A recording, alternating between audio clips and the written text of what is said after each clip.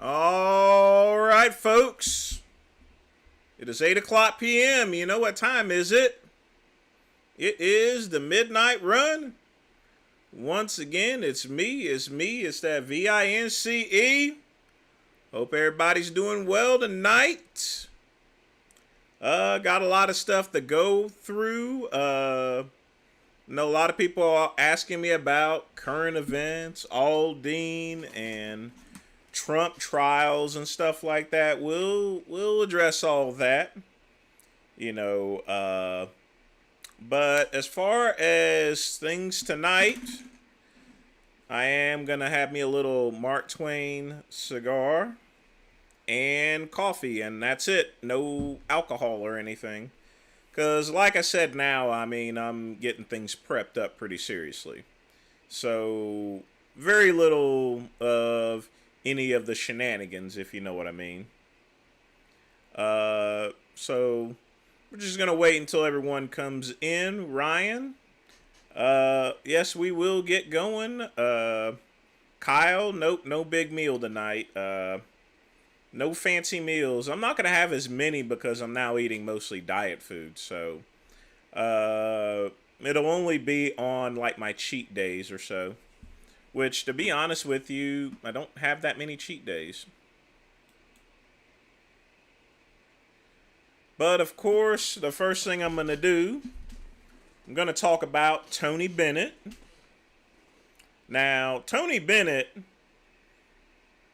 whenever you go down to Vegas, when I went to Vegas, I never had an opportunity to see one of his shows, He was one of those mainstays on Vegas, Straight up classic crooner, all the way. And his generation, now the good thing is he lived to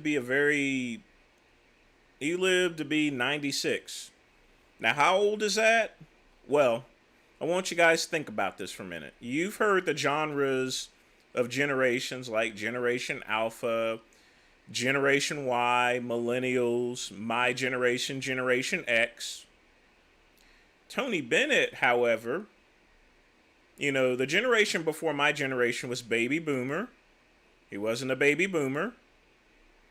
The generation before that was the Silent Generation. He wasn't part of the Silent Generation. He was born in 1926, which actually matches up who Tony Bennett is. That genre was the greatest generation. That's what it's called, the greatest generation. So that's how old Tony Bennett was, And the thing about it is everyone has to go, but he had a very long and prosperous life, and that's all you can really ask for, folks. Let's get this email turned off.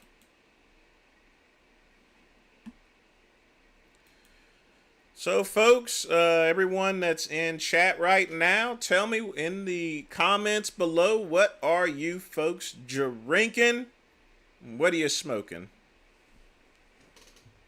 And I'm going to get a sip of my coffee.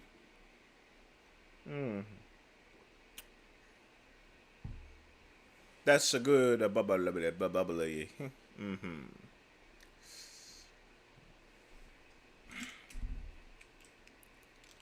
But other than that, we are going to check out a new establishment. We're going to check out Scoundrels probably next week. It is super expensive, folks. This is way more expensive than Swordfish. Way more. They have Japanese A5 Wagyu steaks with Russian caviar. And let me tell you guys about Russian caviar. It's $80 an ounce. Very expensive. Kyle got vodka OJ. Okay. I usually have cranberry, but that works. Hello, Vorking. Certainly hope you're doing well. But yeah, folks, what my plan is, I'm going to go into Scoundrels. And by the way, naturally, yes, you need to have reservations. But this is beyond Swordfish, folks. This is This is super fancy. This some straight up, James Bond type stuff, Hollywood stuff. Got a Macanudo. That's what I'm talking about. That's exactly what I'm talking about. Good stuff, Macanudo. But we're going to go into Scoundrels. I'll probably have a martini, or they actually have an espresso martini. And I've had them at other places. Espresso martinis, folks, are awesome. So I'm going to just sit in there and I'll have a drink. I'm going to get a couple pictures of the spot, and show you guys Scoundrels. I already walked inside and it is awesome, folks. This place is top notch. It is, oh yeah, top tier dining. This is straight up, it's classy, folks. Let's just put it that way. The food is super expensive. Very expensive. So I'm definitely, just because I can pay for something, I'm not going to pay $160 for a meal, okay? I'm not going to pay $120 for Wagyu steak. I can live with a New York strip steak cooked in my air fryer or at Roof Chris. But I'm not spending you're talking about a steak that's $120. And then you add 2 ounces of caviar at 80 cents an ounce. That's $160, folks. So you're looking at spending $280 for steak and caviar.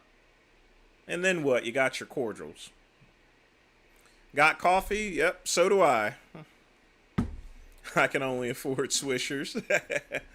Actually, this here is cheaper than a Swishers. The key to it there, Vorkeen, is you got to buy in bulk. If you get these off Cigars International, use the code for free shipping. You can get these for as little as, you can get these for under $2, which is what I did. I think it came out to be $1.70. And these are awesome. These are Mark Twain. These are Mark Twain cigars. So you can get a great cigar for less than the cost of a Swisher's. Just make sure you have a humidor, which, again, you can get a plastic humidor for like $8 off of Amazon. And they'll ship it for free. Well, Ryan, I only walked in there. It's reservation only, even for the bar. It's only reservations. You just can't walk into this place. Definitely not. But I'm not going to eat there, Ryan. It's just too expensive. It's too expensive for me to spend that kind of money. I'd rather put the money towards my channel and everything, and towards any business ventures I have. I'm not going to spend $120 on steak, folks. The most I'll spend on steak will be about $50, but not $120. And don't forget, this steak has caviar on it, which is $80 an ounce. Expensive. I used to smoke Prime Times back in 2007. I think I somewhat remember that. My memory's a little hazy on that, Ryan. But back in the day, I didn't smoke at all because I was competing, so yeah.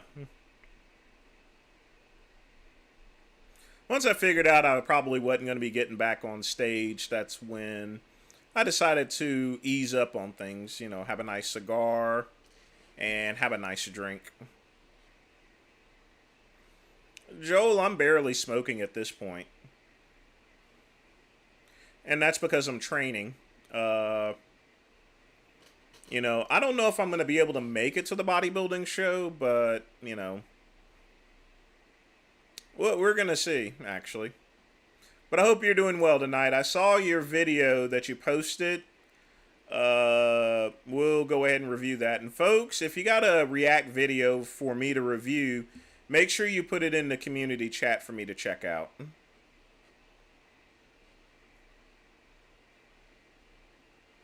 Okay, I got you on that.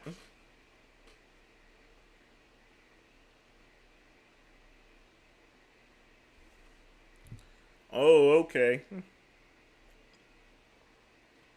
Flavored cigars in gas stations, they usually change the names constantly. With the exception of Swisher Sweets, of course.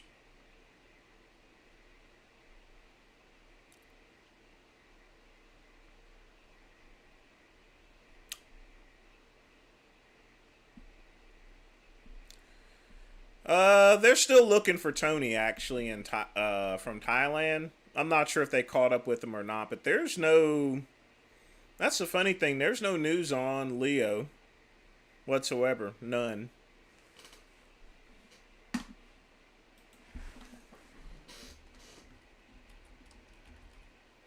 Let me check John Bravo's channel, see if he had anything.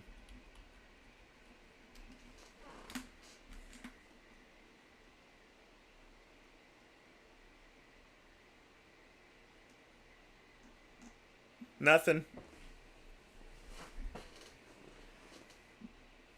It's kind of odd. It's almost like they're... I think now they may be just trying to shove it under the rug or so.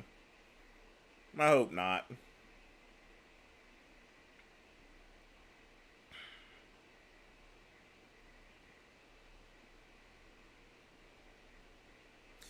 But yeah, there's a... We'll check out Scoundrels. But folks, you have to remember one thing. Just because you can afford something doesn't mean that you can that you want to pay for it. What does McCuck want to debate me on anyway? That's just the thing. I mean, we can argue back and forth and be some fighting motherfuckers. But what does he want to debate me on? I mean, he can easily message me through Instagram at any time, so... I mean, I'm right on Instagram, so he can easily message me.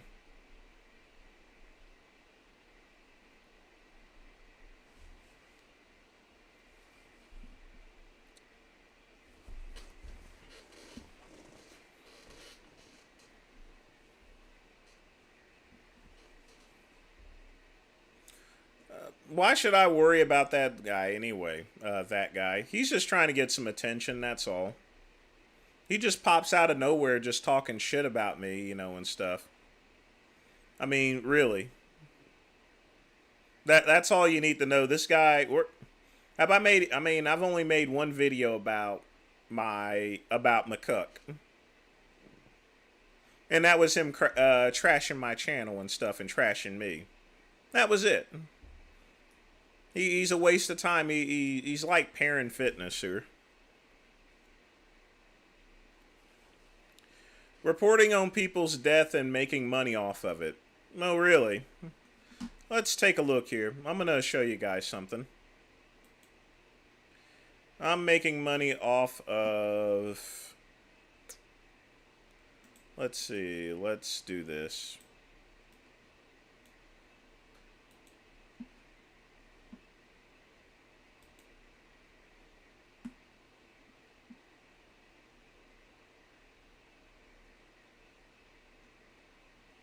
Let's do the one video of Joe Linder. Doop. Let's take a look at the...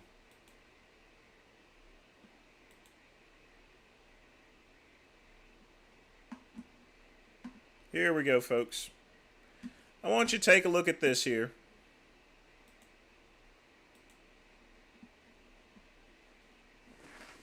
Let me give you a bigger shot of it. Indeed.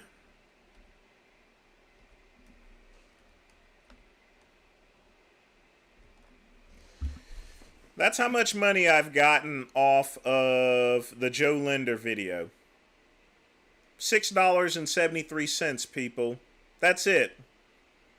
Yeah, I'm trying to profit off of making a Joe Linder video. Do you see that, folks? $6.73.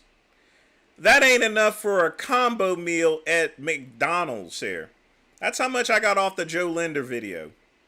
Believe me, nobody is making money off of it, especially me. I don't even know why McCuck is even saying that. If anyone's making money off of it, it's definitely not me. And my intentions on making the video had nothing to do with trying to make money.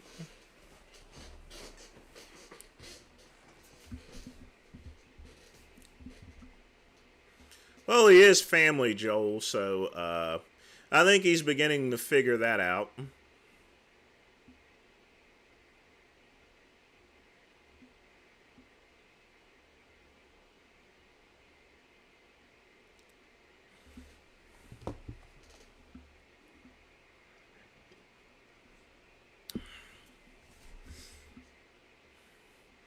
Well, imitation is just flattery, to be honest with you. If he wants to imitate my voice, perfectly fine.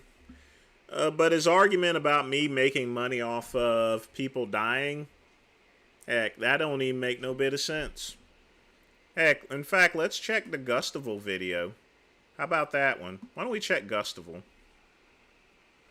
That one was one. Let's take a look at Gustavul's video.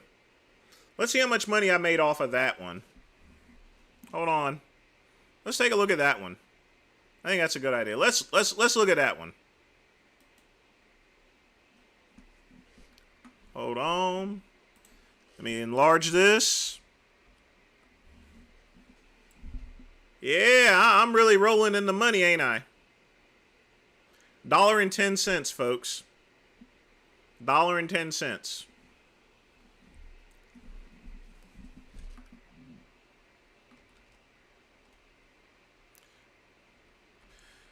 That's not where you make the money at, Brotein. Let me show you something here.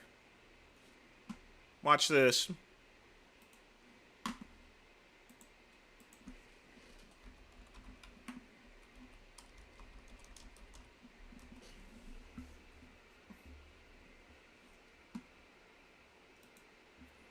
This here's the main website. So, the thing about it is YouTube runs on Google Ads. So I have a Google ad down here. As you scroll down, I have Google Ads on the side. These Google Ads pay even more than what Google actually pays. And this is automated, folks. Basically, all of my videos that I make are posted. In fact, you can actually watch my videos from here, actually. Side. See, these Google ads pay even more. And this is simply for people who are banned off of YouTube. That's why I keep it that way. But these ads pay more than what you get on YouTube. Plus, I can sell other things as well on YouTube. And of course, I have my, whenever I click on anything, this ad also comes up as well. So anytime someone clicks on that, I get paid for it. Anytime someone clicks on any of my ads, they don't have to buy anything. All they have to do is just click on the ad itself. This also has my donations as well.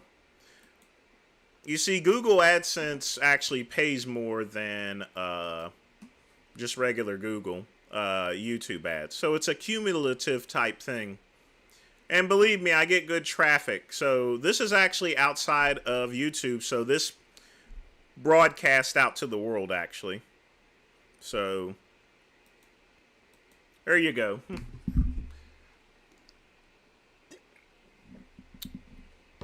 Learned something today about Google Ads. But when it comes to making videos itself, no. For the most part, I make videos because I enjoy it, and I really do. If I get a couple of shekels for it, okay, perfectly fine with me. But believe me, I'm not getting rich. That's just not going to happen, folks. It just isn't. As they said in that movie, Blood In, Blood Out, sorry, no tortilla.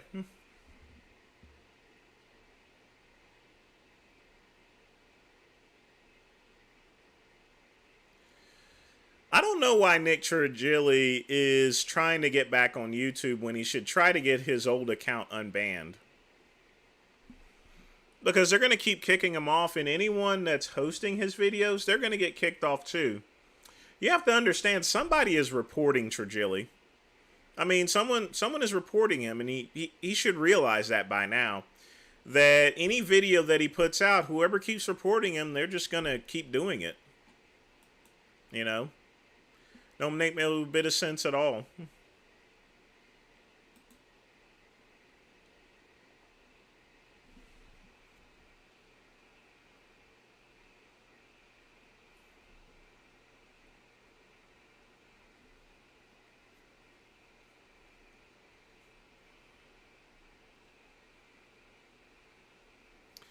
Hey, Veganism Exposed. How you doing, man? Hope your night's going well. We're just cutting up and discussing things.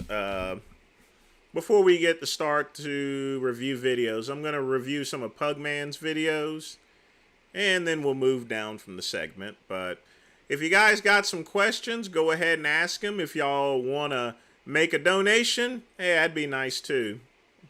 Because as you can see, I don't get much from YouTube. Folks, you got to understand the state of things. YouTube has cut revenue. People now have ad blockers. So when you use an ad blocker on YouTube, I don't get nothing for it. If you're using an ad blocker, you actually have to see the ad in order for me to actually get what, maybe 5 cents or so forth. But if people are running ad blockers, then it just literally kills it.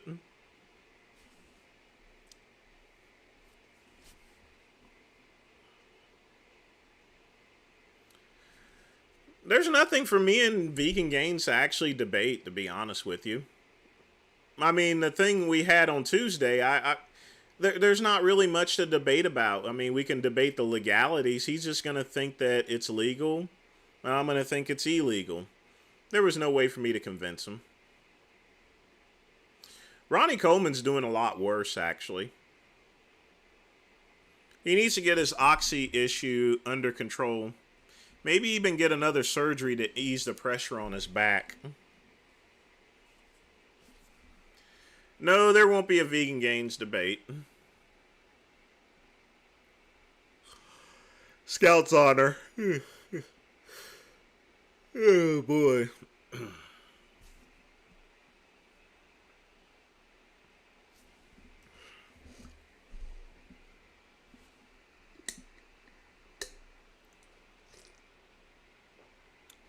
I know Vegan Gaze wants to debate me. She sent me an email.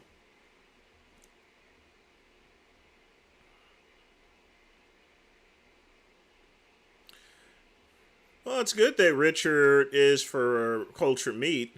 I don't expect him to eat it, Veganism Exposed. The only thing I expect people to do is support the cultured meat, you know. If he supports it, that's good enough for me, you know.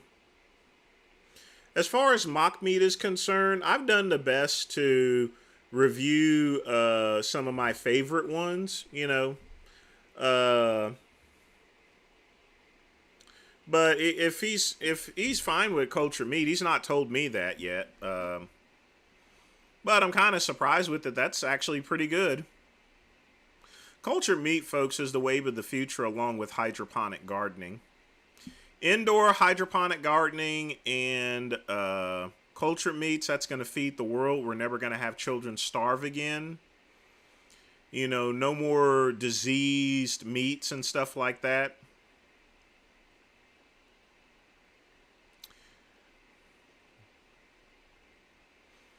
Well, some of them are made of stem cells, but yes, you are correct, Kyle.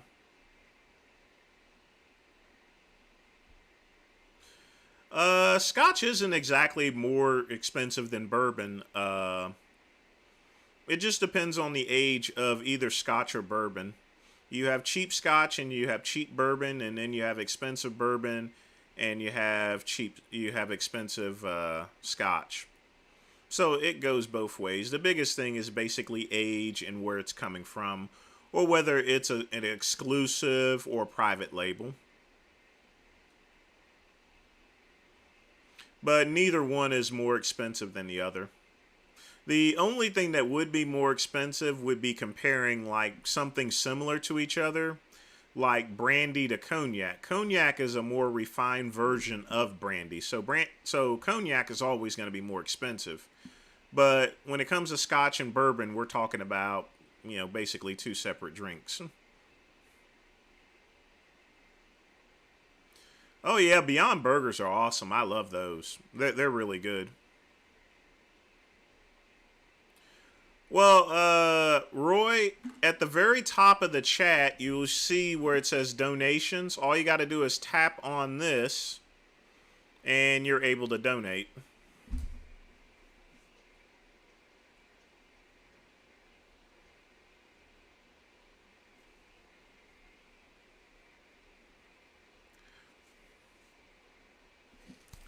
Well, Vegan Gains doesn't want to have animals killed.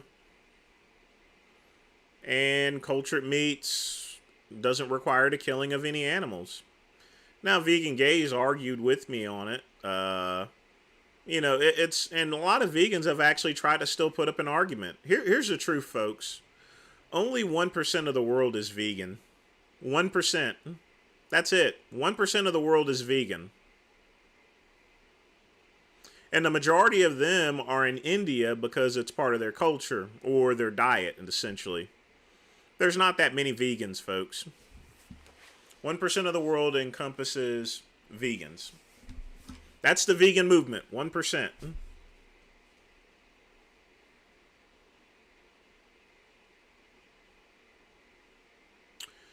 Well, L, that's the good thing. When it comes to lab-grown meat, it can be customized, actually. They can take out all of the cholesterol. They can take out the fats and everything. They can adjust it. They can replace it there. So that's another thing. The meat's going to be a lot healthier because it's going to be designed with health in mind. So they can grow meat that doesn't have any of that cholesterol or anything.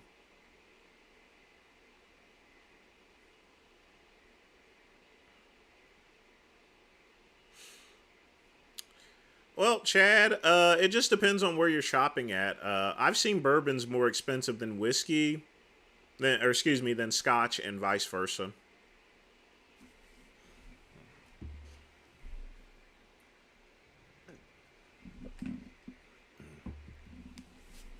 It's all about the brands. Now, as far as my scotch is concerned, I always depend on Duncan Taylor's. And Duncan Taylor's is not too expensive, It's actually a good brand. Got 4 for $5. I have thoughts on Kali Muscle's fundraising. It's kind of suspicious. And his contest for those cars. I'm probably going to make a video about that tomorrow, but it is very suspicious, as John Bravo says. But there's a couple of things that John Bravo hasn't recognized yet on that whole situation, but I'll probably save that for a video tomorrow. Well, Kyle, you could still have grass-fed. I mean, it's, regular agricultural farming won't go away completely. But it'll be relegated similar to hunting, to where very few people are going to, while very few people hunt anymore, very few people are going to buy grass-fed beef. Favorite cigar, Davidoff number 2, hands down. Either a Davidoff number 2, I also like the Gurkha Hudson Bay, but nothing beats a Davidoff number 2.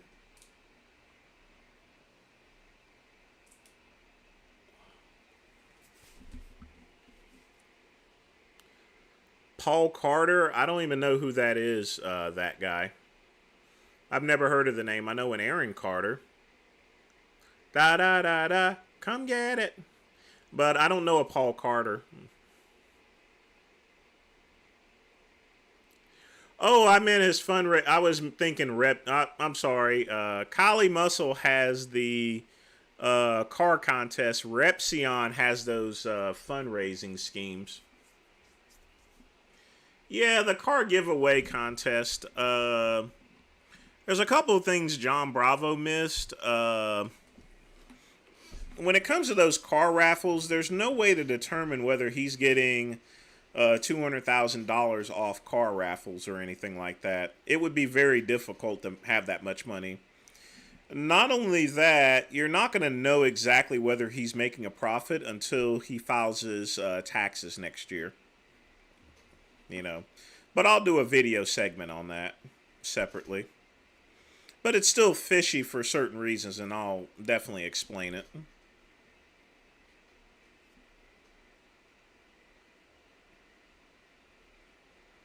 Yeah, Kali has dropped in weight now, and I mean, when you have those heart attacks and everything, that'll do it. I don't know if that's a good thing or bad thing because he's clearly still using steroids.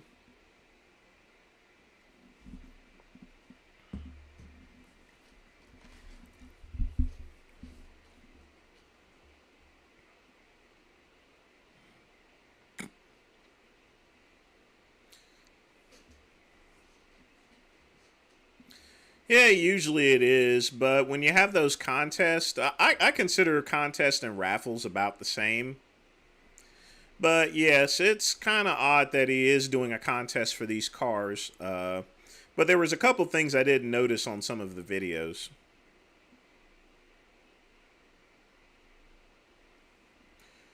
There's a couple of people that practice the one meal a day. Herschel Walker does the one meal a day. What he usually has is almost practically a big giant loaf of bread and a humongous bowl of soup. So he does one meal. Elijah Muhammad, former leader of the Nation of Islam, he only ate one meal a day. There are a couple competitors that do one meal a day. So, I mean, I've done the one meal a day diet before. Sometimes I still just eat one meal a day on occasion.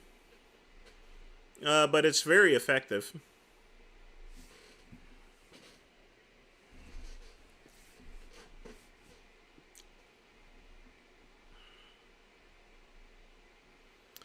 That's way too heavy if he's weighing almost 300 pounds.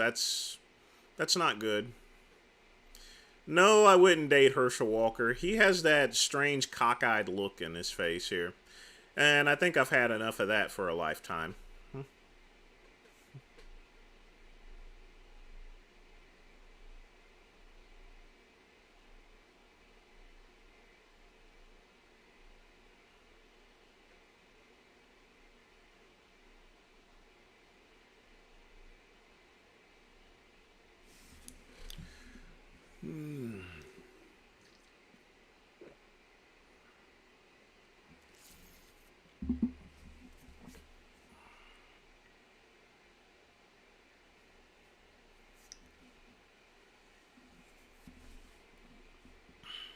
Hey,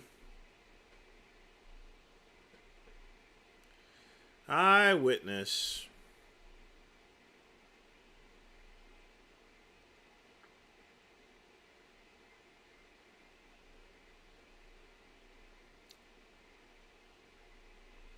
Yep, been a whole lifetime, so.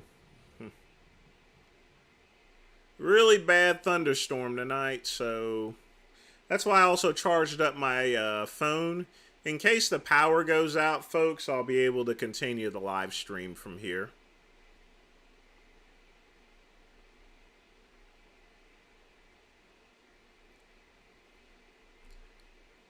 Well, Roy, Lenny made like a 10-part video, and you got to remember these guys were good friends and partners for the Delray Misfits for quite some time, so it definitely would hurt if you're arguing with your former best friend and everything. I mean, that's only natural. That's only human nature. Well, I said it on Tuesday, Eyewitness. I've noticed that as well. He's pussy whipped. I mean, that's a good thing that a woman is keeping him under control because If you guys have noticed, Blaha's videos have been toned down a bunch. So, but I think that also has to deal with the new YouTube regulations and stuff. You can't get away with shit around here no more. Would I fight Vegan Gains, boxing, or MMA? Probably boxing if I was going to fight him. But we would, I mean, he would never get he wouldn't be able to get a boxing license. I probably wouldn't be able to get one neither. So that's going to be a double negative.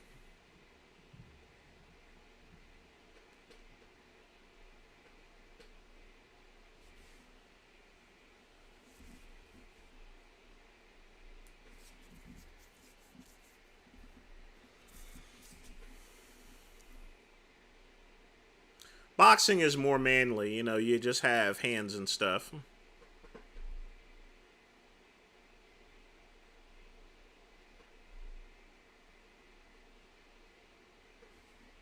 None of this rolling around with guys and everything, you know.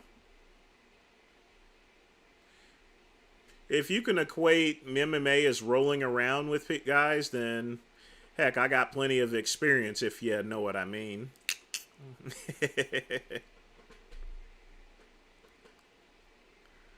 Both of them are ugly as sin there, that guy. So there's handsome. You can't describe either one of them as handsome. I mean, it's like it's like comparing gray lumps and brown sauce. It's like trying to choose gray lumps and brown sauce or brown lumps and gray sauce.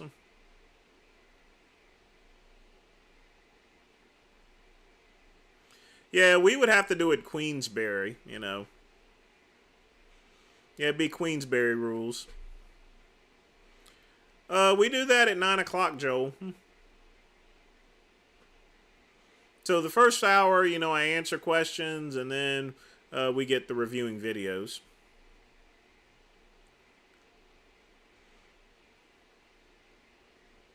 I think Eddie will do a bodybuilding competition.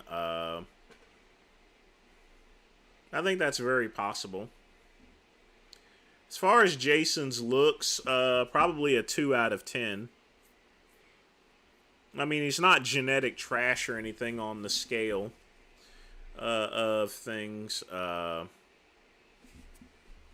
So let me remind you guys as far as the scales of things. 1 second. Just a little bit of education.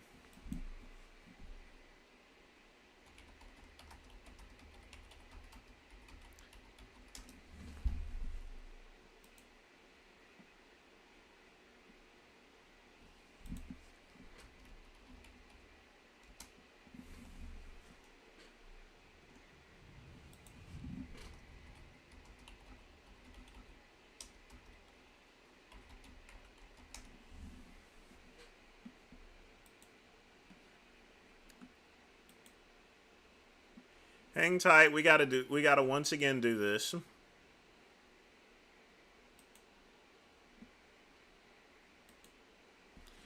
All right, folks. One more time as far as Blaha's looks. Let's go to the chart, folks.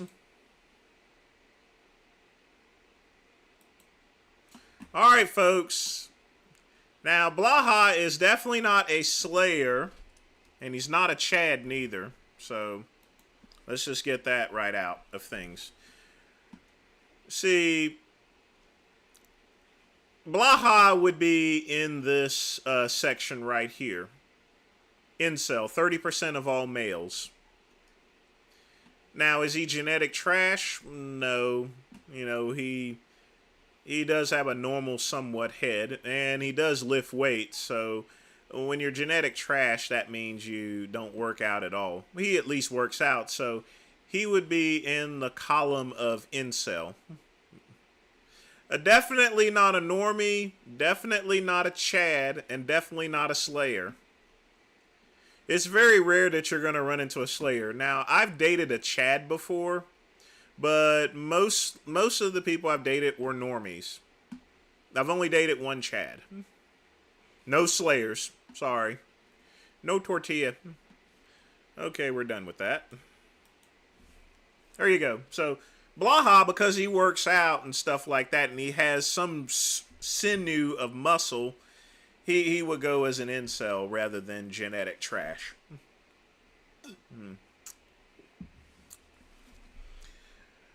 I've seen Jay Masters pictures before. I would actually agree with you.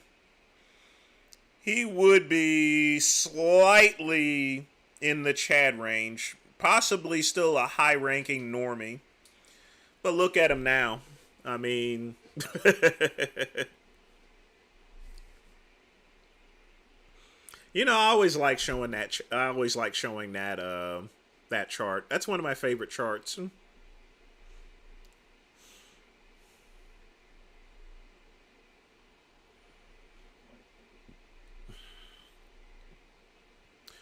Oh, he's not able to cut up anymore, KCB.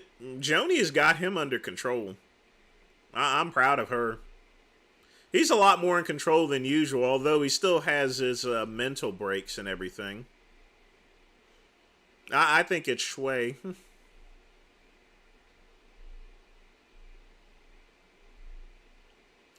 Yeah, you said that many times. I'm sure you want to fuck him, or you want him to have your legs spread or so forth. I mean, yeah.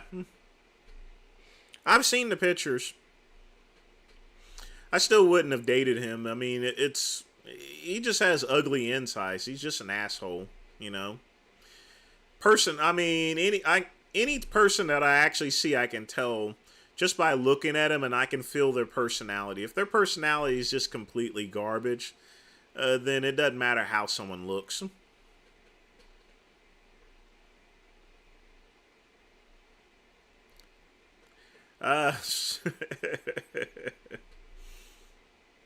Yeah, Chad.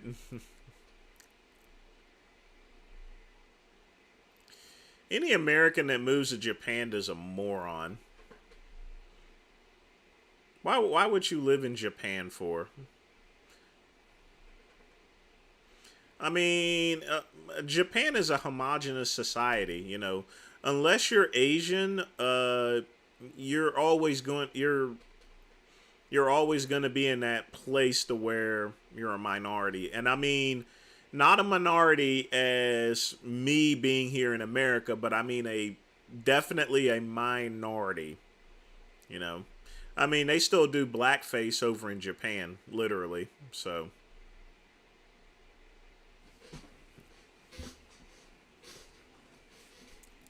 that's good to hear, Joel. Make sure you're able to stay awake at least until we complete the midnight run. We go until midnight. Yeah, alcohol and weight gain will do that to you.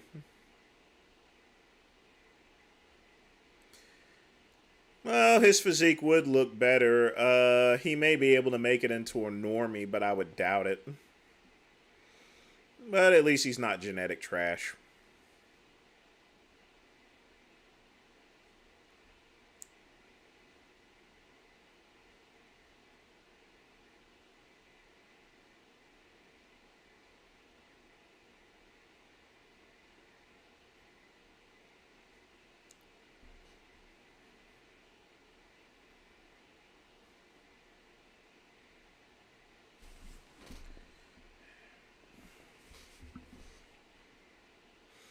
I've dated Japanese guys before, Joel, and they've always told me that, Japan's, unless you're Japanese, it's not a good place to live.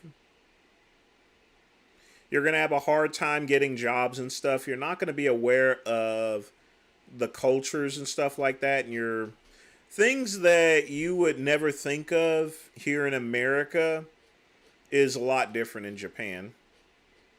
So, yeah.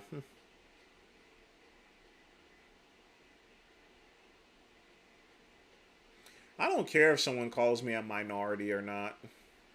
I mean, advantages is I can use the word nigger and no one's not going to think I'm racist. See, white people can't use the word nigger. Black people can use the word nigger, so I can just yell, nigger, nigger, nigger, nigger, nigger, nigger, nigger, nigger. I could say it, but you can't. Plus, as far as getting away, I mean, I'll be honest with you. If I was white, I'd probably get canceled. I'd probably say something stupid, and stuff. I mean, I really would. But I love being black. You should always be proud of your heritage as far as your, and when I mean heritage, as far as the where you came from and where you've been. Oh, no one ain't gonna acknowledge that there, eyewitness. I got some of my family, some of my black friends saying that it's impossible for black people to be racist. Wrong! Wrong! Would I date Yao Ming? No, he's too tall. You know? I don't date giraffes. I don't date giraffes.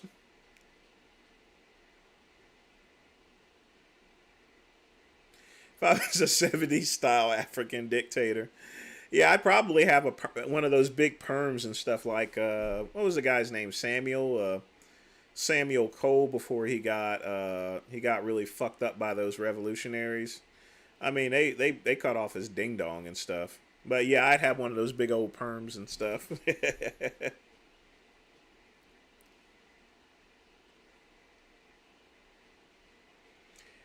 Brandon, anything is possible.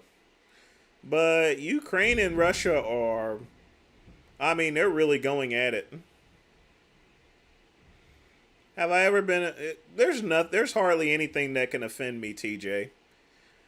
Just don't call me. You can call me a PM, a nigger, or whatever. Just don't call me no fucking cookie cutter. You call me a cookie cutter, it shit's on, baby. You know what I'm saying? It shit's on like Donkey Kong. But no, that doesn't bother me. Cookie cutter. You call me cookie cutter? We not having that shit.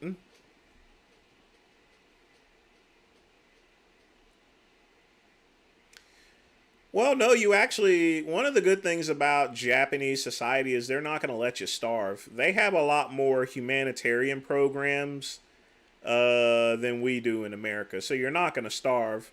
They'll probably just ship your ass back to America. Am I into BDSM? No. Why?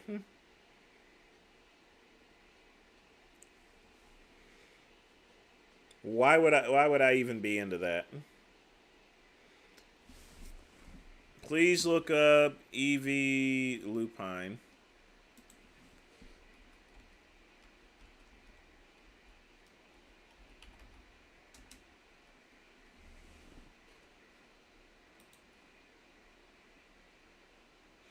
Looks like a typical goth woman.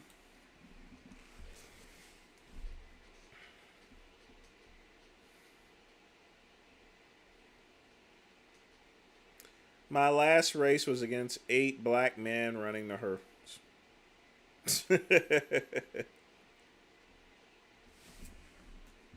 I don't know who that person is. Let's see.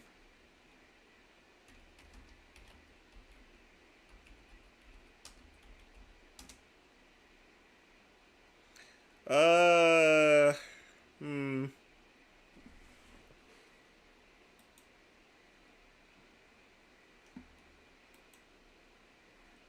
Slayer.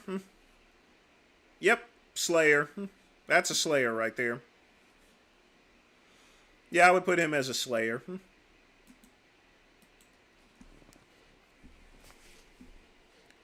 Fuck you, Joe. Thoughts on house music? I mean, it's alright. I like house music. It's just got to be in the right and appropriate place. If it's in a dance club, house music is perfect. If you're at a church, then I don't think it's going to cut it.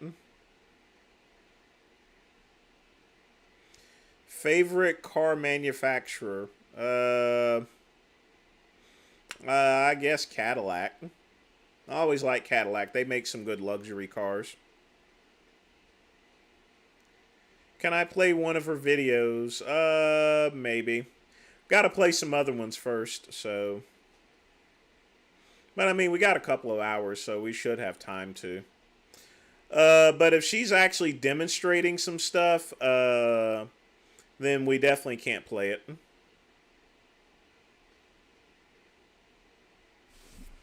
Arash Rabar. Huh. Well, he's not going to be a slayer or anything like that because it doesn't sound like a white person. I'm just messing. Blacks and white, any race can be a slayer. It doesn't matter on race whatsoever. Chad. Possibly Slayer. But in the high range of Chad. Yep. Part of the reason is his forehead. But you know, it's all relative and everything, so. Do you like the movie Snack and Lock Stock? No. Nah, I don't like that. TJ, Big Lenny always goes too far, so I've not even seen the video yet. We can possibly review it. There's a couple of Lenny videos I do want to review, but nothing surprises me anymore.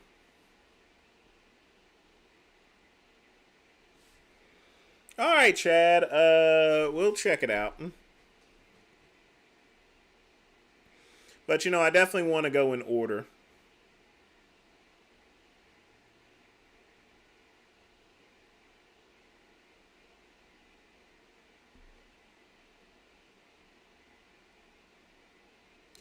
Do you like the movies Snatch? I've never seen those movies. I thought you were talking about something else. But no, I've never seen those movies. I've never heard of them. 35 CL of... I think it's a pretty light drink. Very casual. And got the vape, so no, I don't see that as a very strong drink.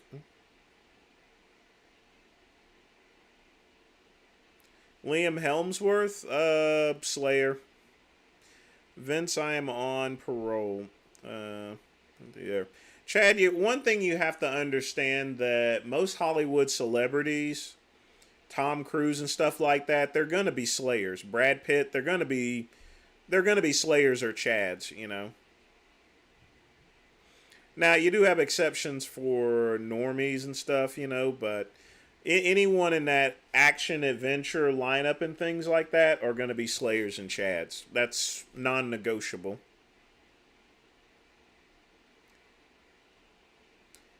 What category would I put myself in? Normie. I mean, I'm considered handsome for a black person, so, I mean, my face isn't shaped odd or anything like that. Now, whenever I was growing up, I was considered a twink, so, which is all the more reason why I wanted to work out and build up some muscle, so.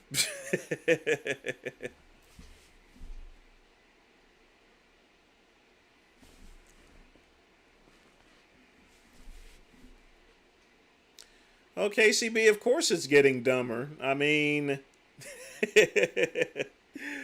what would you expect to happen? It's absorbing the world's information. It is going to get dumb.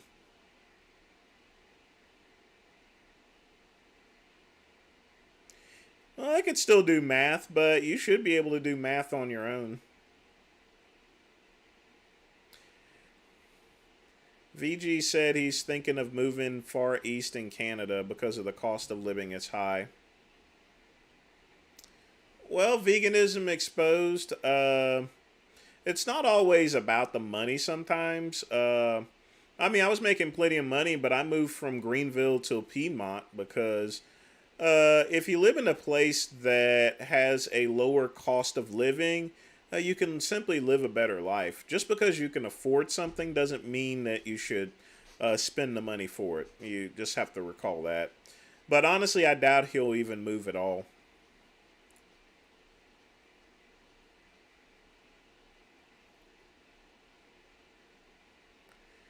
No, you're not on parole, Joel.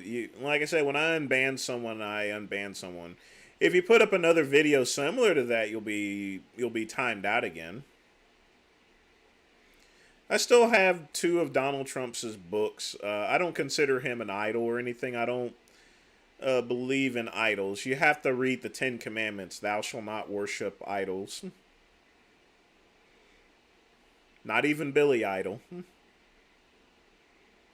More easy to be a slayer with money now, considering. Well, if you get plastic surgery, then you can't be a slayer. A slayer in a chat has natural born beauty, in other words, that cannot be duplicated by surgery. Tom Cruise is a slayer. Sorry, Ryan, he's a slayer. That's how he's got all those parts. I mean, look in the picture itself there. You see a picture of Tom Cruise in the picture as far as Slayer is concerned. Let me show this again. Hold on.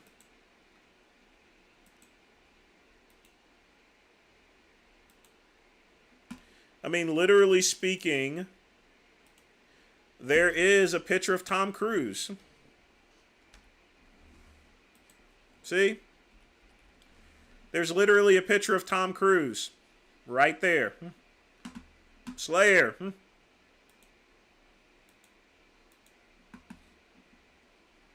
Elvis is a normie.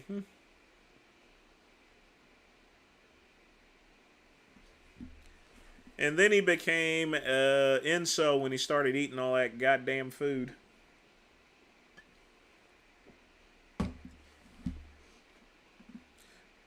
I mean, Elvis had looks and everything like that, but he still had a normal look. He could have been considered a Chad, but I say he was a normie.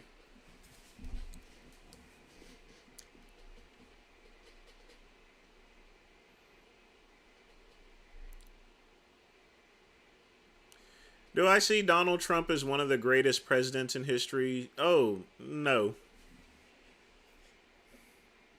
The greatest president we had in history was our first president, George Washington. We wouldn't even have a country if it wasn't for George Washington. Now, sure, I mean, he had some slaves, he beat some niggers and everything like that, but, he still built the foundation of the country. So I can forgive him if he whips some blacks and stuff. Well, not really. I can't forgive him. He's kind of an asshole for doing that. I mean, it's one thing to have slaves, but to beat the shit out of them, that's kind of fucked up, But he still built the country, So,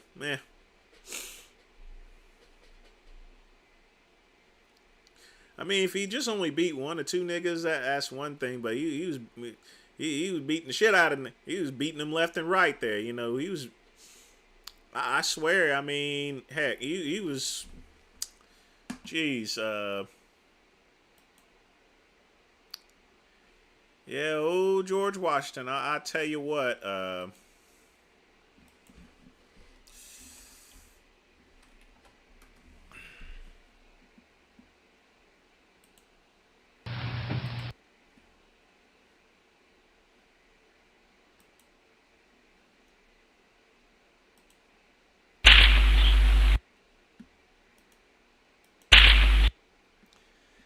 Yeah, I mean, George Washington, I mean, he had the pimp hand, all right. He was beating so many niggas, he probably was filming a Tarzan movie or something like that, Seriously.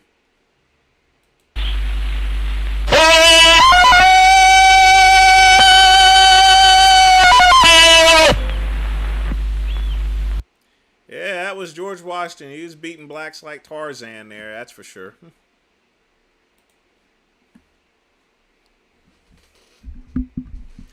Yeah, Pimp Hand Strong. Yo, Vince, do you like the bar club scene, or am I? I like a chill out place. I like the chill.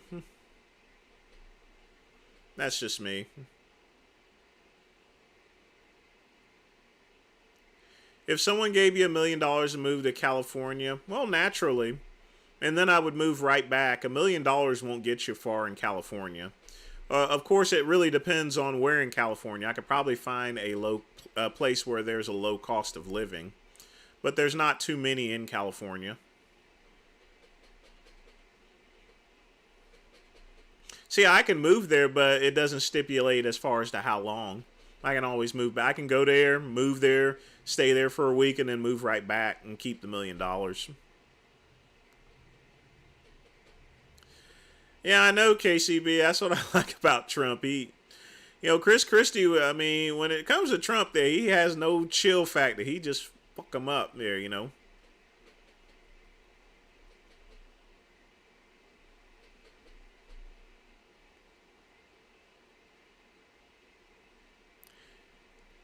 Are rooftop bars? No, there's fences to keep you from falling over, and you don't get close to it. I mean, but in case you go off the roof, I mean, you'll only have about maybe 2 or 3 seconds to think about it.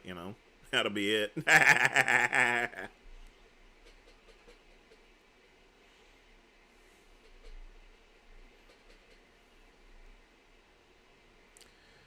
What category, Sean Ray? Chad.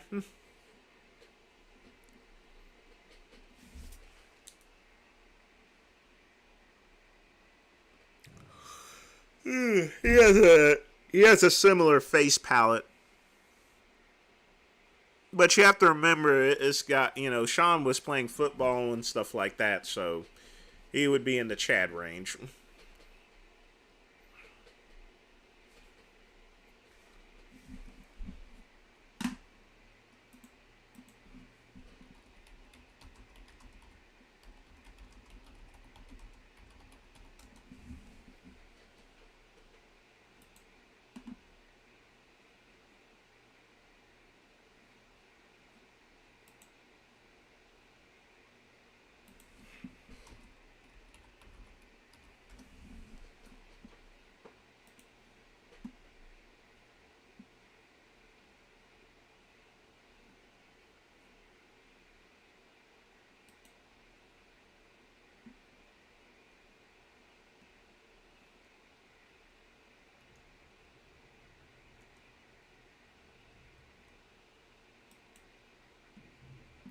But I mean, as far as telling me about charts are concerned, the chart that I showed is only going to show white folks on it.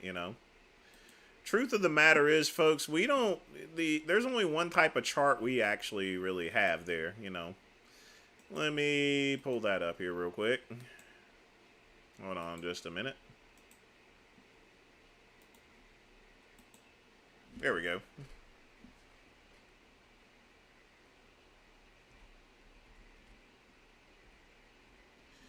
See, there's only one chart that we have. This here is the haircut chart, okay? So if you go to a black barber shop, folks, this is what you got to pick from. Sometimes people don't know what the hairstyle is. So you got to look. They give you this little chart, and they tell you how you want your hair, Now, this is a much older one, because a lot of these hairstyles are no longer there, That's the only chart we got, folks. I'm sorry. But, okay, we're done with that. All right, folks, it's 9 o'clock. We are going to go ahead and review some videos. If you're talking about Sean T, he's probably an incel. Yeah, he would be an incel. All right, let's go ahead and review the first video.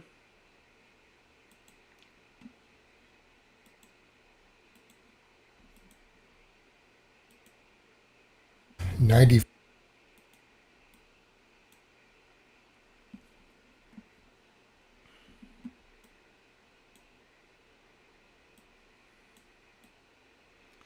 Doop, doop, doop, doop, doop. Shivity doop, ba ba ba ba ba ba ba ba ba ba ba ba.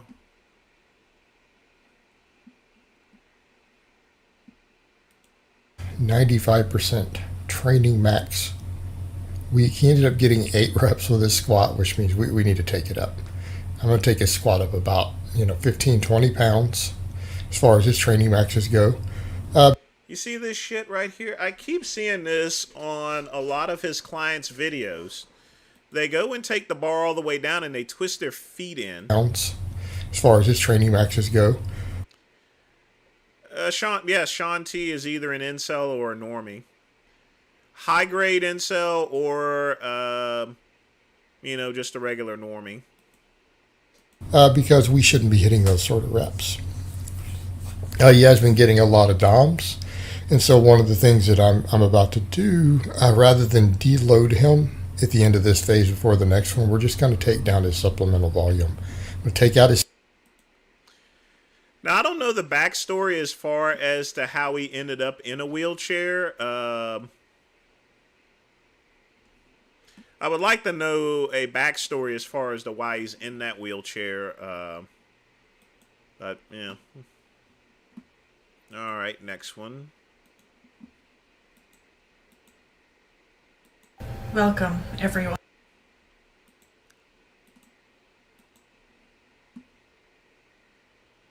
What the fuck is this?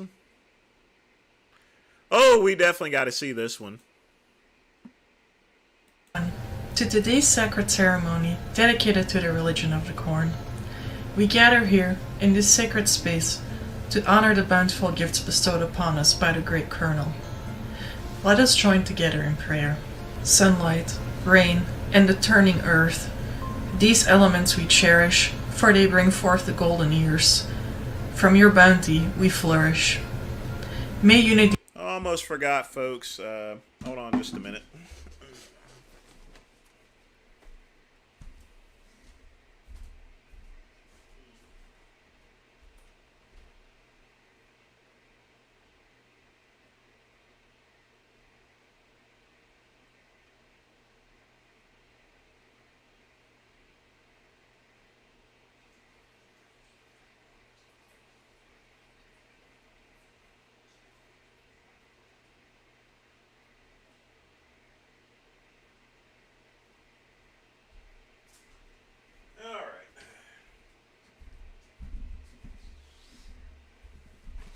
Oh, yeah, this gonna be good. This is gonna be good. This gonna be good. This is gonna be good. They be our guiding force, like kernels on an ear. In fact, before we even begin, let's get lit up here. Yeah, I want to be smoking a cigar when I see this. Motherfucker.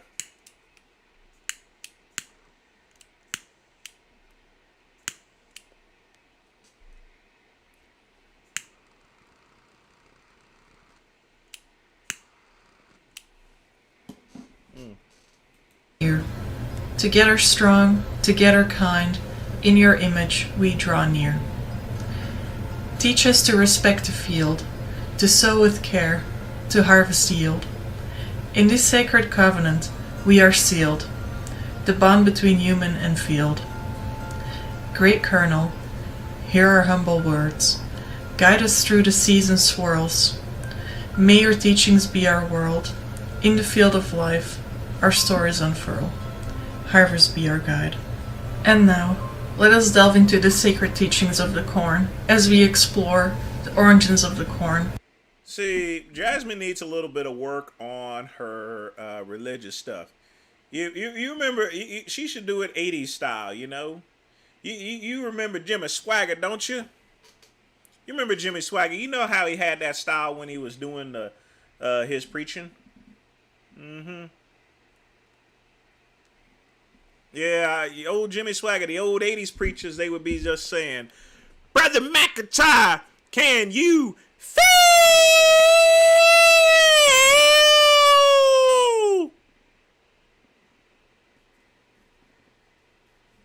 the power? See, that's how them 80s preachers used to do it. Chapter 1 through 5. Chapter 1. The creation of the corn. In the beginning, when the earth was formless and void, the corn deity hovered over the fields, ready to bring forth life. The corn deity spoke, "Let there be corn." and from the fertile soil, kernels of corn sprouted, reaching towards the sun, embracing its life-giving rays. The corn deity saw that the corn was good, providing sustenance and bringing joy to the hearts of people. The corn deity continued, "Let the corn be plentiful, filling the earth with its golden abundance. Let it grow in fields and gardens, flourishing under the care of humans." The corn grew tall and strong, its stalks rustling in the wind, and its ears filled with nourishing kernels. The corn deity blessed the corn, declaring, "Be fruitful and multiply, spreading your seeds throughout the land, ensuring the continuity of your sacred presence." The corn offered its gifts to all creatures, providing food for humans and animals alike, sustaining their bodies and spirits. The people recognized the corn as a sacred gift, a symbol of sustenance, fertility, and unity. They celebrate its presence and give thanks to the corn deity for its abundant blessings. Now, as far as corn deities are concerned, I guess she's read some Aztec scriptures or something like that. But, you know. It seems as though Richard's not the only one that's going off the deep end. And so, the creation of the corn marked the beginning of the people's reverence for the divine essence that resides within nature's bounty. Chapter 2. The Sacred Corn and the Nurturing of Humanity. After the divine creation of the heavens and the earth, the corn deity looked upon the vast lands and the fertile soil. In the land of abundant blessings, the corn deity sought to nurture a special relationship with humankind. The corn deity formed a sacred garden, where the first corn stalks were planted, their lush green leaves intertwining with care and devotion. From the earth, the corn deity shaped a being in the divine image and breathed the essence of life into it. This being was named Cornus, created to be the guardian and caretaker of the sacred corn. In the center of the garden, the corn deity placed a tree of life, whose roots ran deep into the ground, drawing nourishment from the earth, and its leaves reached high into the heavens, basking in the divine light. The corn deity said to Cornus, "You are the steward of the corn, and the guardian of the sacred garden. You shall partake of its bounty, for it shall sustain and nourish you." Cornus tended to the corn with loving hands, watering with care, and singing songs of gratitude to the corn deity for the gift of life and abundance. Yet, in the garden, another tree stood, the tree of knowledge, of good and evil, its fruits gleaming with curiosity and temptation. The corn deity cautioned Cornus, "You may eat freely of the corn, but refrain from partaking of the fruits of the tree of knowledge, for it carries the weight of choices and consequences." As time passed, Cornus thrived in the garden, reveling in the divine communion with the sacred corn.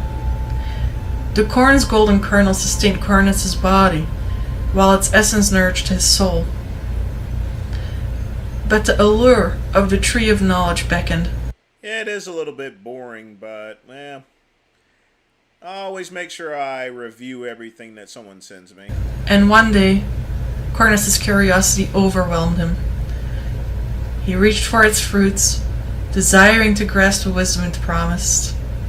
Upon partaking of the fruit, Cornus's eyes were opened to the complexities of life, and he became aware of both joy and sorrow, love and loss. The corn deity, in wisdom and compassion, acknowledged Cornus's choice and spoke gently. "You have tasted knowledge, and with it comes the responsibility to cherish and protect the sacred gifts of the corn." From that moment on, Cornus became the custodian of knowledge, the seeker of wisdom, and the protector of the sacred corn, understanding the interdependence between humankind and the bounty of the earth. The corn deity blessed Cornus, saying, "Go forth, my beloved steward, share the wisdom you have gained, teach others the sacredness of the corn, the reverence for nature, and the harmony of the divine order." And so, Cornus ventured beyond the garden, carrying the seeds of the sacred corn to cultivate throughout the world. All right. I'm going to interject here real quick. That is probably, I understand. I want to make sure I don't cut someone's video off completely. But she's talking complete nonsense, so. Boy. How about we do this instead just to make up for it? Now, you want an entertaining pastor? Let's go to one of these. Check this mess out here. So we're going to still keep it religious because I want to be fair to those who posted up the video. So we're going to do this here.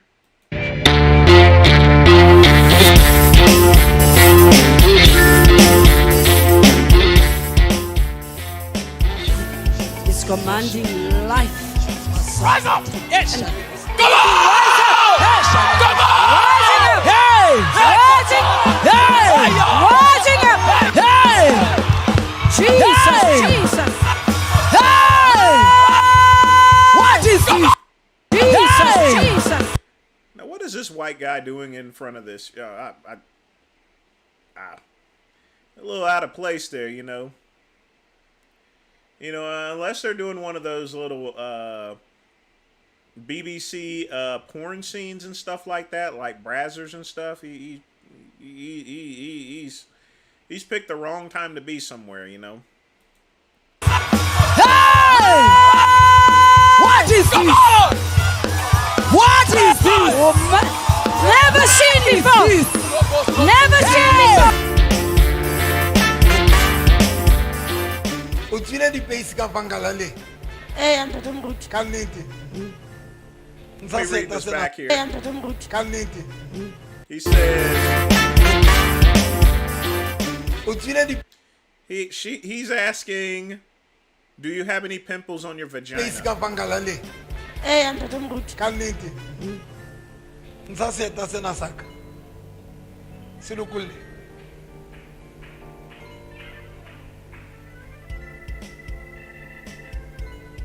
Sibe vangala le.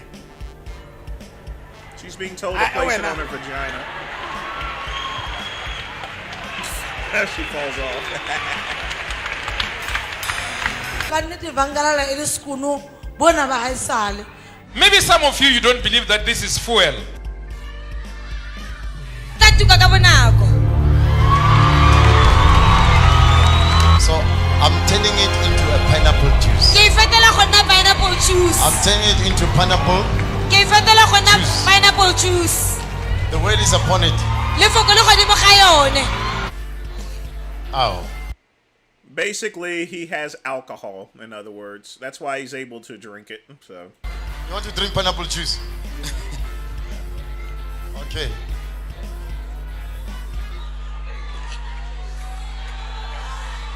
But the devil tried to attack your child. Do you have children? Yes, man of God. I've How got many? Two. Yes. Should I use it? Should I use it? Oh, deeper man of Should God. should I capture the picture? some country in Africa, it doesn't matter. It could be Zigazunga or something like that. Prophesy, Major One. Oh, deeper man of God. I'm just messing. That's actually South Africa.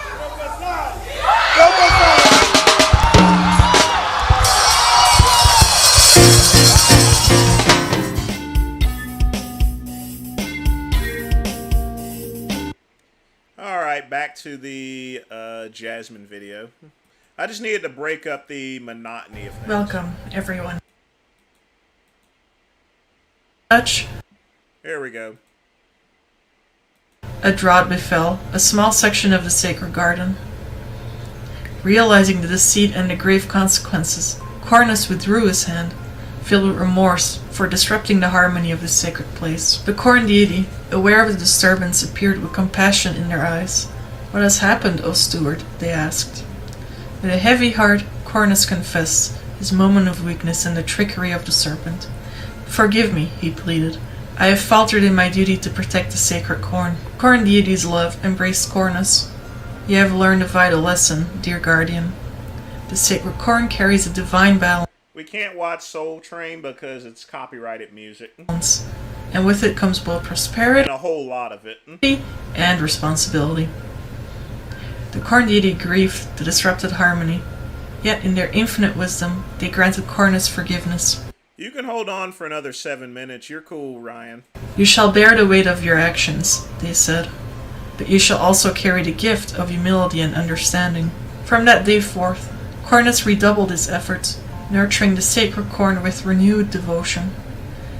He taught his kin and the people the importance of respect, balance, and responsibility in their relationship with the corn.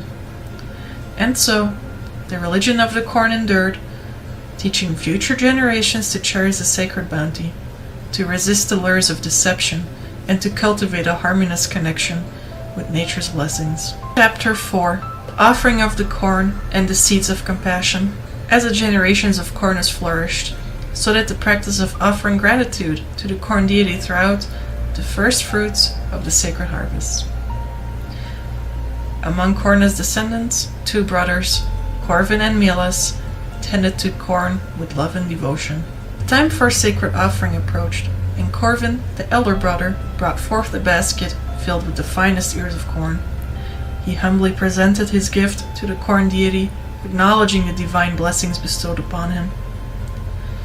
Milas, observing his brother's first offering, felt a seed of envy take root in his heart.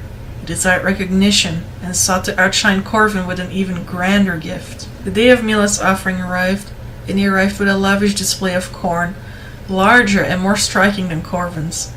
His heart swelled with pride, believing it surpassed his brother. Yet, the corn deity, who saw beyond mere appearances, looked into the depths of their souls. They gently spoke. It is not the quantity, but the sincerity of the offering that matters, dear children. The corn deity accepted both offerings with love, for they recognized that each gift was a reflection of the giver's heart. Corvin and Milas returned to their fields, and a rift began to form between them. Milas' envy transformed into resentment, and he plotted a plan to seek revenge on his brother. One day, Milas lured Corvin into the fields, pretending to share wisdom, but instead, he struck Corvin with a heavy heart, leading to a tragic loss. The corn deity appeared before Milas, their divine presence emanating wisdom and compassion. "Why have you done this terrible deed?" they asked. Milas, filled with remorse, confessed his envy, pride, and the seeds of bitterness that had taken root within him. The corn deity spoke sternly.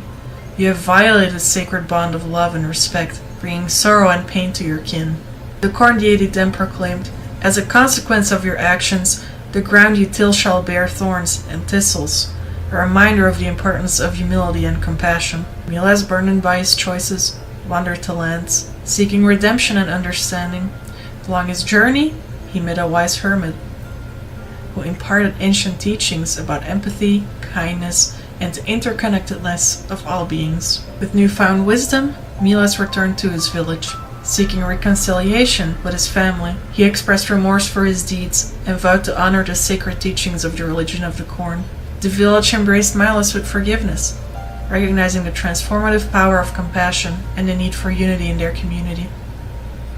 From that day forth, Milas dedicated his life to cultivating not only the sacred corn, but also the seeds of compassion and understanding in the hearts of all who would listen.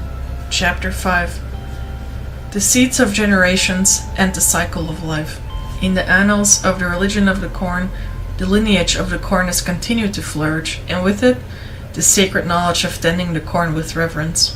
As the years passed, Cornus' descendants embraced their role as stewards of the corn, passing down the teachings from one generation to the next.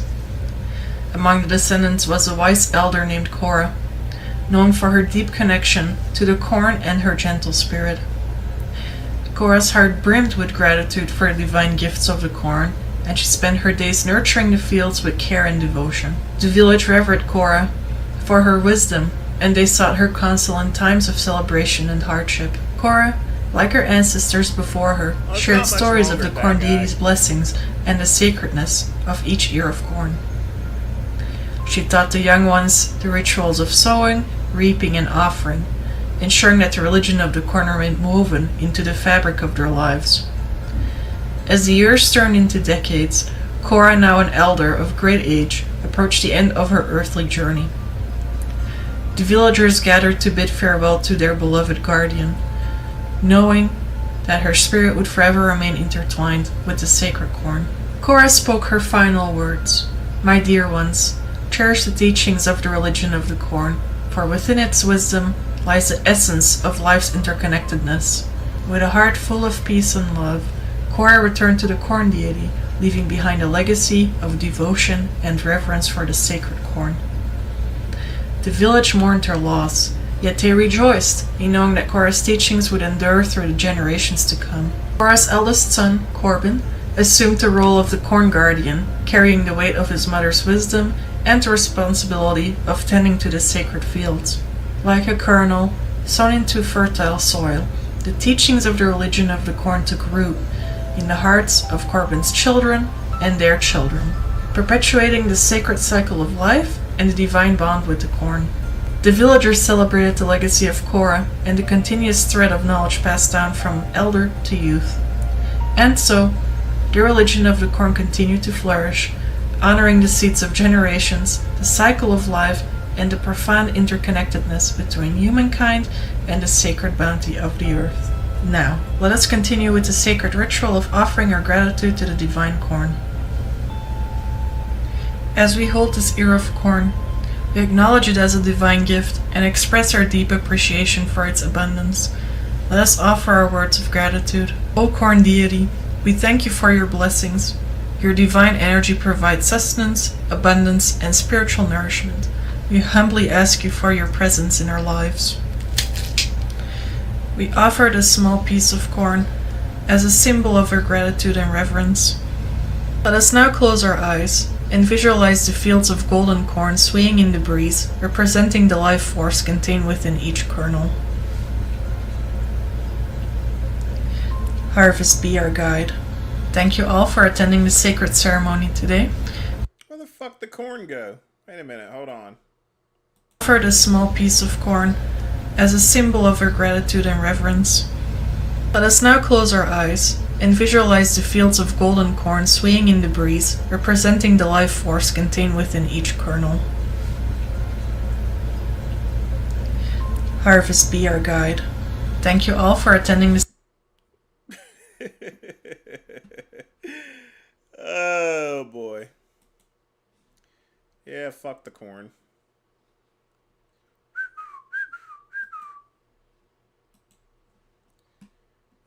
Let's see what we got next. We got Joel's video. Let me refresh everything. Folks, if the power cuts off, I'm going to get back on my phone. I got it fully charged up for that reason. So we got Joel's video next.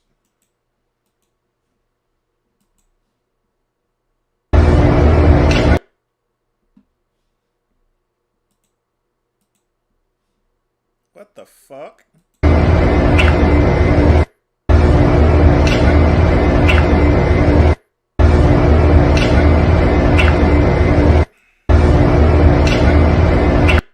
I cut that off for you guys, protection. Need to rinse my mouth out with water after seeing that.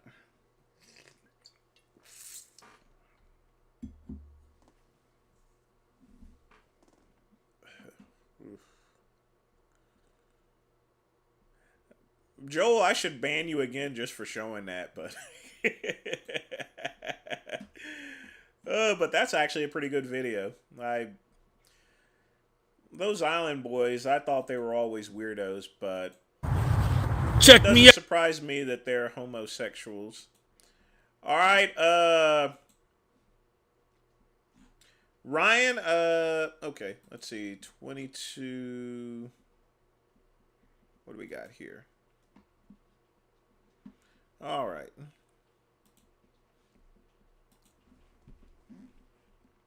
Prepare and come up with some type of strategy, some type of plan. True that there, Pug Man. Hope you're doing well tonight. But I don't see it.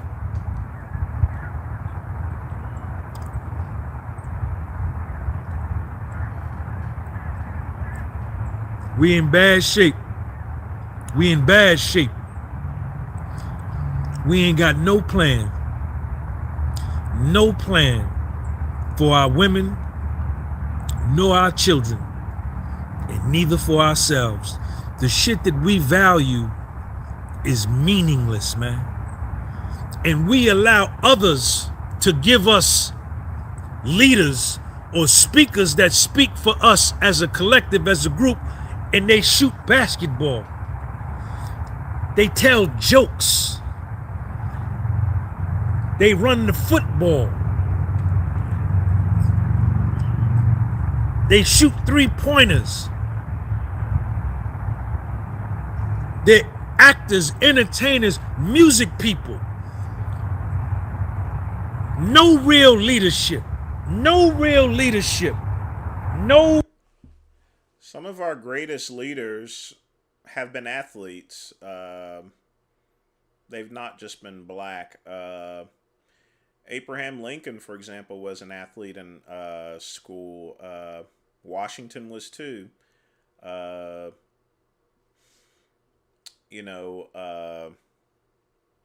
Just because you're an athlete doesn't mean that you're not intelligent. As well as in the entertainment business, a lot of the civil rights movements wouldn't have been there for, the guy that played Rochester in the Jack Benny show. A lot of that money went to the civil rights movement. It's not a matter of entertainers or anything like that. It's what you do with the money. You take LeBron James, plays basketball, but he opened up his own school, for example. So I don't find any issue with athletics or entertainment or anything like that. Just because someone is an athlete or is in the music industry doesn't mean they can't do positive things. He's somewhat right on it there, to where people, all they do is just do that and have no substance behind it, but that you can't make a broadside statement on something like that. No real leadership. And we sit around and it's like we waiting for, well, whatever's gonna happen, whatever they gonna do, that's what's going. That's dumb. That's dumb. That's ignorant. That's foolish. FN, if you want me to review something, you got to put it in the community section of my channel. That's reckless. That's childish. Whatever adjective you can come up with, that's dumb. That's what it is. And it's all our fault. There's no excuse for us, man. There's no excuse for us to be in the condition that we're in.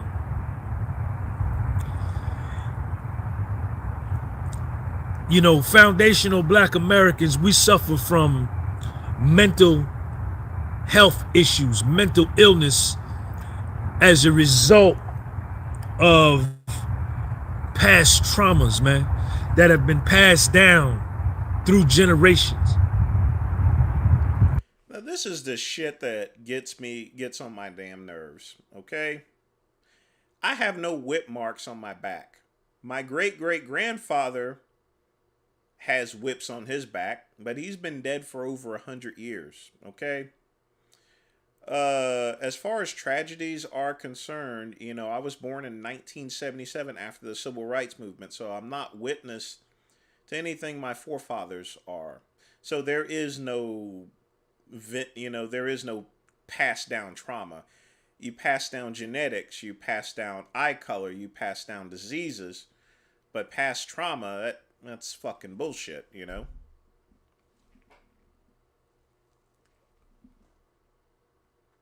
And you guys have heard me say things about reparations. Just because something is owed doesn't mean that you have the right to collect it, If what you're trying to collect is going to hurt somebody else, then, And the way we going and how we looking, it's going to take divine intervention. Now that my cigar's done, remember, twist, not jab. It's going to take just that in order to save us. Oh yeah, folks, make sure y'all smash that like button there. Let the Google know that you guys are watching.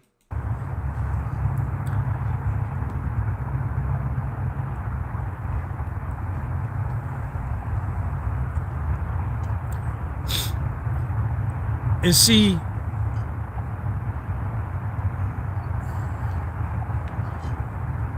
you got these 5 cops down there in Memphis, man.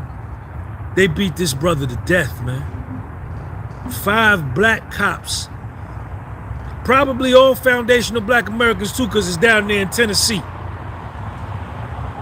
I would be willing to bet that all of them foundational black Americans too, they beat this brother to death, man. It's so sad. And we don't have no type of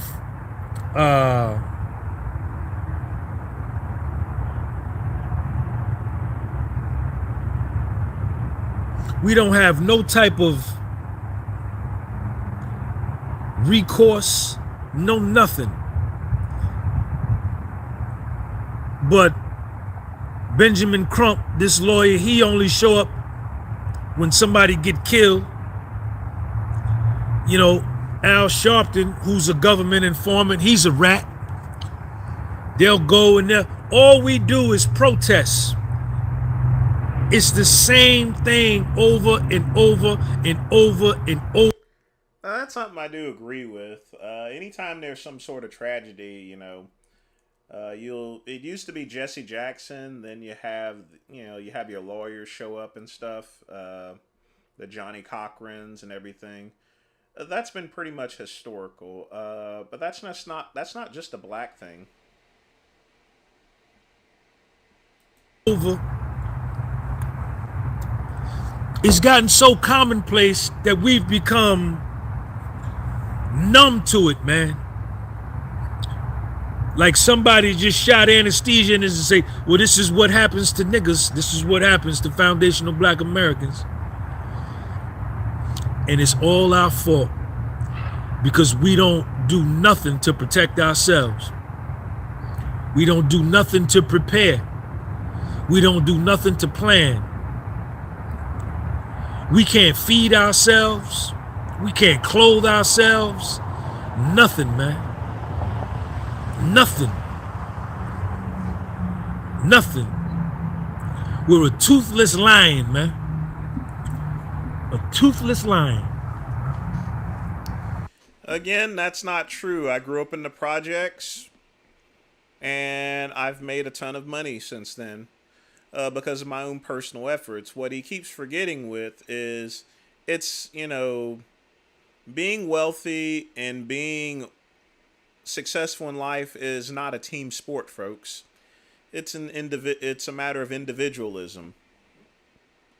If your neighborhood is shitty, you can either clean it up or you can move.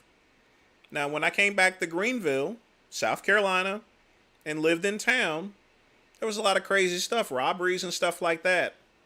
What did I do? I moved out to Piedmont, nice and quiet. You are not a tree. You can leave.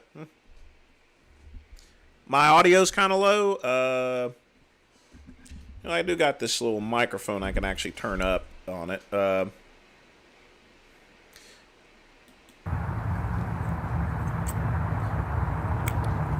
A lion with no teeth. And we so stupid, we so dumb. All we think about is rap music and basketball and football. Dumb. And designer bags and designer clothes. You have a designer hat on, and you've worn plenty of designer clothes and designer shoes and stuff like that. So People in glass houses should not throw stones. And European cars, smoking weed. Stupid, man. Dumb.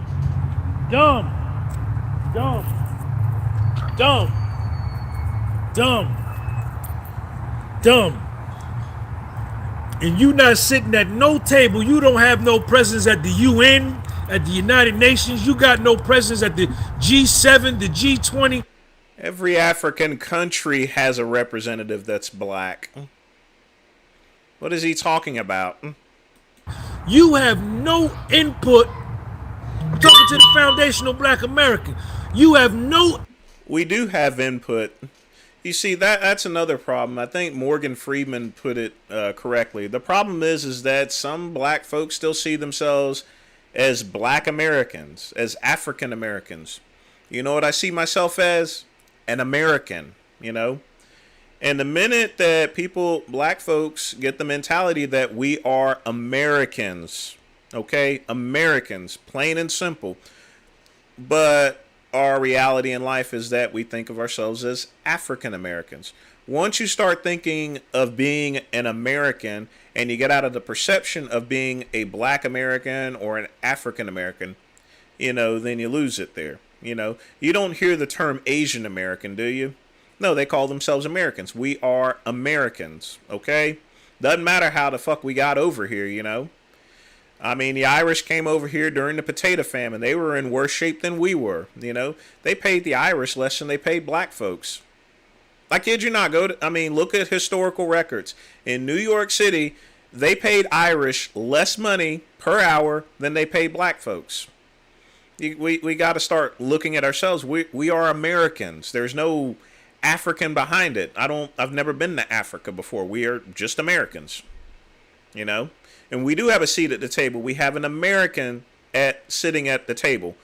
And I'm an American, so that person represents me. We have an American representing another American, being me. Input and no say as to what happens to your women and your children, dumbass nigga. You dumb. You weak. You weak. You playing the sucker's role. You the buffoons of the world. You entertain the world. They come watch you play sports. They come listen to you play music. They come watch you dance. They come watch you tell jokes. That's your only use. Look at you. Look at you. Look at you. Look at you. It's a lot harder to be a black homosexual. You know, my people are very homophobic. Very homophobic. Look at your reality. Look at your reality. Niggas is dumb, man. We stupid. We stupid. We stupid. And all y'all niggas could do is just gather all these facts about yesteryear and 600 years ago and 1,000 years ago when we was in Africa and we was kings and all that. Man, fuck all that shit. That shit is dead, man. That's gone. What about today? What about today? What about today? Today, from a world standpoint, you are a nobody. You are a nobody. You are a nobody. Them 5 niggas jumped on that boy, man. They beat that boy. They kicked them all in the face. Pepper sprayed them, tased them, kicked them in the head, kicked them in the rib. They killed that boy, man. They killed that boy. They killed that boy, man.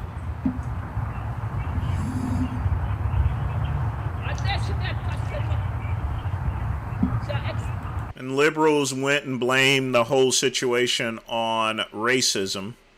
How about that, folks?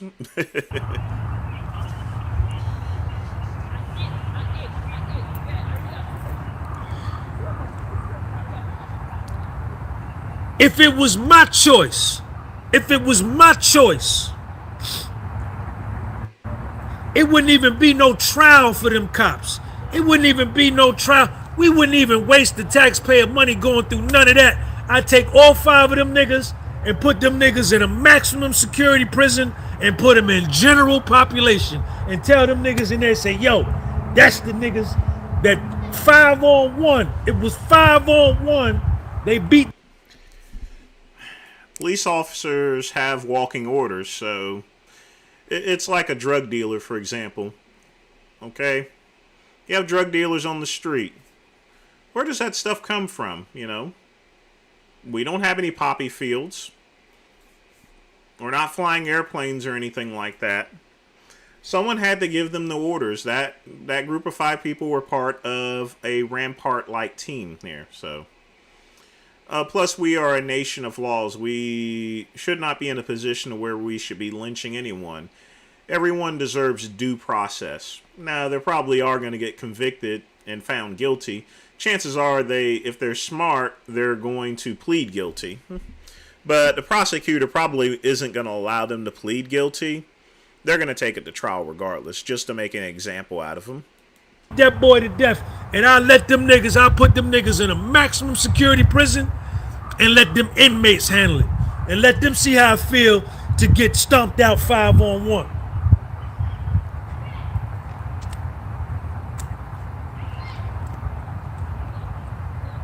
You niggas are dumb, man.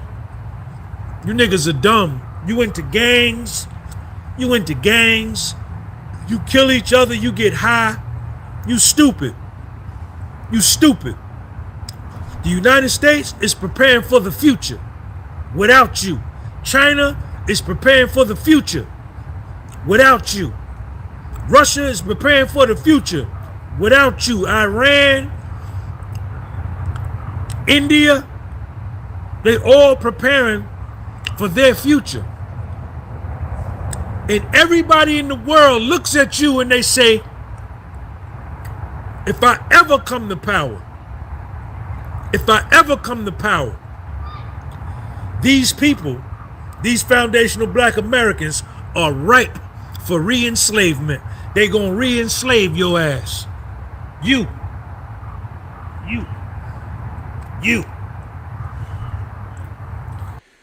I've been doxxed a dozen times over the years from Get Big and everything. So, yeah, I've been doxxed a bunch of times.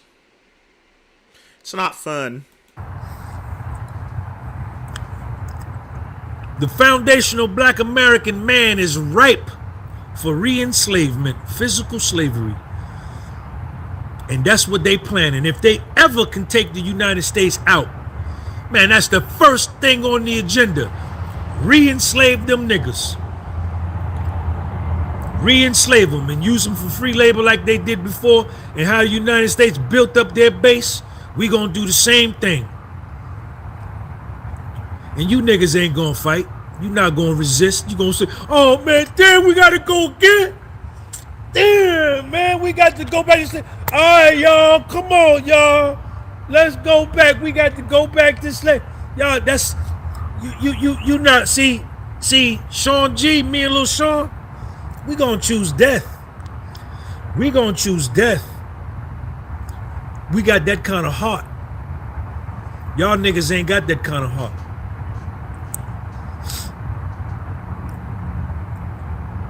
The foundational black American. Nobody's gonna get re-enslaved, but I don't, the thing about it is that he doesn't realize what slavery is, which I'll show you something in just a minute. Man ain't got no plan. The nigga's a fool. Look at him. Look at yourself. Talking to you, foundational black American man. Look at yourself. Look at your people. Look at your people, man. Look at yourself. What are y'all doing? What's happening?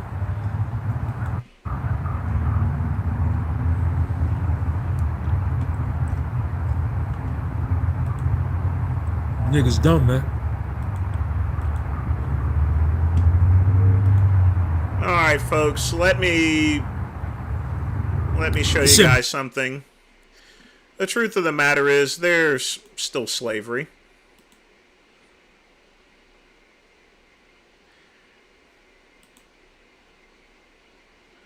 What he doesn't realize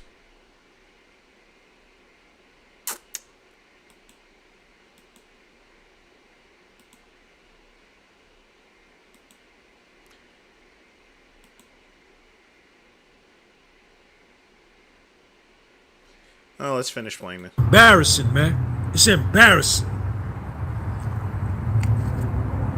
It's embarrassing.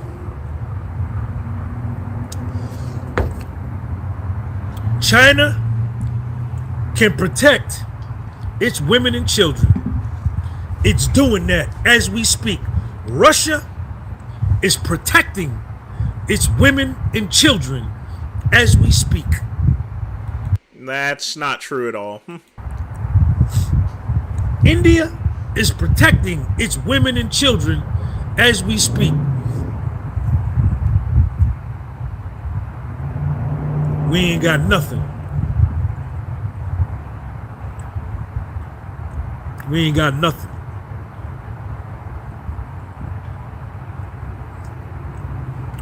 That's all I really wanted to say to y'all. You niggas embarrassing, man.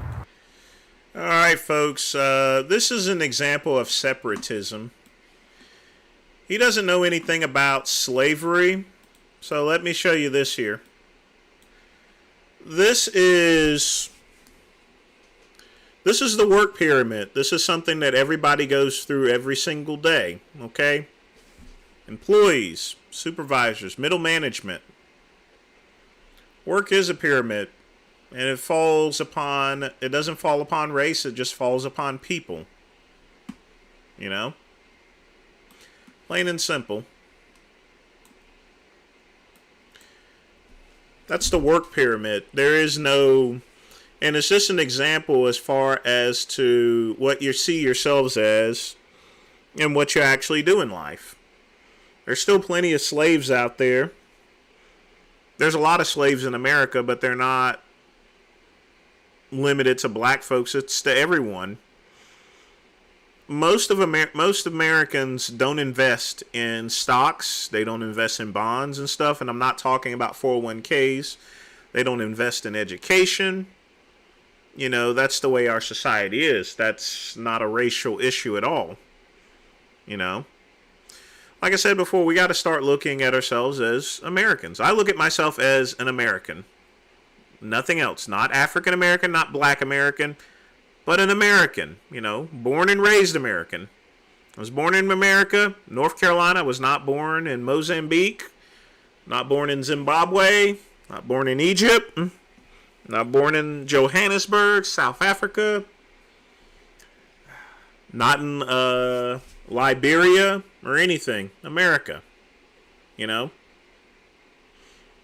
And a lot of these countries that he mentioned, India, China, he has no idea as far as what's going on in those countries. People complain about freedom in America. Go to these other countries. Cuba. You ever hear liberals always talk about Cuba has free healthcare and stuff like that? I mean, it's just ridiculous. He goes and complains and makes some points, but he does nothing about it, you know. And he's been in prison too. So, and he's wearing, and he talks about us wearing nothing but designer clothes. He wears designer clothes and designer shoes. You know?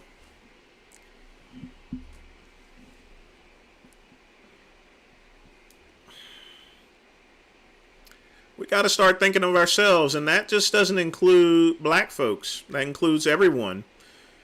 We need to think of ourselves as Americans. Oh, I just got a little bit closer to the mic, Pugman. That's a good thing about this mic. I can turn down and adjust the volume, but I was just sitting back, actually. Let's take a look at the next video. Yeah, it's kind of sad that he thinks that way.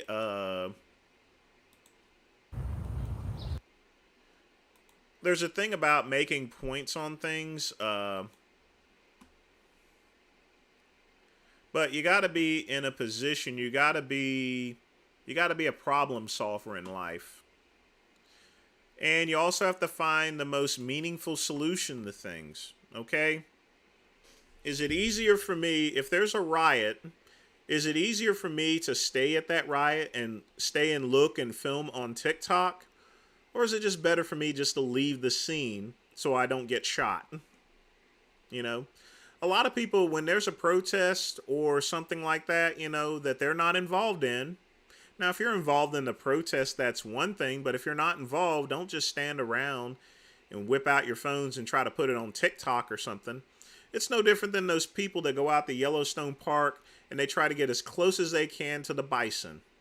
Guess what? Bison is going to bison. Recently, bisons have been flipping over and just messing up people just because, you know, they didn't know how to leave the scene, to stay the distance, you know, and stuff. If you put yourself in a situation, that's what's going to happen. It's like running in traffic. Plain and simple.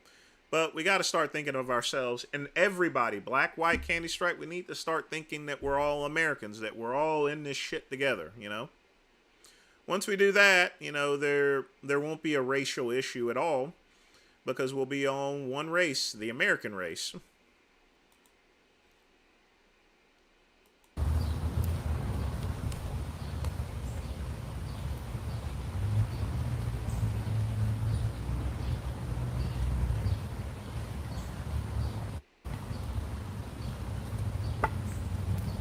See, being fake is in.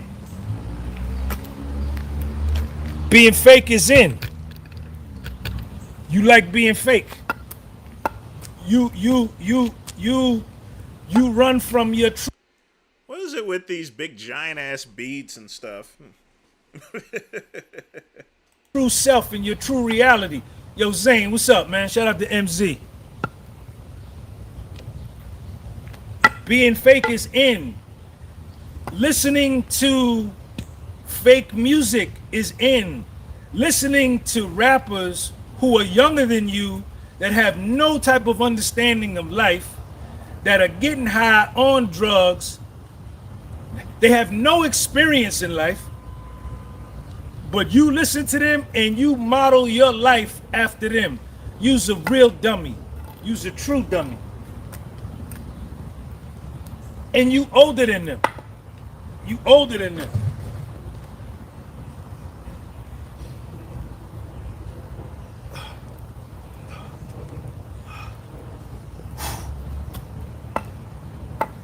But being fake is in. Don't be yourself. Be somebody else.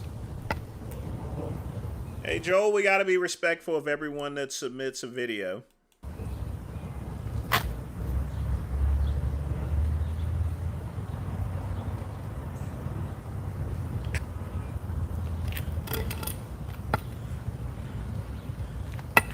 You understand? I choose reality. I choose reality. I choose reality. I choose my true self. That's what I choose. I choose life. I choose God. I choose the sun, moon, and stars. I choose the universe. I choose truth. I choose mathematics. I choose what's real. I choose the sun. I can see it. I choose the moon at night. I can see it. I choose stars. I can see them. I choose birds. I can see them. I see the cloud. There are some 12-year-olds that are going to college, so the answer is yes, it's a matter of maturity. Some 12-year-olds are already in college and have already graduated at the age of 12. I choose reality. It's my choice. I don't care what you choose. You choose whatever you want. It's your life. But then don't wonder why your life ain't working if you choosing what's fake. You know what I'm saying? I love women. Sean G loves beautiful women. I love women. I love women. I love women. I love beautiful women my whole life.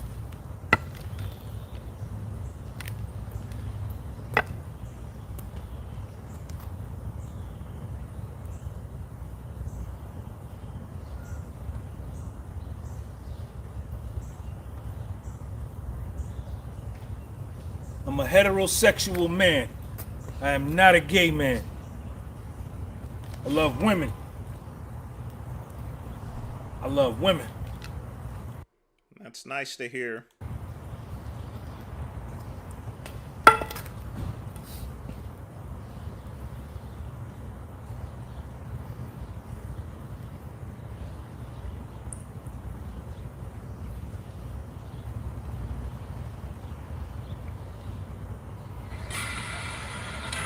He may love women and he may say he's not a gay man, but I've had way more women than he has.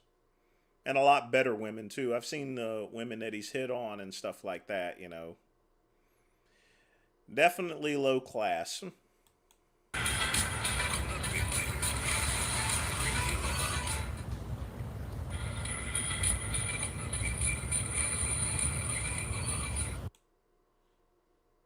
have to cheer for yourself.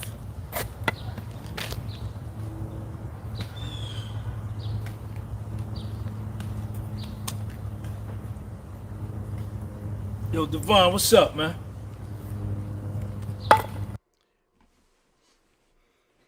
You know, the biggest thing about it is he can say all this stuff, but you got to practice what you preach, you know. Everything that he's complaining about, he's done. He's wearing designer clothes. He's complaining about, he's been in prison, you know.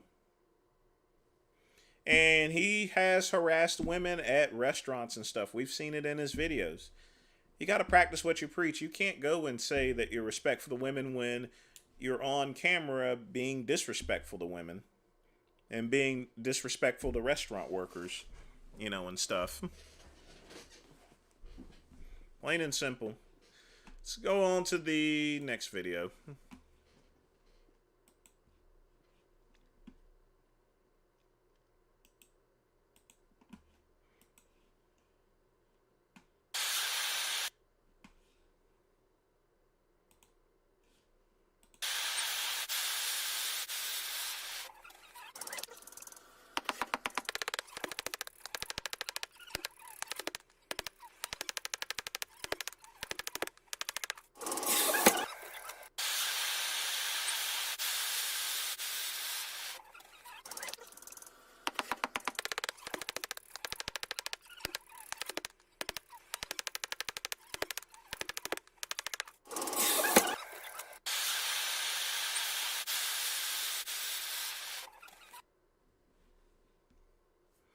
He's a very crafty person there.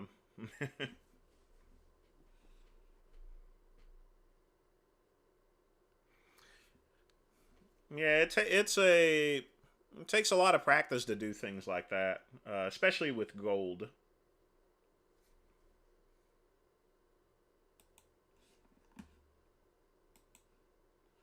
Let's see what we got next here. This one's from KCB. I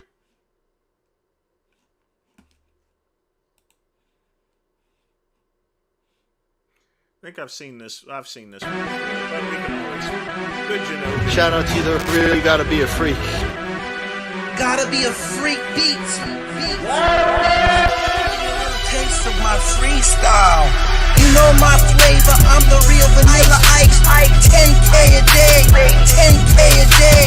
You know my flavor, I'm the real Felicia Keys.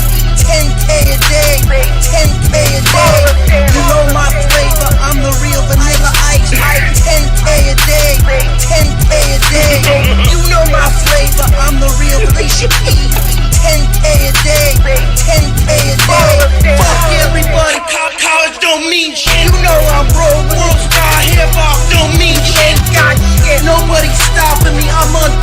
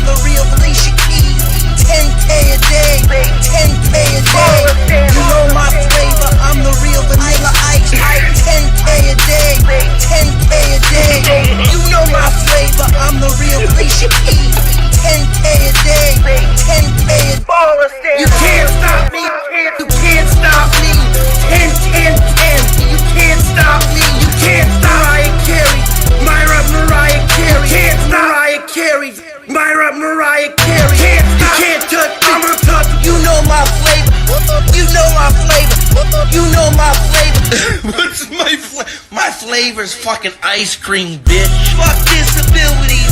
Fuck ice cream. I'm the man. You can really jam to it.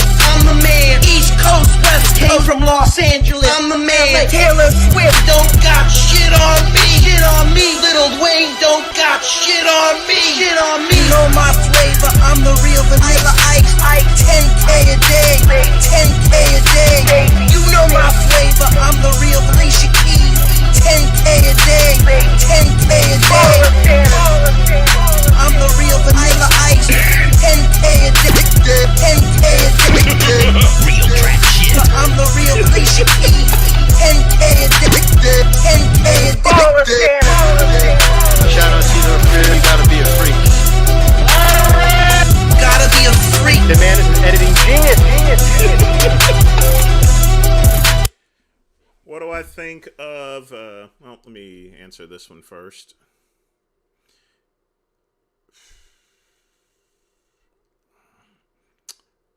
Who would win in a fight? At this point in time, probably Blaha, since he has the least amount of injuries. Well, here's the thing about that, Finn. Some white guys are actually from the street, so they're not acting black, they're being themselves. The issue I have is when you have white guys without no background or anything like that that are trying to cop a reputation that they've never earned, then that's not cool. But black folks do that all the time there, you know. You got a lot of black rappers that rap about the streets and everything like that, and they grew up in a place like Woodcrest or in the suburbs and don't know shit about it. Me, I grew up in the hood, you know. The real hood, the ghetto, the projects, you know. And I wasn't there just for 1 year. I spent my entire childhood in the hood, you know. So I got hood credits, you know. Plain and simple. So I don't respect anyone that goes and sings about the streets, about street life, and never lived on the streets to begin with. So it actually works both ways, Fanook. But as far as Genova's rap, I heard that many years ago. It's been a while since I've heard that. Still better than like maybe 60% of the rappers out there, so. Let's see what we got next here.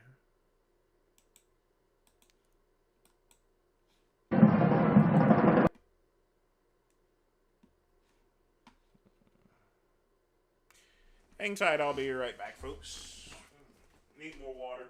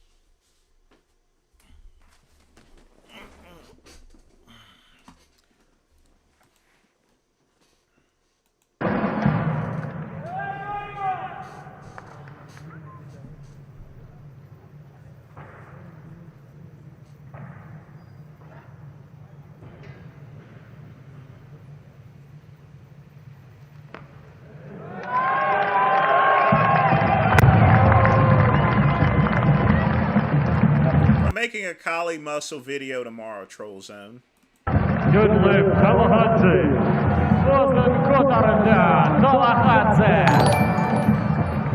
Loaders stay with 200. Gold Group.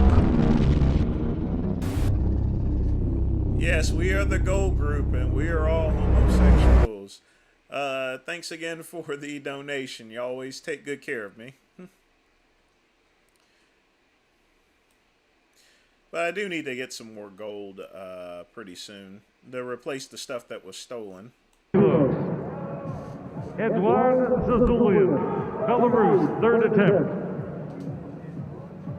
Belarus спортчу Эдуард Зазулин. 210 килограмм, 3 черныш. 218 kilos, Lasha Tallahassee, second attempt, Georgia. 218 kilogram ikinci urnash, Gruziyalik Lasha Tallahassee.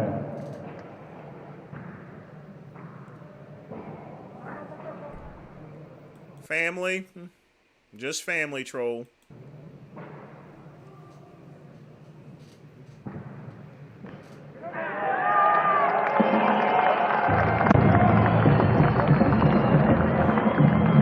Good lift, Tallahassee. Wilson kotarıldı, Tallahassee. Loader, please. 219 kilos.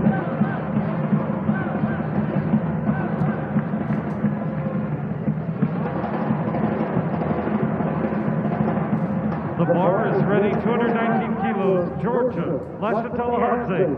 Final attempt. Штанга 219 kilogramga to'ldirdi.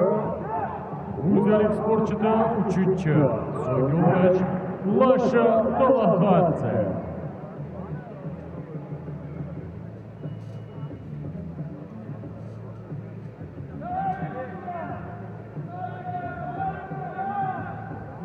Loaders, 225 kilos, please.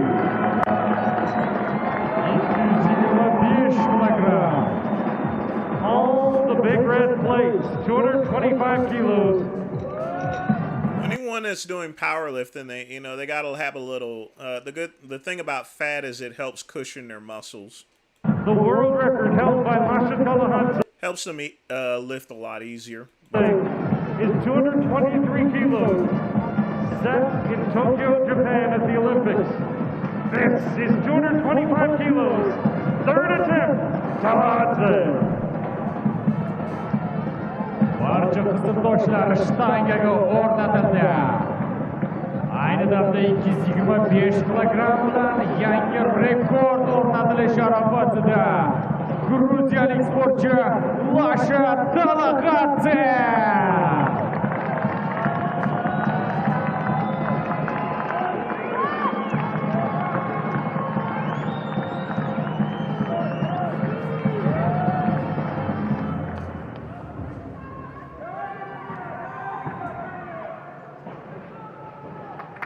Yeah, he has some freaky strength.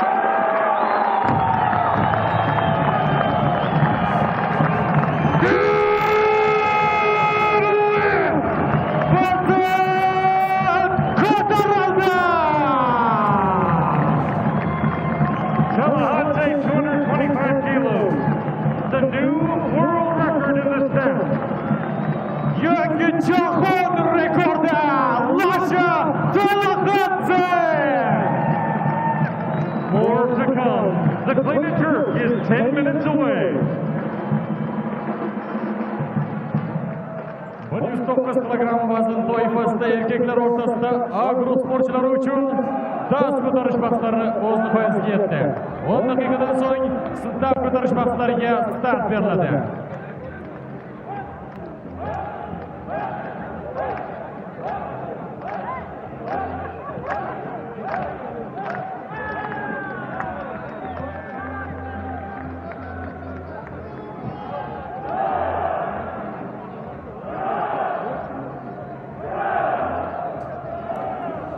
Yeah, it is pretty insane that he has these lifts. So it's not just power, he has very good technique as well. Technique is what wins these powerlifting events.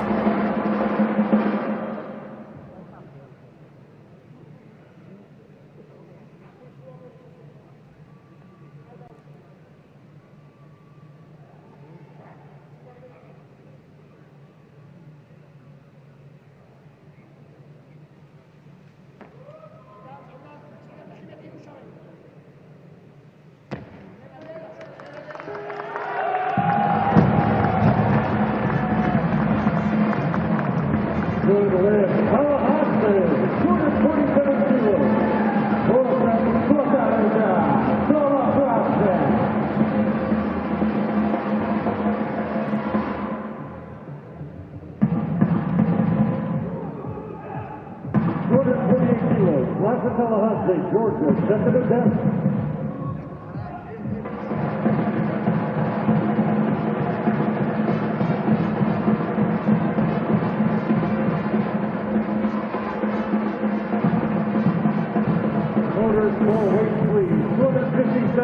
John, it's the fat. Because they got plenty of fat on their bones, that's what keeps them from being injured so bad, because it cushions the joints.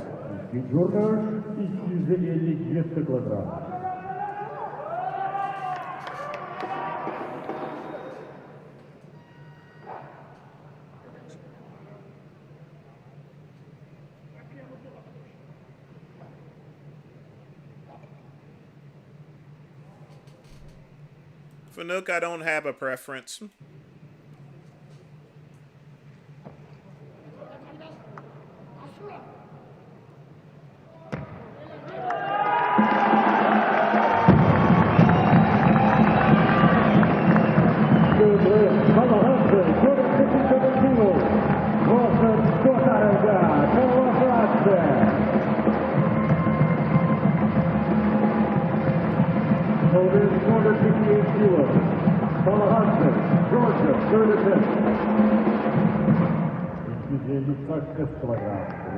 Спортсмена училища, Сондернес, Лаша Салахадзе.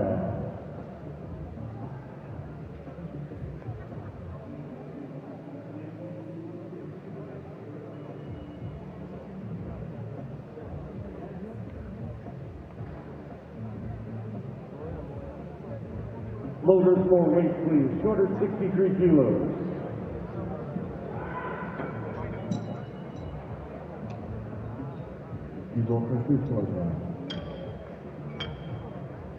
Loaders 267 kilos, please.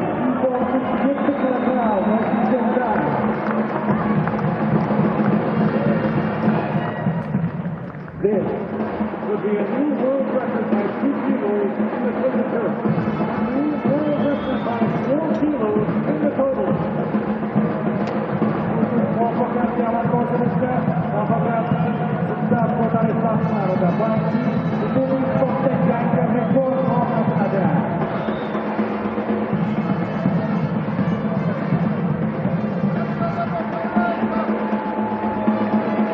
The front pursuit. Third attempt, 267 kilos.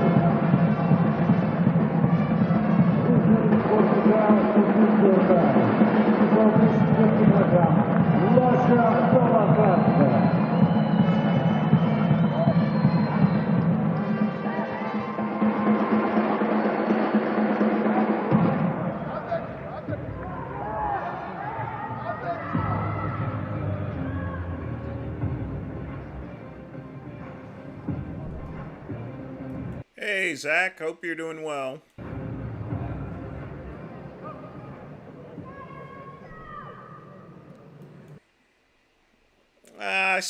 My main source of business is selling medical supplies, Troll Zone.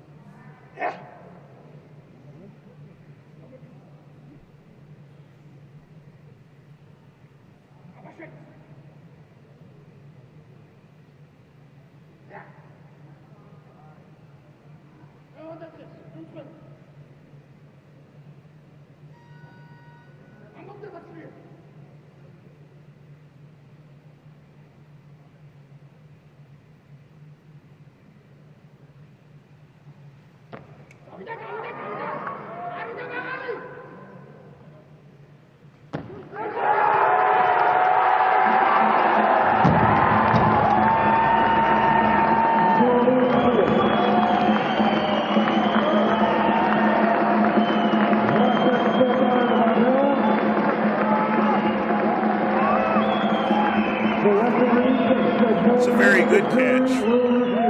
Like I I said, when it comes to powerlifting, it's more than just power, it's technique. Technique is what gets that weight up. It's not really so much as strength.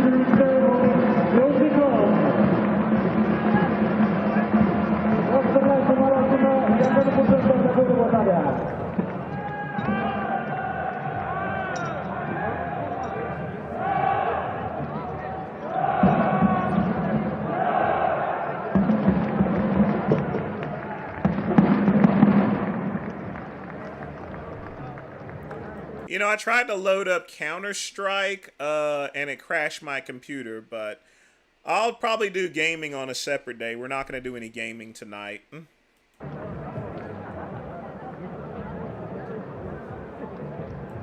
I simply don't have the hardware in order to play something like that.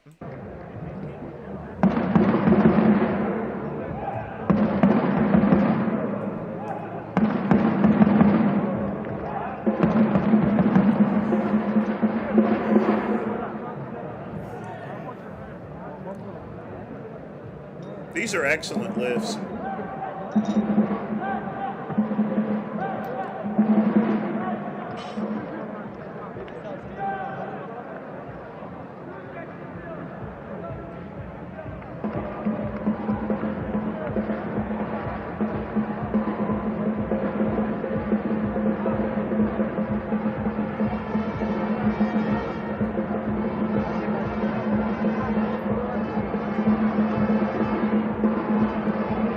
Yeah, we're not doing any gaming tonight.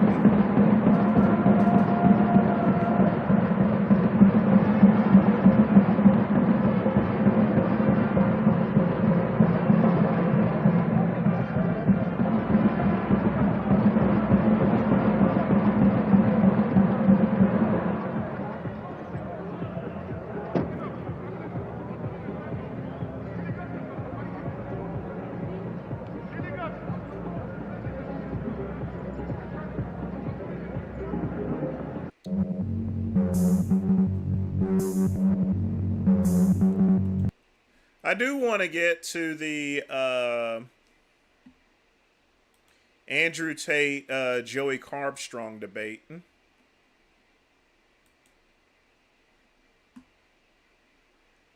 Well, of course not.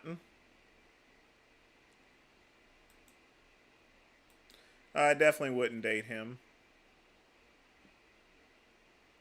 Let's see what we got here.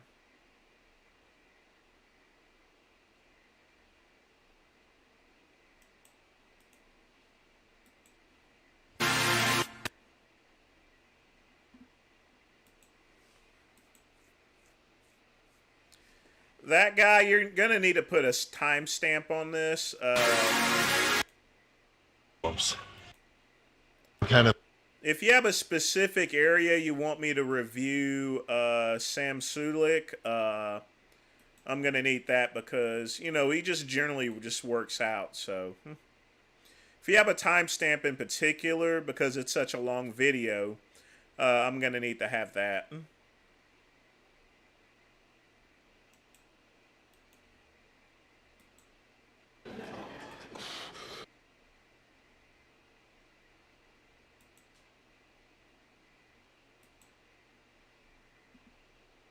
I do have a tobacco pipe, Athens. But I don't use it too often.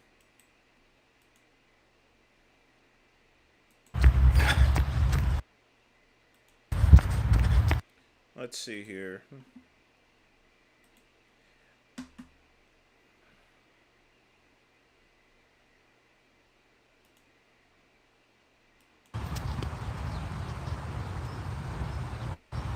What you gonna do, man? What you gonna do?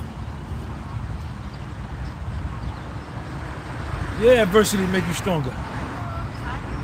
Excuse me?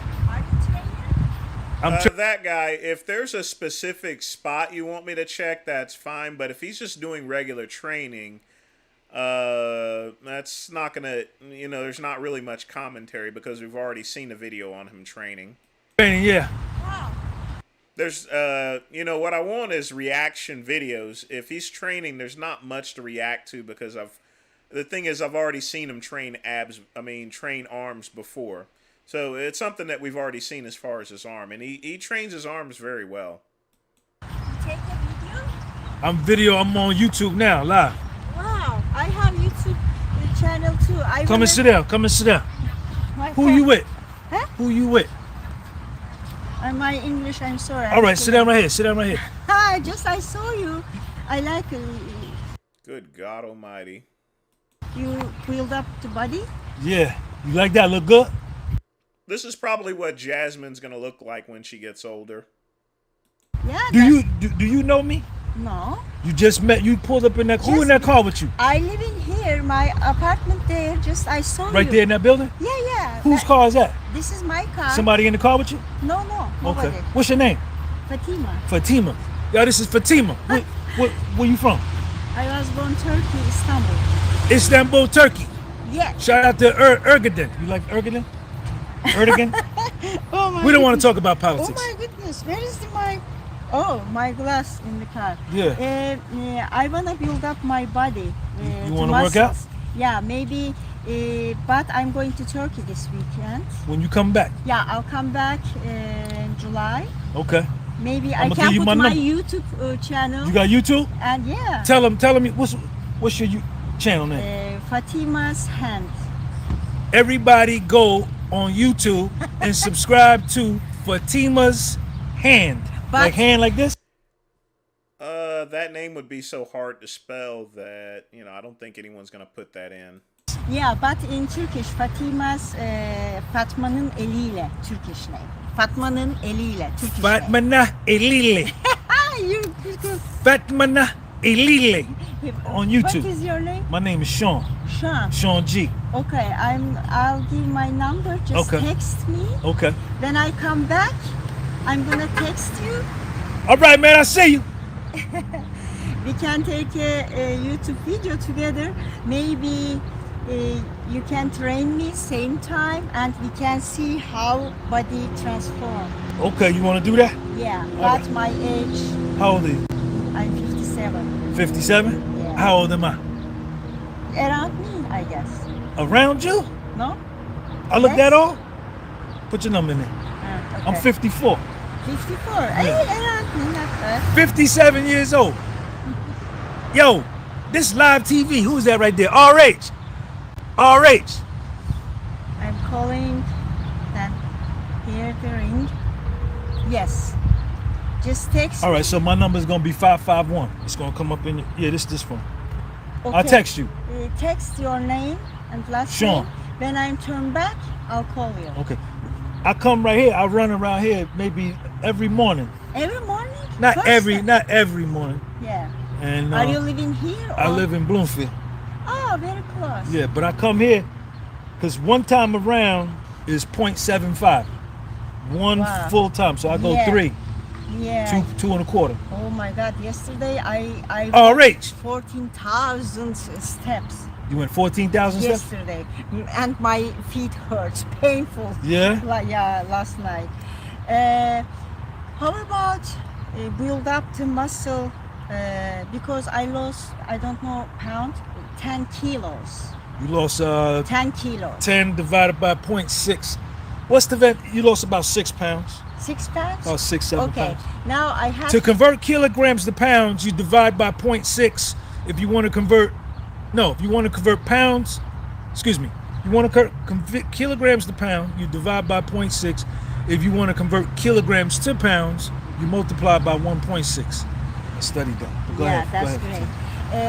Now, after menopause, I gain 20 kilos. Okay, once you mention menopause, I think that's going to be the end of that. We don't need to hear about menopause. Yeah, I see where her hands are at, but, you know, I don't want to hear about her menopausal rates here. This is a man's channel, so we don't do shit like that.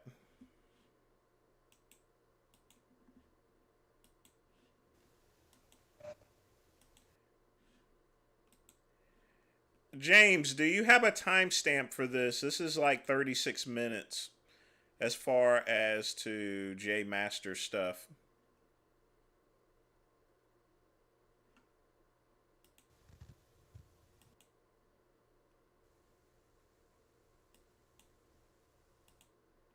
You know, people will edit my videos. So do you have a specific timestamp for this, James, that you want me to check out?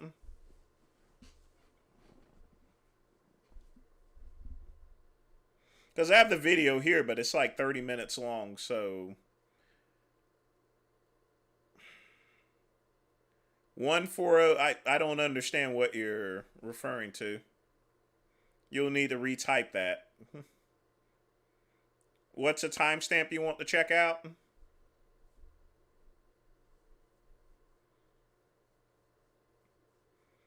Fanuc, no, I wouldn't do that. 1 minute to 42. You put that in there? Yeah. Hang tight. Oh, I see it. My apologies.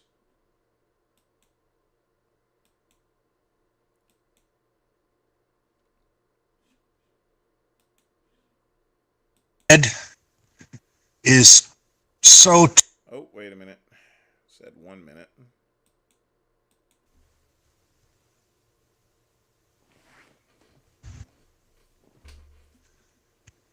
How many people we got on here? 32 already. That's great. So, let's not avoid the 400-pound gorilla in the room. Lenny has been going off the deep end lately. And, in a rare moment, I actually have to sadly agree with him. I need to address it.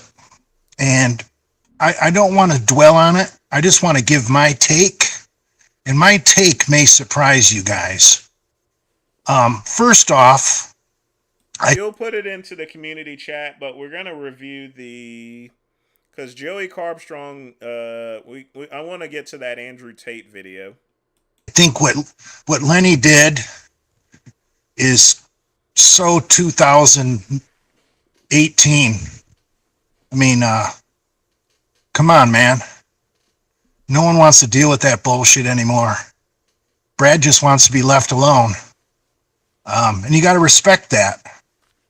Brad's not going out of his way to fuck with me, and I'm not going out of my way to fuck with Brad. You know, I don't know how to say it. You know, Brad might say he doesn't respect me, but I think we have mutual respect for what each other wants. We just want to be left alone. We're not going to go at each other and antagonize each other and escalate things. So with that being said, I want to give my take on what Lenny did. And first off, I can't really shame Lenny because what I did was pretty bad too. Lenny did, point out that I was obviously intoxicated when I did what I did. And that's a good excuse and all, but people get sick and tired of hearing it. I was drunk. But it's true. You do black out when you're drinking. But anyway, the main point. You don't black out when you're drinking. You black out when you drink way too much. An example of not being in moderation.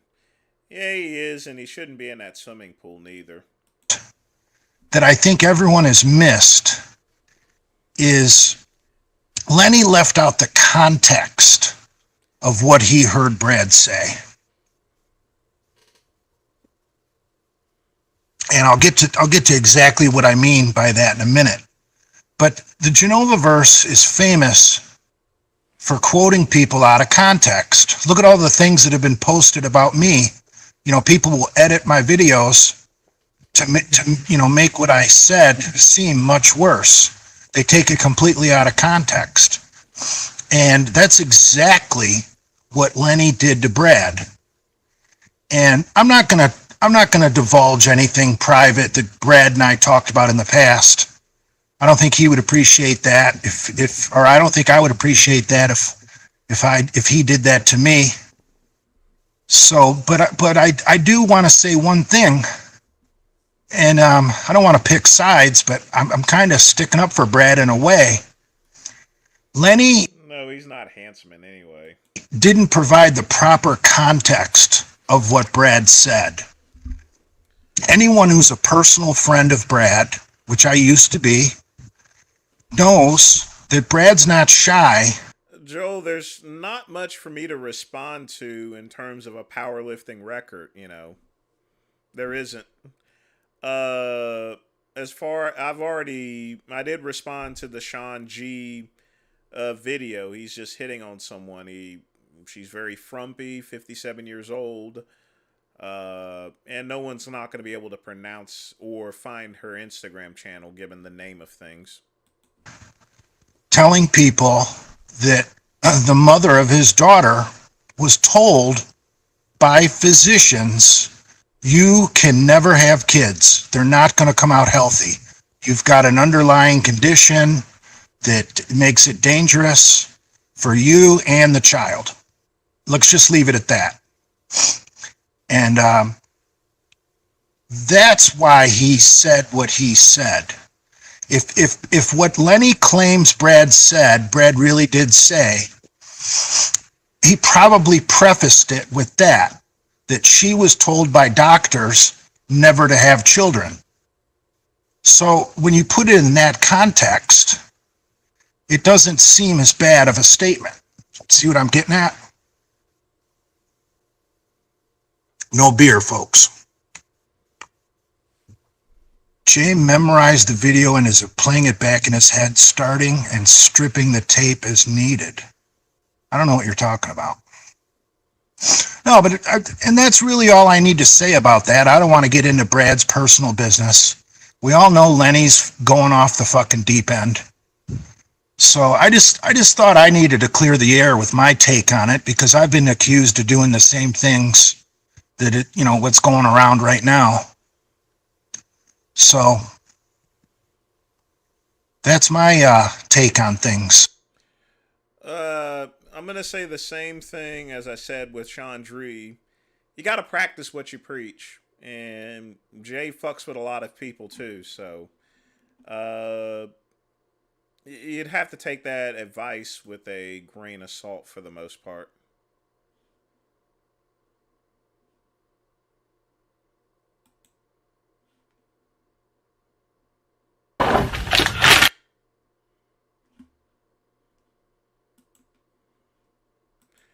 I've already seen this one before, but hang tight.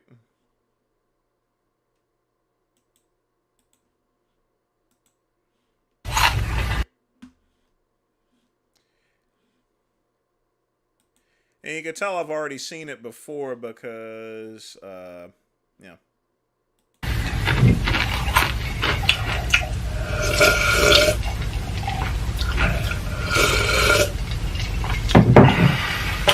So I'll make this one pretty quick because here's the thing. This is just disgusting. This is what YouTube is trying to get rid of, is stuff like this. The reason being is it encourages people thinking, well, I can get all these views and I can make some money off eating this damn food, And what it's leading to is people having a ton of health issues. And YouTube's recognizing that. This is going to lead to, you see, Nicolato Avocado has an eating disorder, And his advice in his videos, the mic is pretty loud, actually. His videos are encouraging other people just to stuff their faces. So as far as what I would want to eat, I don't even like Takis. I've had one or two before. They're kind of disgusting, actually. But some people Nicolato actually put up another video recently, which is this. Someone's probably going to report him for this video. And, eventually people are going to start reporting this and you're going to stop seeing it. Now, I already made a video about this, YouTube making these bans. I've made the second one. I had one earlier on last month that they were going to do it. Now they have enacted it. So it just remains to be seen as far as to how long a video like this is going to be up here. I get hit on the gym sometimes, but I train at the sports club.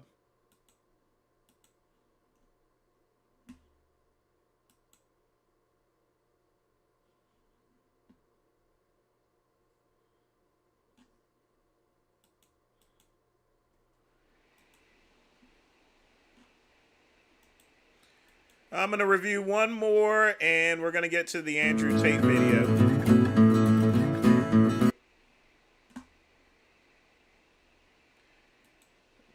Nope.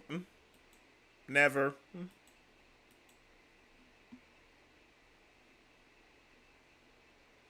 Well, I mean, for once, I actually agree with them on doing stuff like that.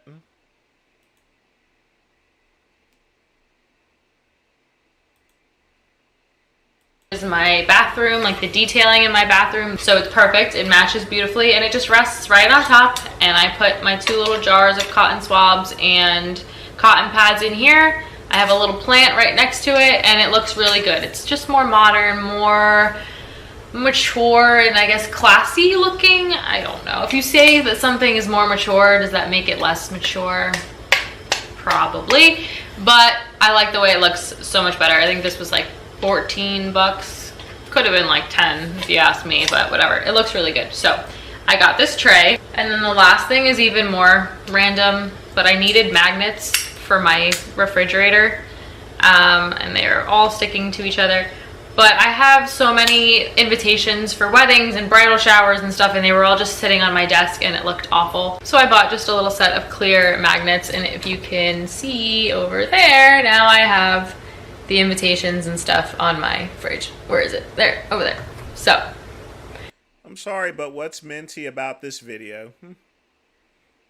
This is a waste of time. This is an alpha channel. This is a piss trooper channel. We don't do interior decorating James Charles bullshit, Come on, man.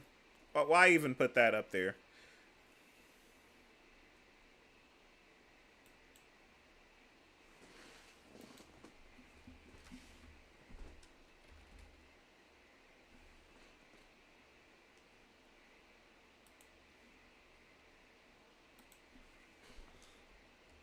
I mean, that's some women's shit.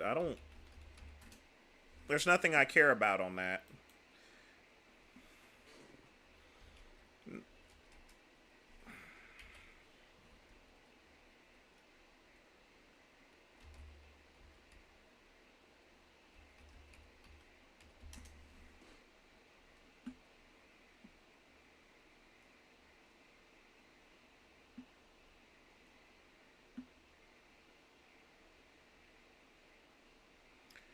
All right.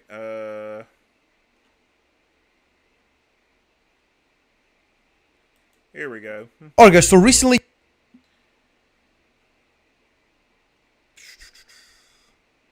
This is that Tate video. I heard some of it. It's pretty minty. Not something exclusive that I do to pick on the vegan community. I like to have a good laugh at everybody. I think that's how we, stay friendly. I make jokes about all the things. This is the Tate Joy Carbstrong video. I am, certainly. So if the vegan community, obviously watched that and took that personal, then good, because I guess now here you are speaking to me. But what's the debate that we could possibly have? I see a discussion, but what's the debate? Well, now Joey Carbstrong already said he was going to go and debate me, and I've heard crickets since then. You know, he mentioned me on his channel. I went on his live stream, said, what's up with it, you know, and he's free to debate me anytime. He said he would get in contact with me to debate me. So, like I said, I've just heard crickets from Joey. It's the same thing I get with most people, most of these vegans. When I mention cultured meat, they have no counter for it because they know I'm right. Well, it depends. It depends on what you think about this topic, because we can get straight into it if you want. Like, I thought we might, I mean, there's plenty to debate here, because you obviously think it's, like, judging by the way that you live your life, like it's completely morally justifiable to have animals endure a slaughterhouse so that you can eat their body. Like, so if you believe that, then I don't believe that. I believe it's not justifiable.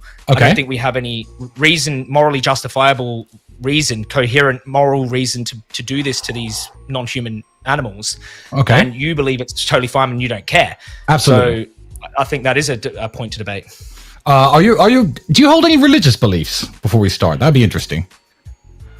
Or are you an atheist? No, I don't. I would be. I don't claim to know everything about the universe. I'm more agnostic. I don't know, but I do lean towards. It's a very bizarre world we live in, and it's very hard for me to come to terms with it being a cosmic accident. But at the same time, I've had some spiritual awakenings in my life through my hard journey and violence and pulling myself out of addiction and things like that. And I've sometimes felt like someone was watching over me. But to say that I'm practicing some kind of religion, I don't think so, no. Understand, because I feel like a lot of the hard lines that people are scared of debating these days, I mean, there's lots of different debates on LGBTQ rights in the community, etc. And people who are, for example, Muslims will have their hard lines on it and say, well, my religious belief is this. You shouldn't be questioning my religious belief. I myself am an Orthodox Christian. I believe in Jesus Christ. I believe in the word of the Bible. And the Bible makes it very, very clear that man has dominion over animals. It tells us which animals we can and which animals we can't eat. And I don't understand how any man could argue with a Christian about that. If I say God's word is final, where would you come in and oppose me? So you eat meat because God told you it's okay? Is that because you've never said that before? That's all. I love meat. I absolutely love meat, and I don't feel any duty towards the animals that are killed for my meat, just like any other predator in the world doesn't. I don't believe when a shark eats a seal or eats a human that a shark has done anything morally wrong. I don't believe the shark needs to be reprimanded. I don't believe the shark is evil. So like any meat-eating creature on Earth, I don't feel sad. Who smokes a cigar during a debate? Oh, wait a minute. For the prey that I consume. And I don't know why I should. Well, I mean, we can unpack that for sure. I mean, first of all, God says it's okay is one, like it was written in the Bible basically, or written in the Word of God that God gave permission to eat certain animals and not others. Well, that is in the Bible. I'm just saying, how would you counter that argument? Because people don't like to go against people's religious hardlines. And this isn't a religious hardline.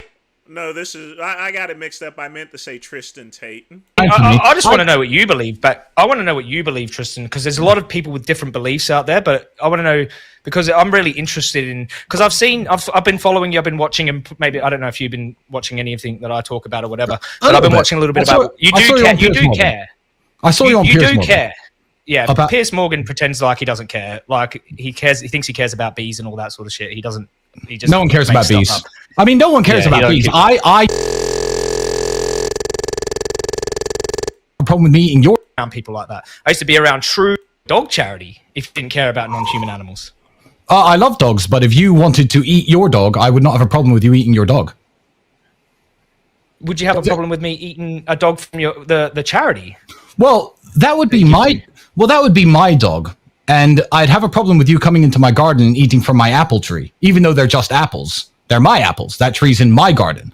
So when people say, oh, would you have a problem with me eating your dog? Yes, I'd have a problem with you eating my dog.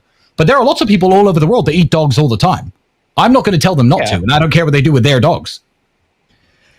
This is a funny talking point, because we will get to the predator point, like comparing yourself to a predator in nature as well. But I just want to talk about this dog point, because you had an interesting back and forth with Elwood's dog meat on Twitter. Should we talk about that?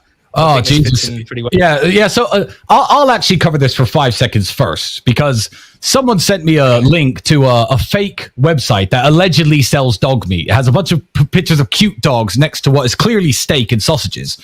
And they're saying, we sell this dog meat. And someone sent me this as a joke to troll me. And I've sent them a message saying, hi, do you ship internationally? I'm interested in buying some dog meat to Romania. And I posted a screenshot on the Twitter argument. It was a joke, as in, if someone's selling dog meat, I don't care what they do.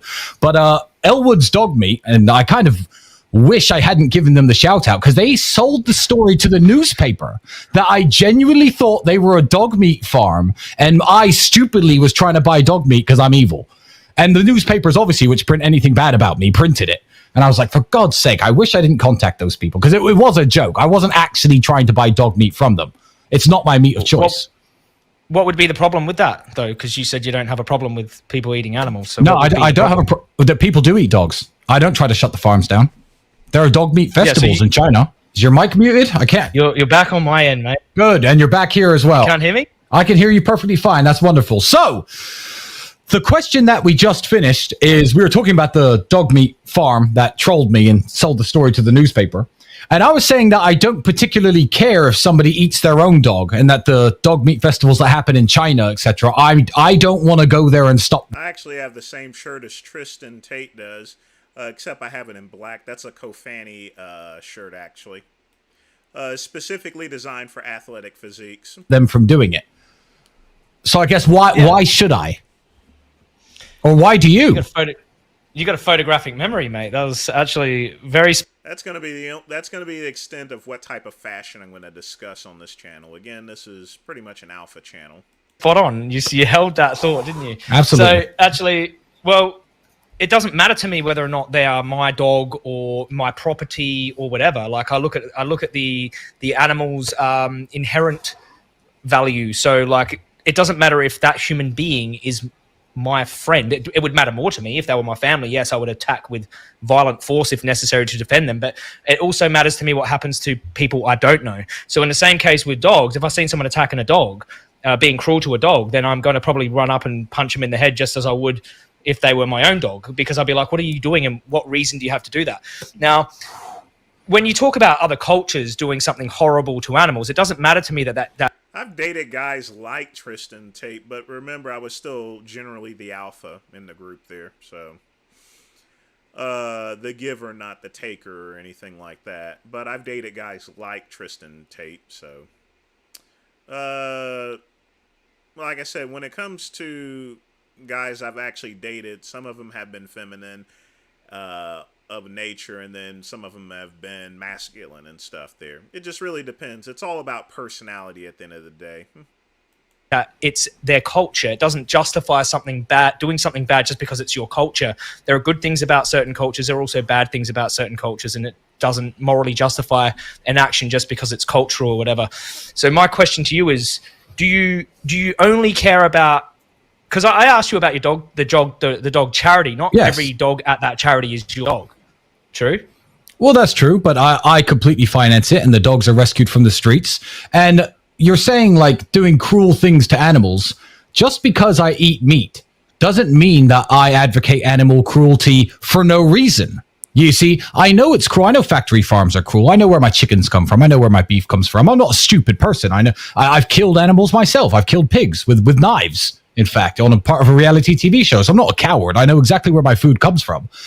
But to say about animal cruelty for no reason, to add that into the mix, I think is a bit disingenuous, because I'm not talking about kicking dogs. I'm talking about the charity that I run prevents animal cruelty because it prevents animals from being on the street. But that is not the same as people who run dog meat farms raising dogs for meat, because I understand what they're raising those dogs for, and they're perfectly entitled to do that. I can try to reduce cruelty, but I think cruelty is completely... What he's getting at is that's someone else's culture. Some cultures like India, they don't eat cows, where other cultures, they eat dolphins and they eat dogs, Justified completely when it comes to getting fed. I think that the shark that could bite me in half is totally justified to bite me in half. The shark committed no moral evil, even if it bit me. What am I doing in the ocean anyway?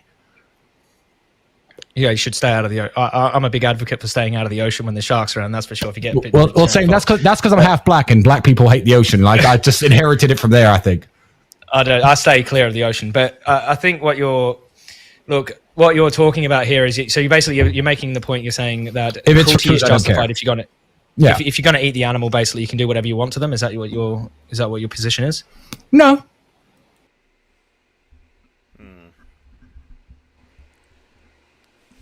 My volume is low compared to the other ones. Yeah, they got some really good professional mics, Pugman. That one that Tristan is using, that thing is probably about $200. This one's definitely a lot better, but I think my air conditioner actually cuts on, so it actually messes with the volume itself. But yeah, coming soon, studio microphones. No, whatever you want.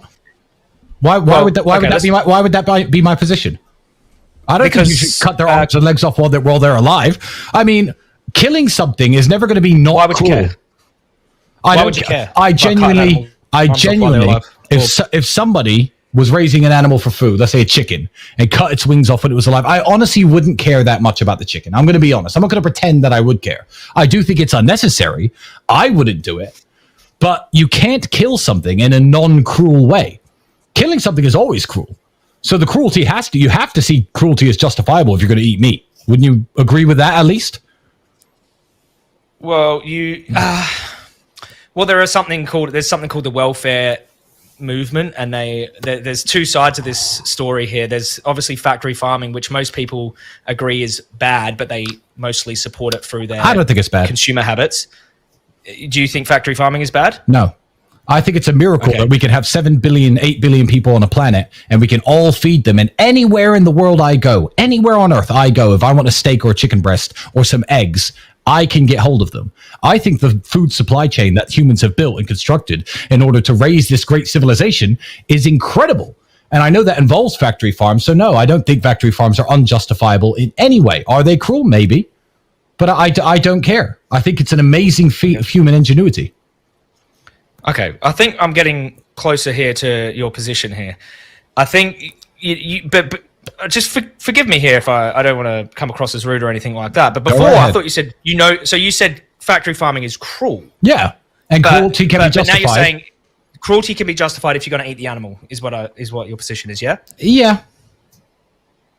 Let's just unpack it, because if we can't even agree that being cruel to animals is bad, then we won't really have to talk about animal rights, which is what I advocate for. I advocate for the rights of the animal, their right to life. Even if you say, if you shot a human in the back of the head, that's murder. You've basically taken away their right to exist. You've violated their rights, and it doesn't matter if to a human, yes. If you've caused them suffering or not, shooting someone in the head if they didn't feel it is murder. Yeah. Shooting a person in the head is murder. Yeah. Thou shalt not kill. Okay. And you violated their human rights, haven't you? You violated their right to life, essentially, yeah? Yeah, I mean, the Human Rights Act is a very real thing.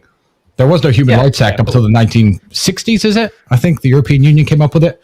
But no, I don't think that animals get the same rights as humans. No way. Absolutely not. Okay.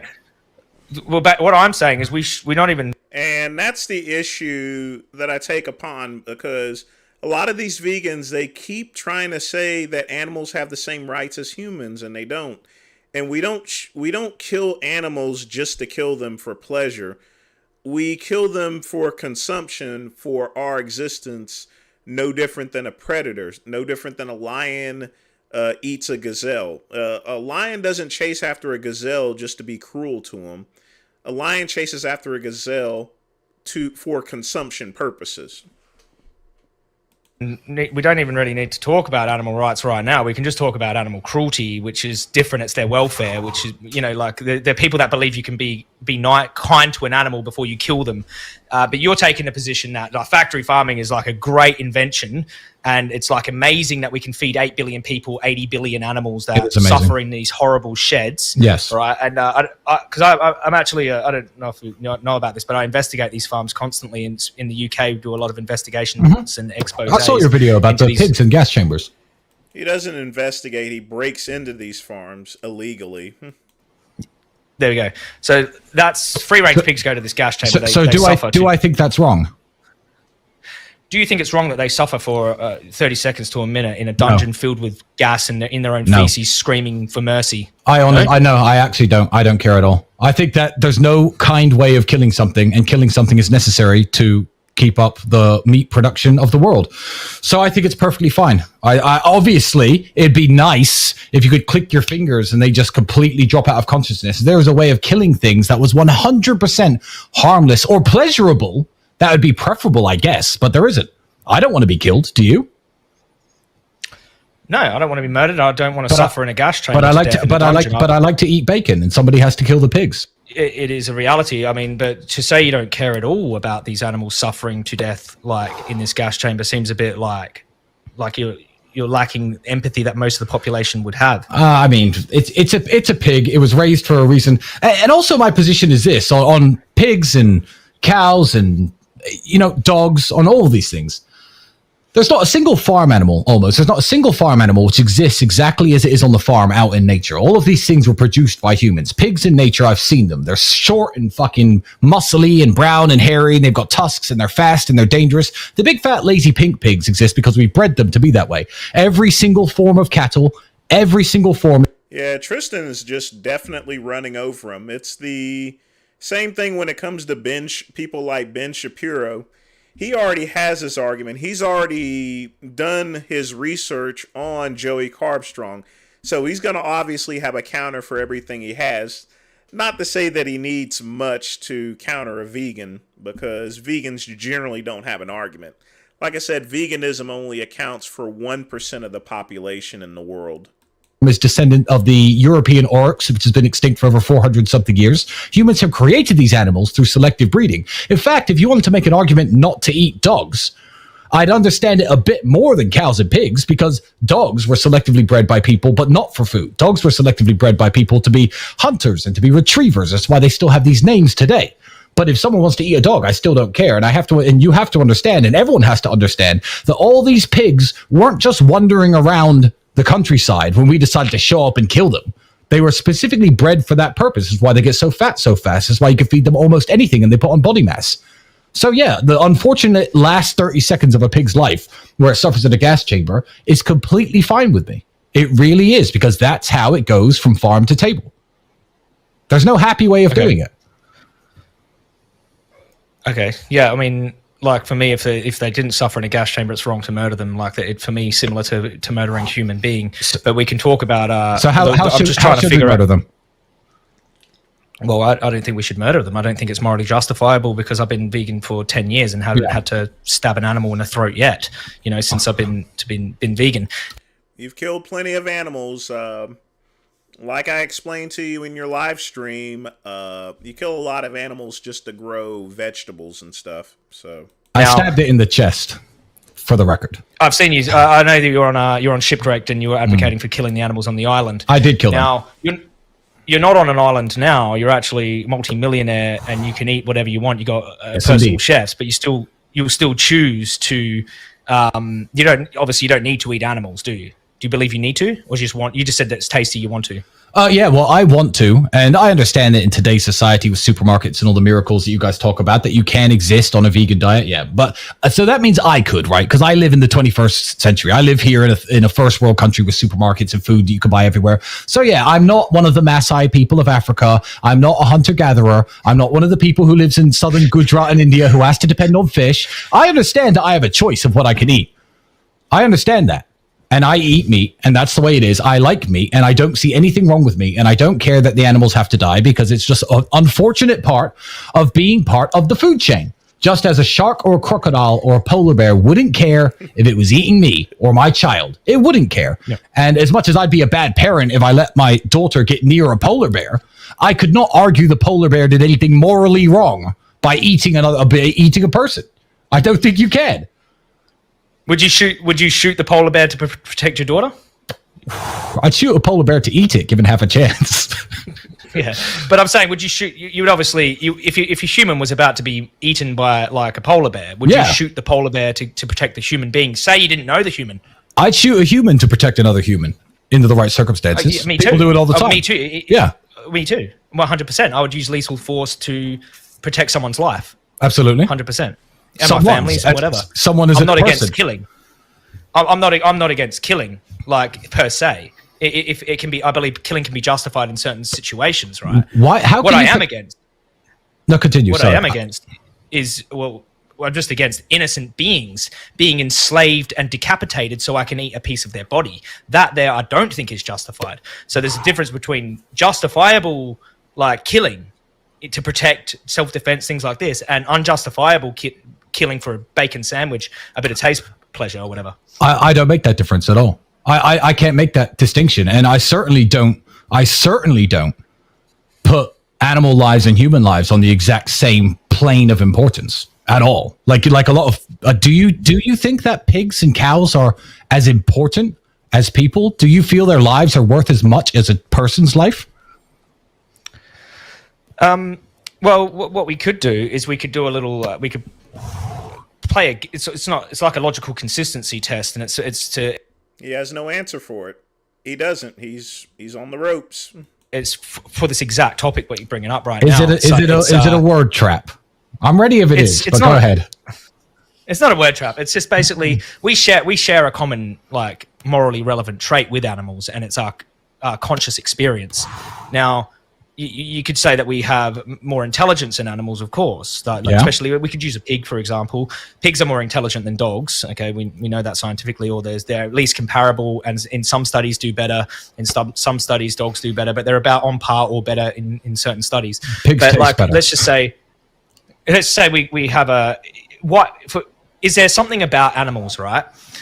When you look at, say, a pig, is there something about that pig that obviously I don't think you would agree with putting human beings in gas chambers to eat them for bacon, yeah? You make a distinction there. Of course I wouldn't. Why would I want to eat a human being? In fact, if you give me 60 seconds, let me tell you something that humans and animals have in common. It's a very basic concept that almost every animal in the world has in common, besides like octopus and a few others. It's called the preservation of one's own species. So if you take a piranha, tiny little angry fish with a brain the size of a pea, you put any piece of meat or a human or a horse or a dog or a pig into that pond and it's bleeding, the piranhas are going to rip it apart.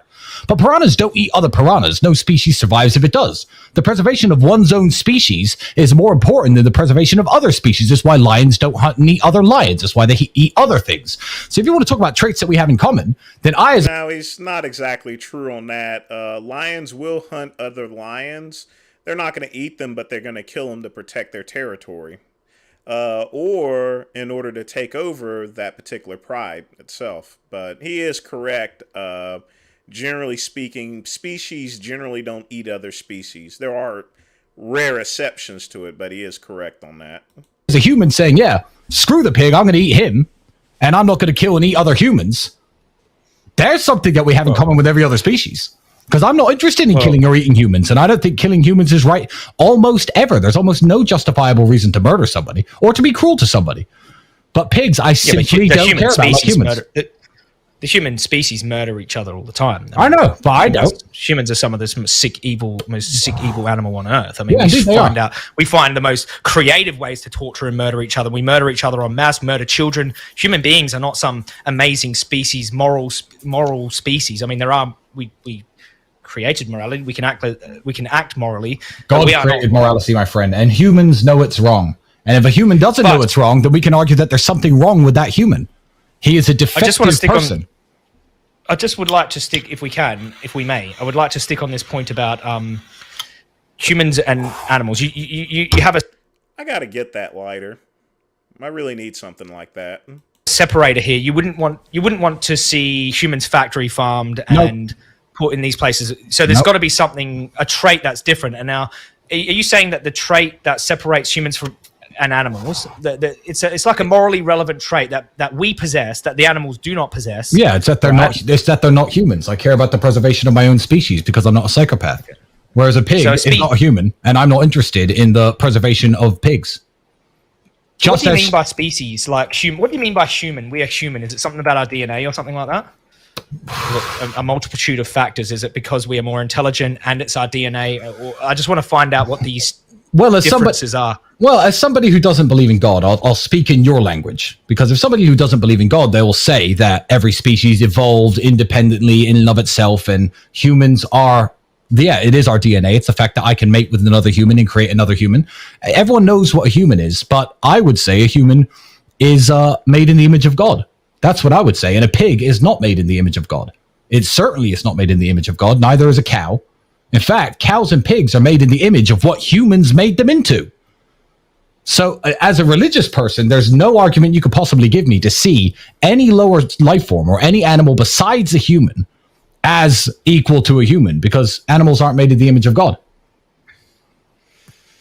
So if there were a species of human beings that look exactly like us but weren't made in God's image, and they shared like all of our morally relevant traits. I don't intend to make too many workout videos, but I will have some done in the future. It's like the consciousness experience. But yeah, Joey's getting wrecked into this because he's just not prepared for someone like Tristan Tate or anyone. They could experience the same level and depth. And he clearly didn't study any of his videos. Of suffering as us, except they weren't made in the image of God. But you wouldn't be able to tell the difference between being that, like, you know, so we were made in the image of God, and there's a group that aren't. Let's just say they evolved separately from us. Sure, but so you wouldn't be able to tell us apart. Is it okay? One sec, let me finish my point, and then I'll let you go. But I was just wondering, is it okay to do to them what we do to animals because they're not made in the image of God, and you wouldn't be able to tell us apart, really? If I'm correct, isn't an octopus an insanely intelligent animal with a very complicated nervous system that feels pain and emotions just like humans do? Am I correct in that? I think that's true. Yeah. They're also delicious, and I don't care about an octopus. So if that answers your question, then that answers your question. Well, it doesn't really. I'm just trying to figure out. So basically, because humans are made in the image of God. Yeah. Right. We can't do We're to different from humans animals. what we do to animals. Nope. We're Because different the commandments of God, when they say "Thou shalt not kill," talks about other human beings. It does not speak about animals. It doesn't say that. It says "Thou shalt not murder," doesn't it? "Thou shalt not kill." It doesn't say "Thou shalt not." Well, it says "Thou shalt not kill," but then in Leviticus chapter 11, it tells you which animals you can eat and which animals you can't. And, you know, the Islamic holy book tells you exactly how to slaughter them and which animals you can eat and which animals you can't. So it's obviously... What does it say anything about not eating dogs? Look, in Islam, they've got a... In Islam, they do, but I don't think in Christianity. So I don't eat dogs. No, Leviticus chapter 11, I believe it is a differentiation between what the animal eats and what its hoof shape is. Obviously, this was written a very long time ago. If someone in the chat wants to correct me or look this up, I believe it says if it has a hoof that's split in half and chews of the cud, you can eat it, which does not refer to camels, but it refers to basically every other livestock animal that we have today. Yeah, but I've read the Bible. I've read the Bible many times. Yeah, and these animals are selectively bred by humans, and they're kept in factory farms and put under. He clearly has read the Bible because I would not have known that in Leviticus. I've read the Bible before, but he must have read it a bunch of times because I definitely don't remember that passage. Like, why do? Okay, look, if you're saying it because we are created in God's image, yes, that's we are, and we can't actually prove that. Like, can we? Like, we have to believe that's a faith. We have to have faith in that. Yeah. You have to have faith. It's like a belief that you have that no one can actually verify or disprove. Is what I'm like. Yeah, I mean, I can't really say, "Oh no, we weren't." Like, no, you just say, "Well, yes, we were." Yeah, but you can't. We could never get to a point. We could go on indefinitely with this because you could say something to me like, "Oh, we shouldn't kill and eat pigs because it's cruel," and I could say, "Yes, we should," and no, it's not cruel. But I don't try to redact the arguments down to such a basic level. I like to try to give a little bit of nuance and try to inject my knowledge into the situation a little bit more.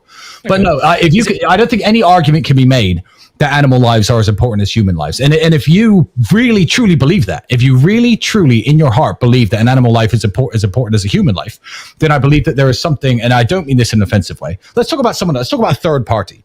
This guy believes that animal lives and human lives, because it's sentient, are all exactly of equal value. Then that person is less intelligent than a piranha or a shark. Because piranhas don't think that piranha lives are less important than the other animals' lives. And the preservation of your own species is something innate in all of us, in almost every creature that lives. So if you want to say that you're less intelligent than a piranha, and you believe that a pig's life or a chicken's life or a cow's life or a lamb's life is exactly as important as yours or mine or my kids or your kids, I don't believe that you really think that. Well, it depends on who the person is, really. Because if you're talking about a piece of shit, then I don't see them as any more worthy than a fly. Yeah, but of course. If you're talking about a in general person, they try their best. In general, they try their best. A child, they're like me. Like if you met me 10 years ago, you probably thought, bloody, he's a lost hope. But, I turn my life around now, I try to do good in the world, and I try to, leave a positive mark on the world. And I have to say, your story, sorry to digress a little bit, I didn't know anything about you. Your story is actually pretty cool. So, because just because you're a vegan and I disagree with you and I don't give a shit about animals, doesn't mean that I can't tell the 27, 28, I haven't refreshed it, 30-something thousand people watching on my audience that your story of being a gangbanger and a piece of shit and a criminal and turning it all around isn't inspirational. So I know that's off topic and I'm not trying to throw you off, but actually well done to you, because a lot of people, and I've met a lot of them, don't end up where you are today, given those circumstances. No, they don't. Most of my friends are still in jail. I appreciate that. Thank you very much. But yet you're still breaking into farms and stuff. You're not in jail because no one has reported you, but you should be in jail. So, yeah. Appreciate you saying that. Well, I didn't know it until you introduced yourself. Yeah. I literally didn't even know.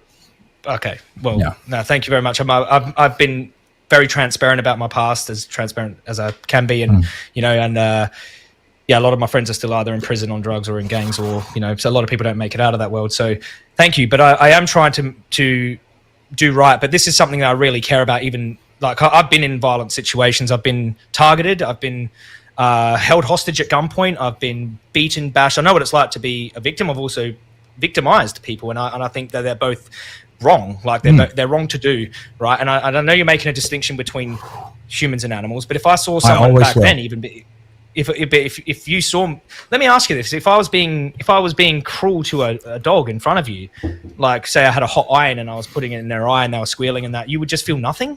No. If you're working at a dog factory, killing the dog so you can eat it, I would not care, because it's your dog, your farm, your business, your factory, your life. I'm a free market capitalist, and if you're a producer of dog meat, all well and good. If I saw you torturing anything for any reason, I'd say, well, what's the point in that? What's the benefit? Are you providing anyone with a meal? Are you providing anyone with food, sustenance? No, you're just being a dick. So yeah, I would have a go at someone.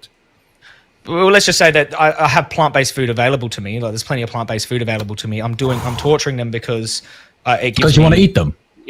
Because I just made the choice to over the plant-based food. Yes. I'm deciding I want to torture them to eat them, because it's basically just a flippant choice. Yes. I could eat plant food, but I don't really like it as much. I like torturing animals and eating them. I mean, you wouldn't have an issue with that. I love vegetables, but I also love eating meat, and that's how free market capitalism works. You see, Joey, I think a lot of people like you, and I don't mean to offend you, they think that they can educate somebody like me. They think I'm some big dumb thug, and they think that I don't know where my food comes from. And they think they're going to show me videos of certain factory farms and talk to me about the processes in which chickens lay eggs and the cages they're kept in, and I'm going to go, oh my God, this is wrong. But that's not the way I'm programmed. If I was super interested in feudal Japanese history, and I went to all the feudal Japanese history conventions and spoke about it in every conversation when I got drunk with my friends, which I tend to do, and you looked at me and said, Tristan, I just don't give a shit about feudal Japanese history. I don't care. It's not an issue I care about. I don't want to learn about it. I don't want to know about it. I'd say, you know what? Good for you. Veganism is one of these things that you believe you could actually convince somebody like me, because you think you can open my eyes. My eyes are wide open. One of my friends who's in this house right now used to work at a slaughterhouse. My eyes are open. I know exactly where my food comes from, and I do not value the lives of cattle and animals produced for food. I just don't. I value them in the way that they provide sustenance for people to eat. I actually run a charity which provides food for children in war-torn countries, tatepledge.com, if anyone wants to check it out. And I don't give a shit if it's beef or if it's corn, as long as people are eating. That's the way that I think about things. So you can't really open my eyes to this, because I don't think there's many things you know that I am ignorant of. Well, I mean, I don't think you've ever been inside of these places, though, have you? I've been inside of pig farms and chicken farms. I've never been inside of a cattle farm. No, not myself. I've seen you on a pig farm, backyard pig farm or something in Romania, like with 1 or 2 pigs there. Well, that wasn't a pig farm. I've been inside a real pig farm in England when I was younger. A factory? Yeah. Factory pig farm? Yeah, I was doing delivery drives with some guy. So I've been inside. But again, I've seen all the videos. I've seen all the images. I've killed pigs myself. I'm not a hypocrite. I'm not one of these people. You know what? Shout out to this guy. He probably doesn't remember me. There's a guy on the island with me when I was in that reality TV show. And some people said, I'm not going to kill the pig. I'm not going to eat the pig.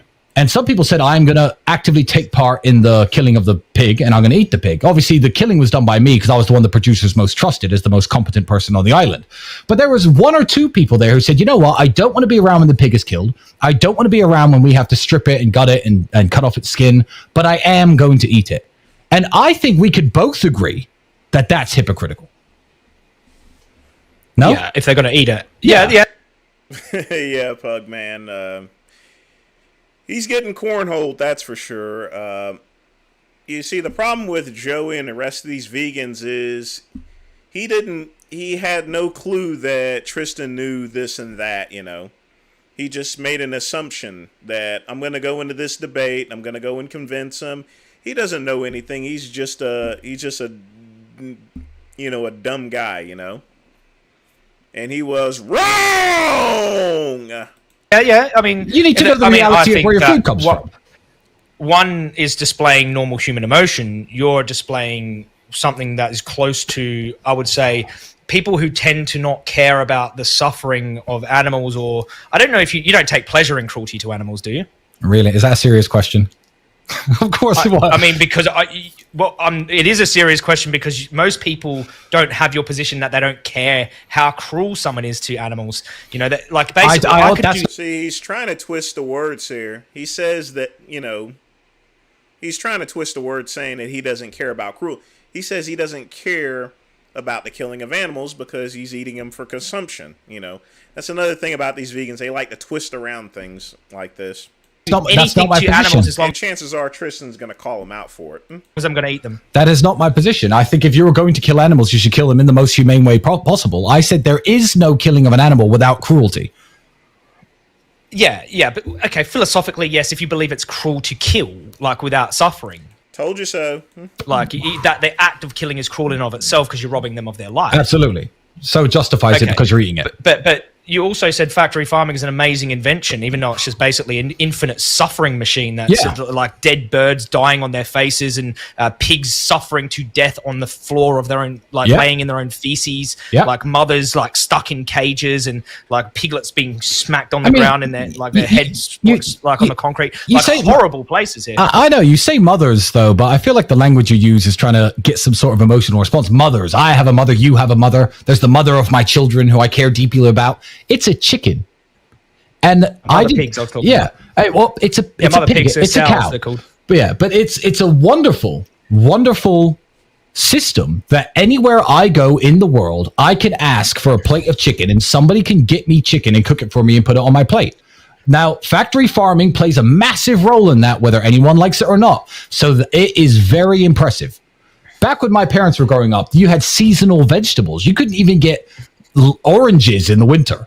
And now, any time of any year in any city in the civilized world, I can get a steak.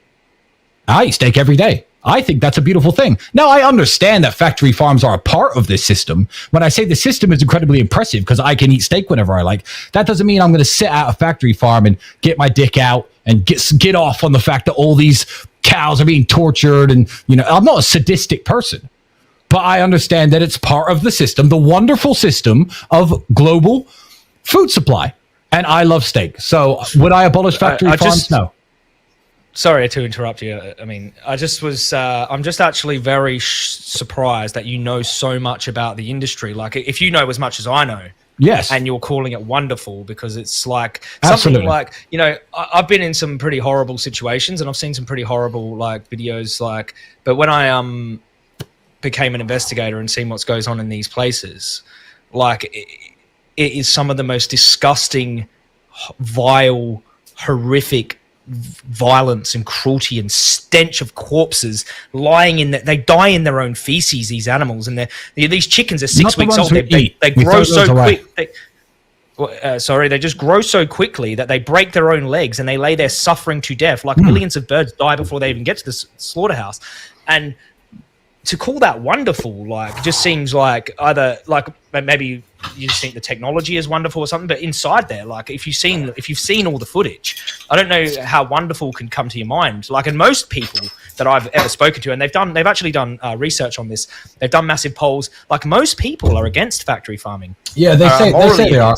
They say they are, and then people talk about, oh, you have to get rid of farming because of climate change. Yeah, let's get rid of all the farms. That's a wonderful idea. And I know you're going to say, well, we could grow a bunch of beans, but I don't want to eat beans, and I don't want to eat crickets, and I don't want to eat plant-based food. I want to eat meat and factory. We also can't grow it. There's not enough agricultural land in order to actually feed the population with just vegetables. Not only that, we're going to end up killing more animals by doing that anyway. So the point is actually mute. Farms are part of the supply chain. It's not that a factory farm itself is beautiful. You have to understand these are all intricate wheels in a system which gives people the ability to have whatever food they like on whatever plate they like in whatever city they like globally. So I find that impressive. That's an impressive feat of human ingenuity. And to take that argument to say, oh, Tristan's the kind of guy who loves factory farms and thinks they're beautiful is actually not what I said, one. Okay. And two, my next question would be, did you think that I don't know stuff before you spoke to me? Because you seem surprised that I know a lot. Like, what do people think I'm stupid? I don't get it. Some people do. I don't think you're stupid. I think you're very bright, and I think you've been well educated, and you speak very coherently, and you've a higher intelligence than a lot of people that I've speak to. Yeah, he got caught off guard because he thought he was just a big dumb jock. I mean, yeah. But every cow. What I do come across though is people who think they know about what goes on, but have just seen a few videos here and there, and like I don't. Yeah, I know, Pug Man. Like I said, Richard lives in his own world, as with all the rest of these vegans. But maybe, maybe just being there and that visceral stench and hearing the murmuring of the animals and seeing them dying on their faces might pull you off of the position that this is just a wonderful invention where I get to have 0%. Meat wherever I want in the country. 0% in the world, and 0%. No, I understand the realities of where my food comes from, and I think a lot of people do. Yeah, the UN report is bullshit. I mean, it's. And the truth is, there's not a real UN report. They just did some sort of conceptual things, but they leave out a number of other things as far as to a full agricultural society. There's no part in the creation of Earth has there ever been a time to where we've only eaten plants. We've always been omnivores. That's my point about I think a lot of people do. I think that a lot of people watching right now are going to learn a thing or two, and I don't think anyone who James, we already debated on aspartame a long time ago. Listens to me and follows me is going to think, oh, I better convert to veganism. I believe that you can be a vegan if you like. I don't mind if you're a vegan, but you mind if I eat meat. Exactly. And I'll tell you why. It's not because I'm trying to control people or whatever. People think that I want to control. Oh, why do you care what I eat? I see this a lot. Vegans are trying to control what I eat. Well, I worked at Taco Bell for 4 years when I was in high school, so I'm just accustomed to eating Taco Bell. Weirdos, like, people think veganism is some diet. Like, it's just a diet, like, I choose to be carnivore. You can be whole foods. You can have a raw diet, and I choose to be a vegan like it's a diet choice. It's actually, we care what people consume, because on the other end of that, animals are being raised, mutilated, this is factory farming, suffering, and then they are murdered in like a gas chamber or a slaughterhouse filled with blood in order to meet that demand. So people are collectively making up that demand, and so we are trying to stop people from making up that demand, so the animals can stop being bred into infinite torture and then murder. Well, some people never will, because we understand that very well, and I think that let's move on to something that we might agree on, because I think that you've got your points across.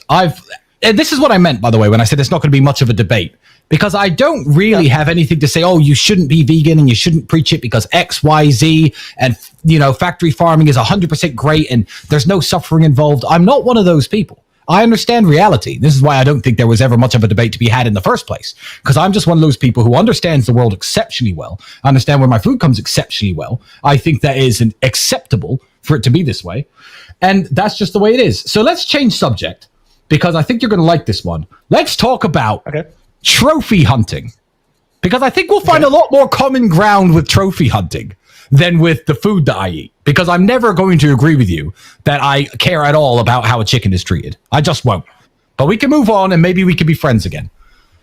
Well, yeah. I'm not a fan of trophy hunting. The reason being is when if you just shoot an animal and you don't put it to any use whatsoever, and you're killing an animal just to display it on a plaque, you're wasting the meat and you're wasting everything else. So yeah, if you go and kill and eat the animal and stuff like that and put it to good use, then yeah, you can use it as a mantle. But for trophy hunting in itself, just to shoot an animal, just to display it in your home, that's not really cool.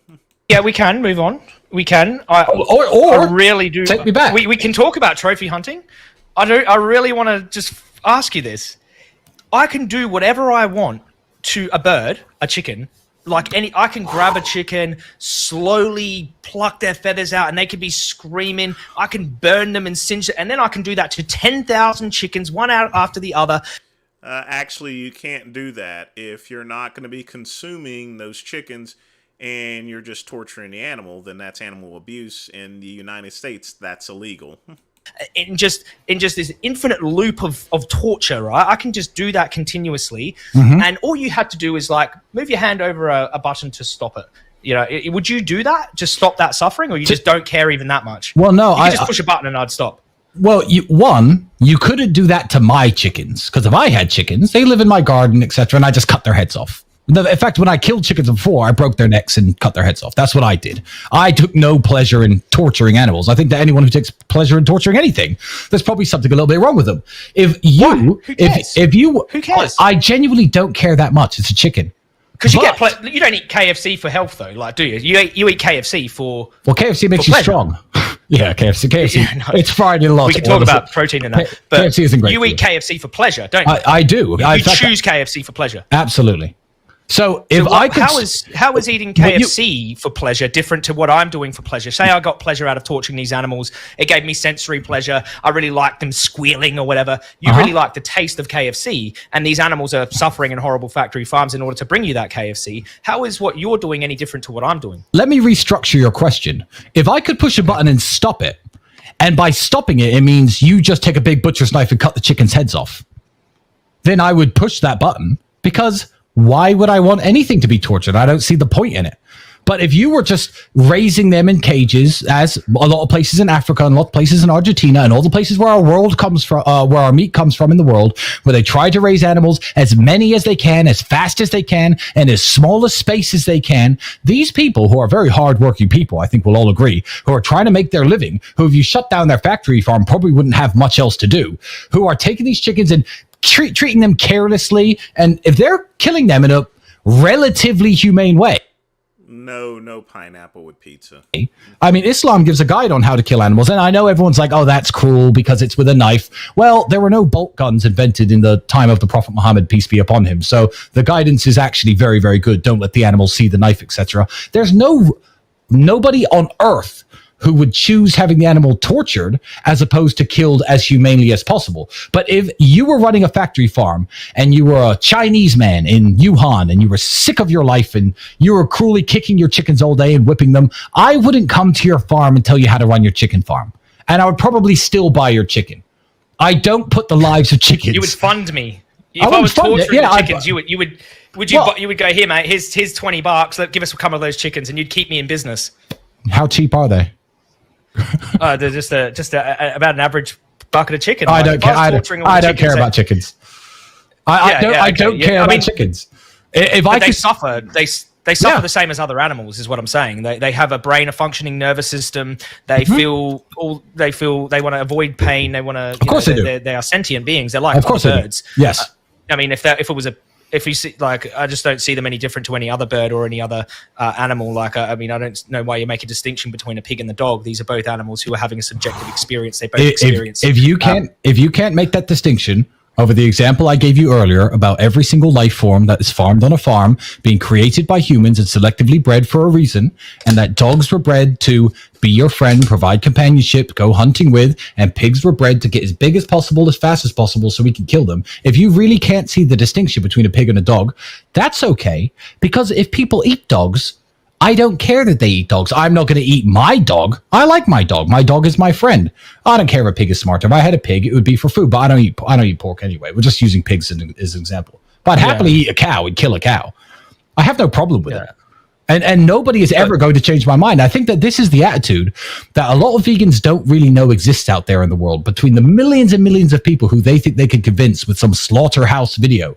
We don't care about chickens. We don't care. We eat them. That's what they're for. The people that I know you don't. You keep saying you don't care. I mean, obviously, if you did care, it would be extremely hard to continue that behavior. He still doesn't get it. He doesn't care. Just pay attention to what he's saying. It's that simple. Actually, KCB, I think this is a very spirited debate, and it's just an example. This video is a good example as far as to how futile vegan activism is. Because when I was in gangs, for example, like we had to not care about the enemy, and if you did start to care about the enemy, you couldn't really do what you had to do. Yeah, so you had to you had to put this shield up, and this shield helped you get through what you had to get through. If you started caring, basically, you couldn't be a very good person in the gang world. You couldn't be a very good soldier if you always cared. But you have to actually have this feeling of not caring for these animals, knowing that they suffer and they're harmed and they're slaughtered and all this stuff.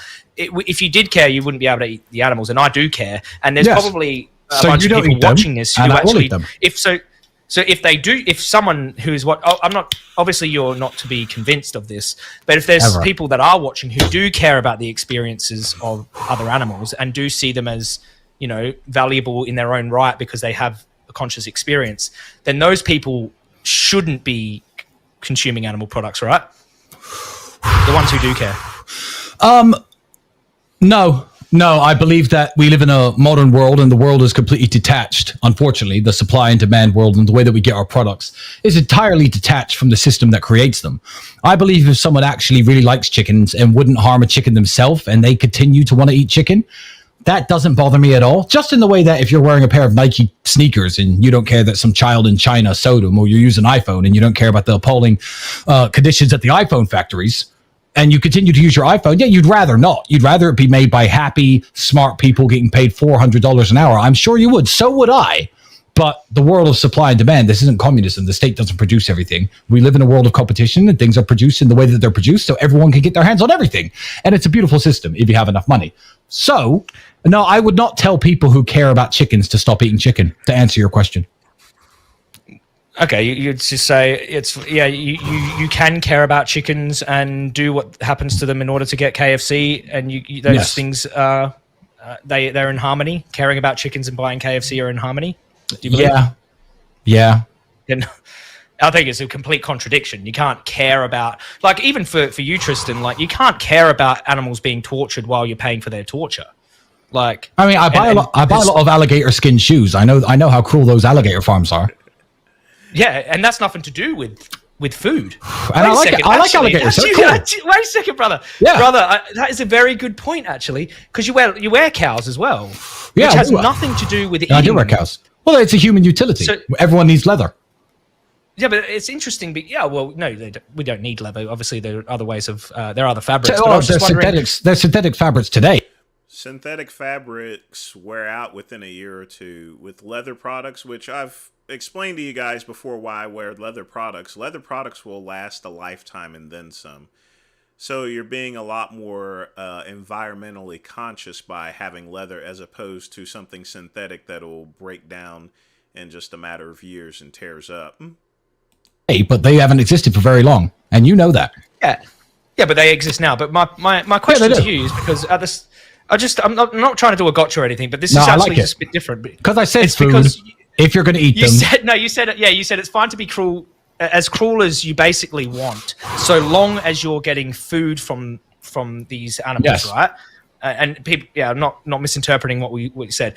So the shoes made out of, say, cow's skin or alligator leather. That's not food. That's their skin. So yeah.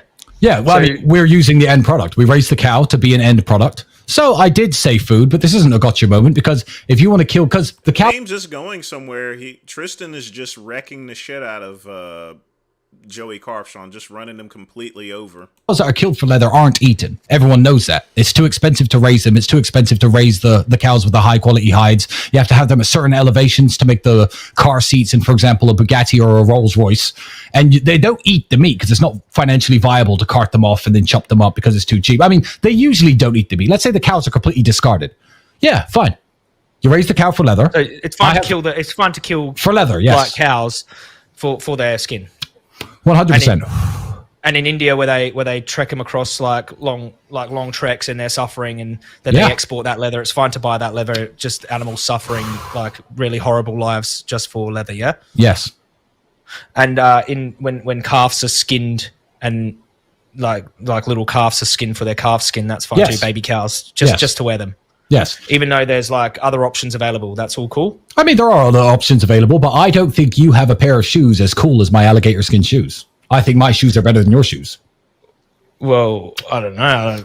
I mean, they are Jeffrey super Dahmer cool. had a pretty nice. Jeffrey Dahmer had some pretty nice human skin shoes. I wouldn't be seen dead in like a pair of human skin shoes. Like, of course not. Like, but a human and an alligator aren't the same thing. So here we are back at square one. I like my alligator skin shoes. And raising, in fact, an alligator skin is exceptionally cruel because they have to raise them to the exact same size. No good pair of alligator skin shoes is made from one alligator. You need two because you need the patterns on the front to be exactly the same, and they're killed at a specific age depending on what your shoe size is, depending if you get them custom made. So it's particularly cruel. But I like my alligator skin shoes. That's what the alligators are raised for. The alligators weren't happily walking around in the wild. Oh, Richard would get destroyed by him. He would just get destroyed. What's up, Danny? We're just reviewing the Tristan Tate, Joey Carbstrong video. Wild when someone saw him and said, I'm going to make a pair of shoes out of this guy. You know, what they did was they farmed them, they raised them, they made my shoes, and I love the end product. And hey guys, don't forget to smash that like button, by the way. I do not feel sorry for those alligators at all. So I never will. So basically, as long as we get pleasure from the action, as long as we get satisfaction, some goods, some goods from the action. Some goods from the action, we can gelatin, bone marrow, skin, leather. I'm down with it. Anything we want to, like, so if I actually had, like, if I had an animal right here on stream, I could have an animal right here. So it's the cows are highly sentient beings like dogs. Yeah. They care for their young. They experience all the basic experiences we do as human beings. Right. We might have some intelligence over cows, but most basic experiences. I have a lot. No, we might. Well, there are human beings that. Well, how about this? There are human beings that have about the sentience of a cow. And about the experience of a cow, and they're born like that. We protect them with human rights. Made in the image of God. Okay, yeah, but if they weren't made in the image of God and that you couldn't tell them apart from other humans, would it be okay to skin them alive and make shoes out of them? Yeah, I mean, I have a distinction between animal life and human life. We've been over this 100 times. You're saying that I think we should be able to skin people with mental deficiencies to make shoes out of them, and that's my argument? Because it's not. Well, how about this?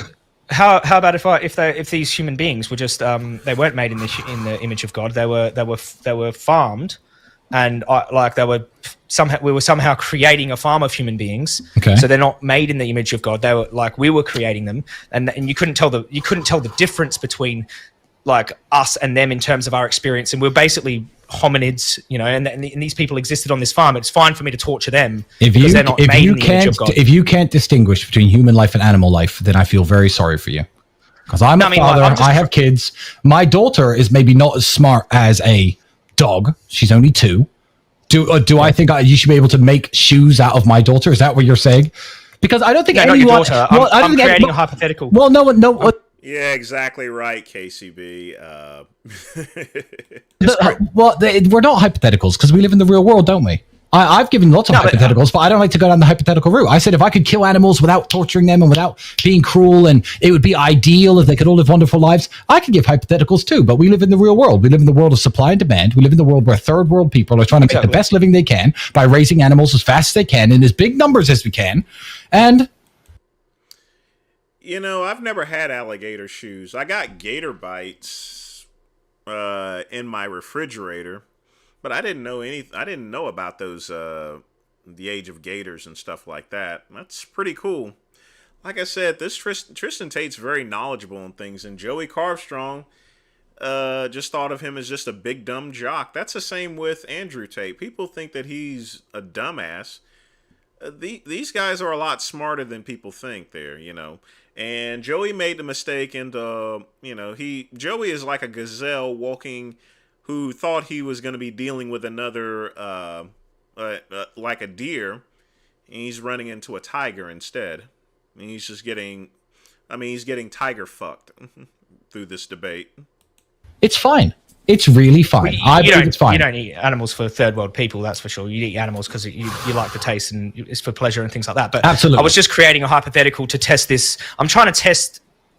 It's just a consistency test, by the way. It's just like trying to test whether or not if there were human beings that weren't made in the image of God and we sort of created them, because this is actually logically possible. So if I made a human farm. If I made a human farm, basically they're my human beings. Is it okay for me to cut them up? That you couldn't distinguish them from. Well, this is actually, you know what? This is actually a very, very interesting point.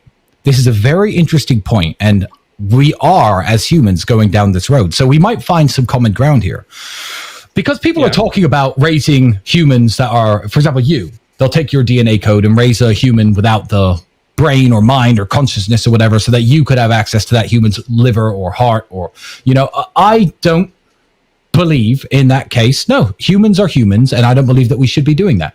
I believe humans are made in the image of God, and I don't believe if you started a farm raising humans for organs, for organ transplants, which is an area of science that is being explored right now. Do I think that's right? No, I don't believe in abortion. I don't believe in harvesting the body parts of babies who are 8 months or 7 months old when they're aborted, to take their tissue and their skin and their bone to run human experiments on. No, I think that's all morally evil, because humans are humans, or animals are animals, and I'll always have a distinction between them.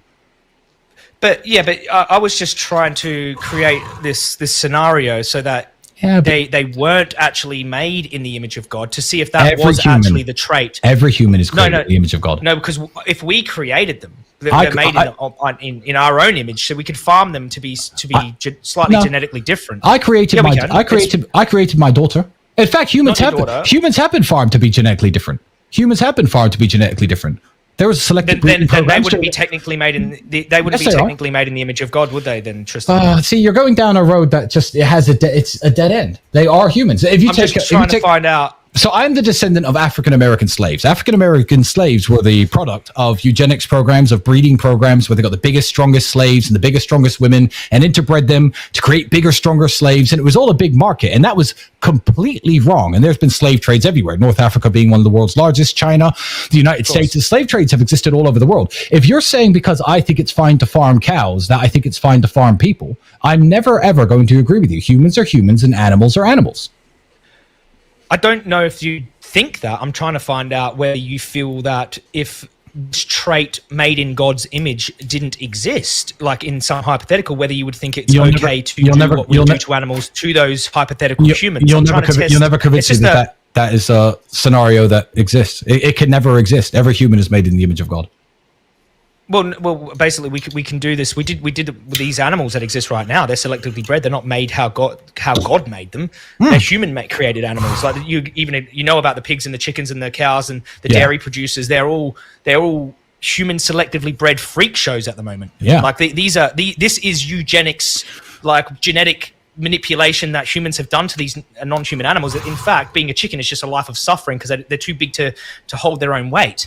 Now, we do this to animals. It is logically possible, and it's just possible for us to do this to human beings as well, and they wouldn't technically be made in God's image. Is it okay to do what we do to animals in this case, in this hypothetical case of human beings? I'm just trying to figure it out. Because that case exists all the time, and that case is actually the case right now, right here in the world. If I'm dating a girl because I think she's big and strong and I want to have big, strong children, people make these kind of choices all the time. Are you saying that child is selectively bred and we can use her to make a pair of shoes? Humans are humans, animals are animals. No, so I'm not saying that at all. I could actually cut it off one step before this. I could cut it off at the step whereas I think if any weirdo was selectively breeding humans for any reason, then no, humans have free will and free agency, and they should be able to reproduce with whoever they want. If any human is selectively breeding humans, then that's slavery, and slavery is wrong in the first place. So we should never even get there if we care about morals and humanity. Well, I do care. I just apply the morals consistently. Yeah, but it's a cow. I mean, it doesn't matter if they are human or non-human. And in this case, in the hypothetical case, they would technically be non-human like hybrids.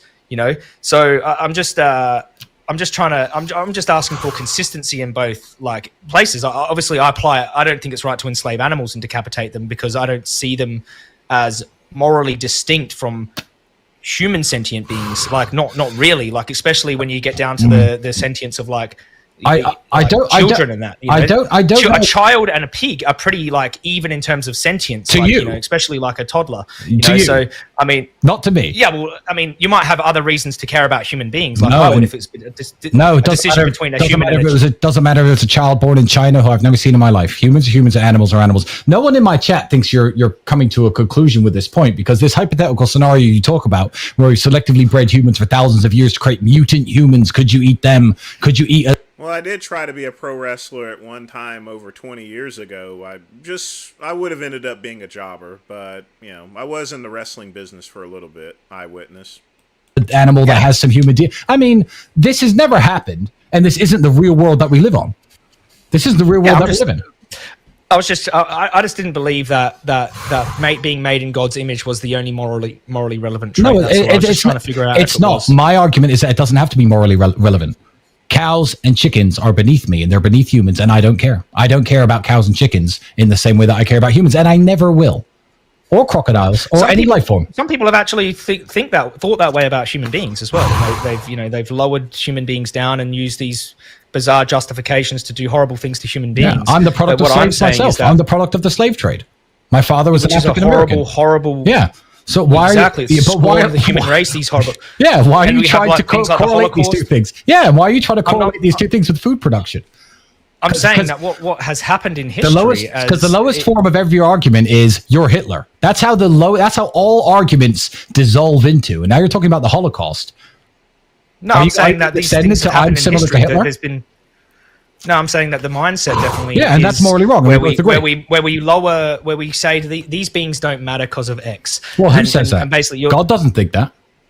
Well, people with these kind of animals are obviously sentient beings. They can experience torture and suffering and experience the world. They have a subjective experience. If I harmed an animal, everyone knows that that's animal cruelty and it's wrong because they're having their own individual experience. And what people tend to do is they go, they're below me because of X reason, because they're not made in God's image, or they're not humans and we are superior, so we can do whatever we want. Throughout history, and it's what humans have used to justify harming other humans, and it's a bad mindset. I know it's a bad mindset. I agree, that's a bad mindset. So where's this I've challenged Tasha, but she's not answered as of yet. Joey did, but now I've heard crickets from him. He said he wanted to debate me, and I don't know what happened. Well, I'm just asking to apply to cows, a more consistent mindset. To chickens, that's not consistent. Yeah, exactly. I mean, you might think it's stupid, but I don't see a cow as any different to other sentient beings. Like, I don't see them as any real difference in terms of their suffering. And there we go. You don't see it. No, that's just the video, Joel. That's not me. Cows do it. This is what I said. Do you believe that human lives and animal lives are exactly the same? In terms of how they experience like a knife in the throat, it's just as bad for that cow as it is for like a child. So I think they're both wrong. That's the food chain. Sharks don't care how I feel. They bit me in half either. Yeah, but I mean, I don't think what sharks do is like ethical. I wouldn't mimic my behavior and go, hey, sharks, they eat other sharks, and lions eat other lions' cubs, and horrible things happen in nature. I would never point to nature and say that's an ethical way of us living in civilization. Obviously, that would justify us killing each other and eating each other. I probably wouldn't date someone like Tristan Tate. And the reason being is we're both alphas here for the most part. So it'd be kind of, it'd be like having sex with myself, if anything. It's going to be happens in nature. Look, cannibalism's wrong. And if you're going to ever try to drag the argument of humans are in some way equal to animals, so we shouldn't treat humans this way, so we shouldn't treat animals in this way, if that is going to be the baseline of this last 10 minutes that you keep going on about, that's never going to be a conclusion that someone like me is going to reach. And it's not going to be a conclusion that any healthy person is going to reach either. No healthy person. It's just that we share. Is going to ever think that ever. So I mean, you keep looking for. I don't know what you're looking for me to say. I don't know if I'm just trying to figure out what you fundamentally believe is like killing humans is wrong. Killing animals is fine. That's what I fundamentally believe. Yeah, exactly. I'm trying to figure out why because to me that's a contradiction because for the same. Not to anyone else. Why you think it's okay in this case and not most people disagree with you. Because most people don't think killing dogs is okay, but you think killing dogs is absolutely fine. I think if someone wants to kill their dog, it's fine by me. I'm not going to tell them not to. It's their dog. And in the case of these animals in poaching that you brought up as well, you have an issue with trophy hunting. It's not so much an issue. So we might find common ground because I'm glad that's over because I'm never ever going to correlate animal life and human life. That's just not a conclusion that I'm going to reach, or I don't think any healthy person is ever going to reach. So fishing for something down that well is always going to be non-productive. Not that you'd go fishing. Vegan joke there. No, I'm hilarious. It's a bad joke. I thought it was quite funny. Funny. Okay, fine. Yusuf laughed. I wouldn't go fishing for humans. That's for sure. My tech guy laughed. So that was a good joke. Trophy hunting. I think that trophy hunting is unfair. I like predators. I respect bears and lions, sharks. I respect elephants. I respect them because they're mightier than the human. If I could subdue an entire population of cows and have them run across a field because I have a dog chase after them and I could raise them for food, good. I made the cows. I created the cows. Going out there and shooting elephants, I don't think is a fair fight. And I think that vegans and people like me should get together and say, let's change the rules of trophy hunting. So you have to fight the animal in a fair way. Is that an improvement? Fist to fist? Is that an improvement on shooting them with guns? No, I think depending on what the animal is, we should use different weapons. I mean, fight a lion with your bare hands or fight an elephant with your bare hands? Well, he's not all white, actually, Athens. But he has a pretty good barber. Well, I'm saying, if someone says to me, these big fat Americans usually, sorry Americans if you're listening, but it's usually you. They take these pictures next to these lions with their rifle, like they're some sort of champion. No. If you want to go fight a lion, I think you should have, a sword and a shield, or a suit of armor and 2 knives. Because then at least if you do it, I can respect you. If I walk into someone's head and they have a lion's head mounted on the wall, I'd be a bit like, well, what did you do that for?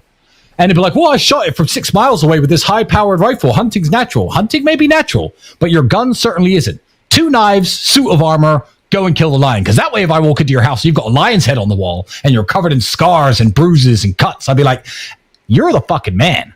That's impressive. Can we at least agree that we should change the rules on weaponry? Because fewer people would do it. If someone fights a lion with their bare hands and wins, then I think they deserve some kind of medal because that's like an unheard of thing. Good. So let's agree that we need to change the rules. So should we change the rules on factory farming as well? Because we seem to use when these beings can't escape, we breed them into these prisons, and then we send them into slaughterhouses where they can't escape. And don't you think we should change the rules there too? Nope. I think not at all. I think if you could somehow viably run a lion factory farm or an elephant factory farm, all credit to you. If you manage to pull that off, well done. So no, I don't think we should. How about this? Go on. How about this, Tristan? We liberate all of the animals in the factory farm situation, the cows, the pigs, the chickens, the lambs, and even the ones that are going to the slaughterhouse. And the only meat you eat is if you fight a lion with your bare hands and win. No. How about that? No, that's just stupid. No? Why would I need to fight a lion with my bare hands and win to enjoy a bucket of KFC? I think because, the entire ecosystem. No, it's fair. It's fair. The man killing the chickens is perfectly entitled, and he created the chickens. I'm not against lion factory farms. By the way, I thought God created. Wait a second. I thought God created the animals, one, and we're not even eating animals that were created by God, two. If you're a God-fearing a Christian, These animals are created by human beings in their genetically bred freak shows. So is every vegetable. So is every fruit. Isn't this so is every fruit and every vegetable. Fruits aren't sentient.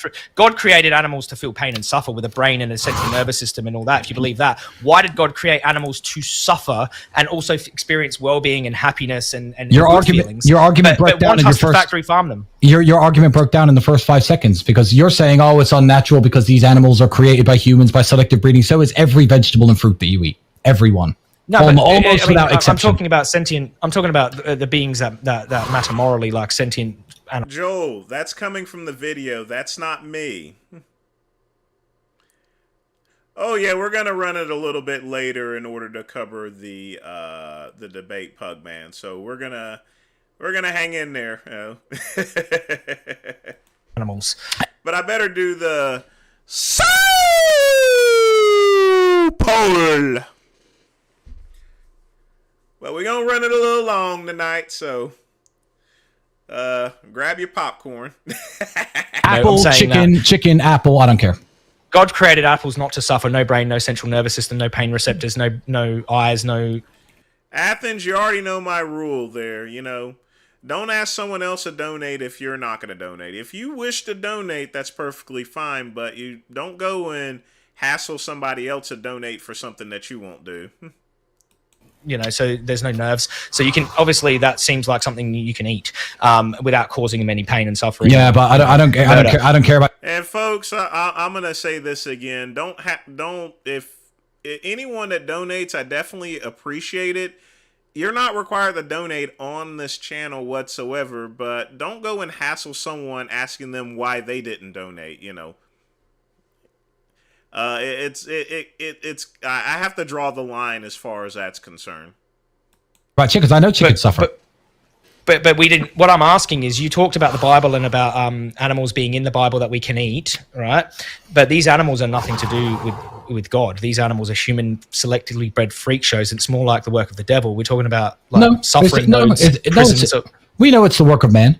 You know the devil didn't build the factory farm. And the devil. If you're, like I said, you're not required to donate, Athens. But as far as Pugman's concerned, if he doesn't donate anything else to my channel, he's not required to do any.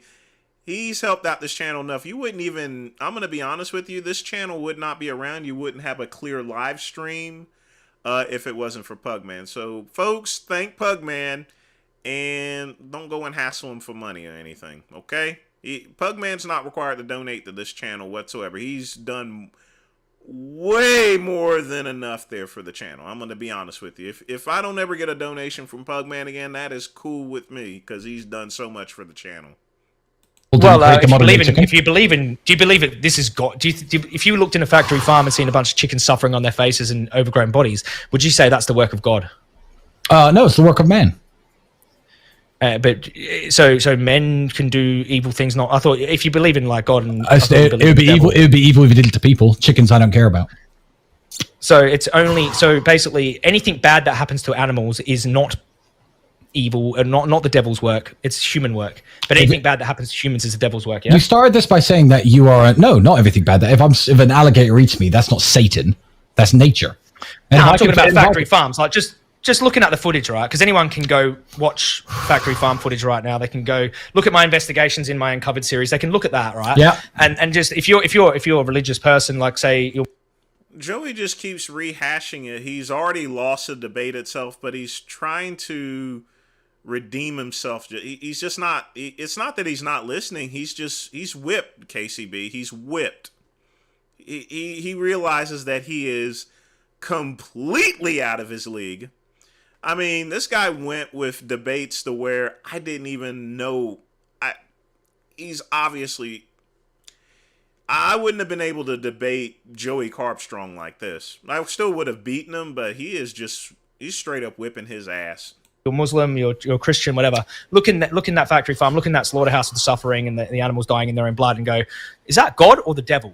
Well, I think you're falling on your face here because we started this argument with you saying that you don't believe in a God, and now you're trying to say, oh, but it's wrong what happens to chickens, so is that the devil? And now you're invoking the devil on man-made farming processes, which feed millions of people worldwide, and I'm very grateful for them. And that's the work of, it's the work of man. And I love Tristan, chicken. I'm just fitting the beliefs of others, because in Islam, actually, you brought up Islam before, but in Islam, there's actually like a little bit of something about animal welfare in their religion, where they believe that causing animal suffering and cruelty is haram, right? And I speak to Muslims quite a lot, and we have actually quite productive discussions. Wonderful. Now they at least believe that causing animal suffering and cruelty is wrong, is morally wrong, and it's haram. You can't eat that flesh, right? Are you a Muslim? No, I'm not a Muslim. Why are you invoking their arguments here? Because I live with a Muslim. You brought up. I live with two. There's one right here next to me. Yeah, I know. Andrew's a Muslim as well now. Okay, but what I'm saying is that you don't even believe that causing animals cruelty in factory farms is wrong, and you brought up Islam before and said, they just slit the animals' throats, right? And you believe that's a good way of doing it. Yes. Yeah. Yeah. So what I'm saying is, in Islam, you can't even be. My grocery store, by the way, sells halal foods there. So, and I've eaten at plenty of Muslims' houses there. So, the meat pretty much tastes the same. Every point factory farms are I feel like when I said there was never going to be any debate, I think every point that you've tried to raise, we're just going back to things that I said within the first 20 minutes. If you can kill them as humanely as possible, that would be good. That's what I said an hour ago. So factory farms are bad because they cause the animals suffering, yeah? No, they're not bad. So it's just morally factory farms are morally neutral, but cutting an animal's head off without them being cruel is better. Quote, it's better, yeah. Is better. Yeah. So one is good, which is called the suffering. It's all good. I can get food everywhere in the world that I want, and factory farms are part of the supply and demand food chain. It's a wonderful thing that we can feed all these people on the planet. It's a wonderful thing that there are fewer people starving and dying of hunger than there ever was before at any point in human history, that we've managed to take many people in the third world, especially in modern day China, thanks to factory farms, and take them out of poverty and give them the ability to eat food, mainly meat, every single day. I think it's a wonderful thing, yes. And you'll never change my mind otherwise. Factory farms are fine by me. And I know what goes on, and I've seen them, and I don't care. It's a chicken. It's a chicken, bro. Like, seriously, I just don't care. But you don't. No, you do. You can't say that now, because you did care a little bit enough. I don't you cared enough to stop me torturing them. You cared enough to stop me torturing them. Before when I created the chicken torture like scenario, you did care a little bit. You like hypotheticals. I see the glimmer of empathy in you, bro. You like hypotheticals, and if you're going to torture chickens after this feed and message me that you're torturing chickens, I'm going to turn my phone off and go and live my life. You want to do that? That's fucked up, but go right ahead. What am I going to do? Drive over to where you are and tackle you bucket of chicken to save the chicken? If I'm doing it for a bucket of chicken, isn't that like fine with you? That's what I was. That's what I thought your position was. Yeah, a factory farm that produces chicken for us to eat is completely fine. Okay. Well, okay. Should we do some finishing statements, or do you want to continue? Like, is there any other roads you want to go down with? Like, I don't know if you believe like there were generally no roads I wanted to go down at the beginning of this. I think I said at the beginning that this wasn't going to be a debate because I'm not an uninformed person who's going to hear what you has to say and go, oh my God, wow. Oh, wow. Maybe I should stop eating meat. I know all the things that you know already. And eating animals is perfectly fine. I don't care about animals like I care about humans. Humans are morally superior. Humans were given dominion over this earth by God, and we were created in God's image, and humans are sacred. So all of your arguments about, what if humans were farmed in this way? And, animals, what if I just tortured them for fun? That's not what I do. I'm not the guy who says it's fun to torture animals, and I love torturing animals, so I'm going to debate this vegan. I'm a guy who has a healthy relationship with food and a healthy relationship with meat. I understand where it comes from, and I simply don't care about a chicken like I do about humans. So there was never really a debate in the first place, but your fans insisted I debate you. But I don't really see where we disagree, because I know the things you know. Yeah, well, we disagree on that animals have no value whatsoever, and they're beneath us, and we can do what we want to them. Animals wear them and eat them. Animals have value. I didn't say animals have no value. Can we talk about masculinity for just before you? I don't know if you want to keep going down this road, but I just want to know what your views on masculinity. Oh, geez. Joey wants to have a conversation with someone like him about masculinity. This is not going to end well, folks. I already know. Masculinity My Because views on the masculinity. reason By the way, I've never seen this video before ever. You know, I've heard about it, but I already know for a fact that this is not going to end well. He wants to debate him on masculinity after being beaten up for about an hour or so. Yeah. Well, let's see what happens anyway. asking. Go ahead, please. I'd like to know the reason you're asking, because if it's about chickens, No, it's not a trap. I mean, Yeah, I'm make it just a trying to trap. figure out what you. It's not really a trap. I'm just trying to figure out. I don't mind if it's a trap.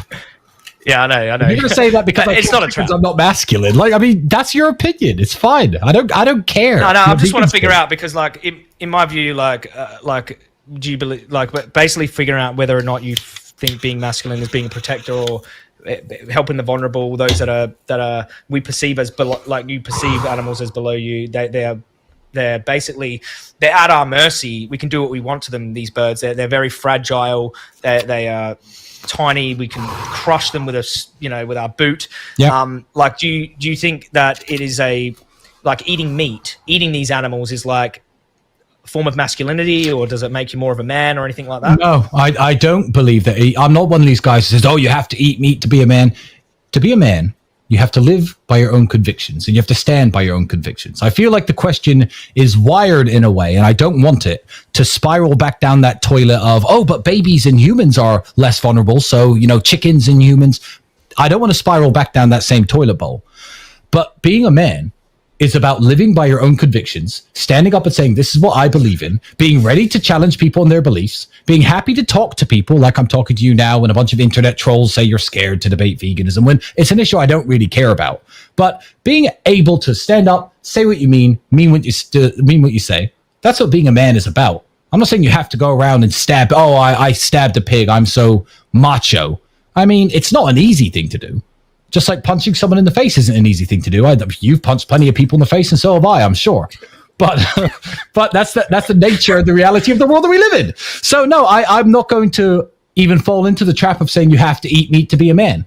Because when I've seen you argue with people look scared of you a bit, intimidated by you a bit, and you stand up there anyway, no matter what someone says. If someone's eating a burger in your face and you say, "No, I think this is wrong, and I'm going to travel around the world and say that this is wrong as much as I want to," that is being a man. And credit for you for doing it. If you want to go around the world and preach this for the rest of your life, which I assume you will, then all power to you. But you're never, ever, ever, ever going to convince people like me, because there are smart people out there who know everything about the meat industry you do. You can't hit us with any eye openers. You can't hit us with any weird hypotheticals about non-human humans, because that's just not real. And I'm going to shrug my shoulders. I'm going to hang up this call after we finish amicably saying goodbye to each other, and I'm going to go and eat whatever I like, and you're going to eat whatever you like, and you're not going to be able to change my mind. So be a man, say what you mean what you say, and travel around the world and continue doing it. But you're going to have zero success when it comes to people like me.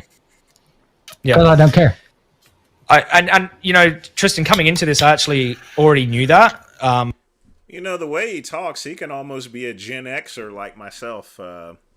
My generation is the slacker generation. We don't care,